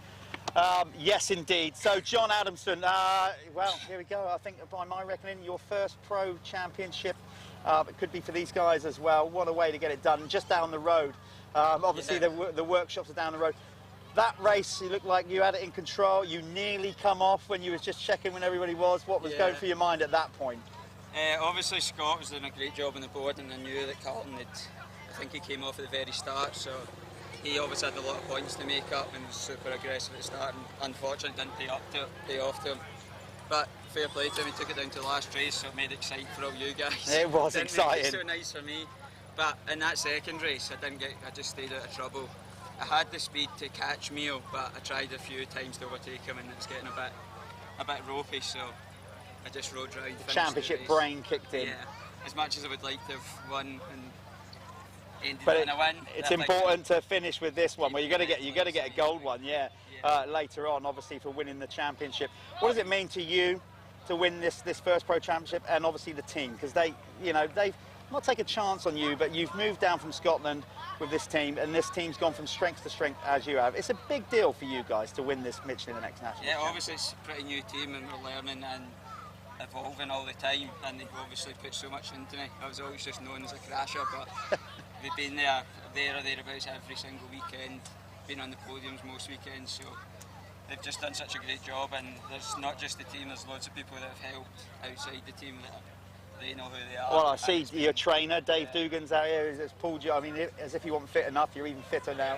Yeah, it's just been a great experience, obviously, and that's just a cherry on the cake to wrap the first title up. Obviously, we've got a few more races and other championships. Hopefully continue this into the next ones. Well, you'll be starting next year with a gold or red plate on. You go get yourself a well-earned drink. It's been great. Everybody, give it up for John Adamson, your MX2 Pro National Champion here in the Michelin MX Nationals. Well done, John. Great stuff. We'll get you out of the way. He's going to go and get a well-earned drink. I'll move that out of the way. So that's us, folks. Basically, we are done. John's going to go back to his crew and get a well-earned drink. Luckily, I didn't get covered in champagne like Callum did. You can hear the crowd in the background. Great stuff. Thank you for joining us this year with the Michelin MX Nationals powered by Milwaukee. Hope you've enjoyed the live stream, obviously free of charge. We'll be back next year with loads more of that, loads of new ideas. We're going to sit down now and try and develop this series further. Got some cool ideas, hopefully, we're going to roll out for next year. Thanks to all our amazing sponsors, all listed behind me, Michelin Milwaukee, all you guys that make it possible, all our team, the medics, the staff, everybody, the marshals that make this series what it is.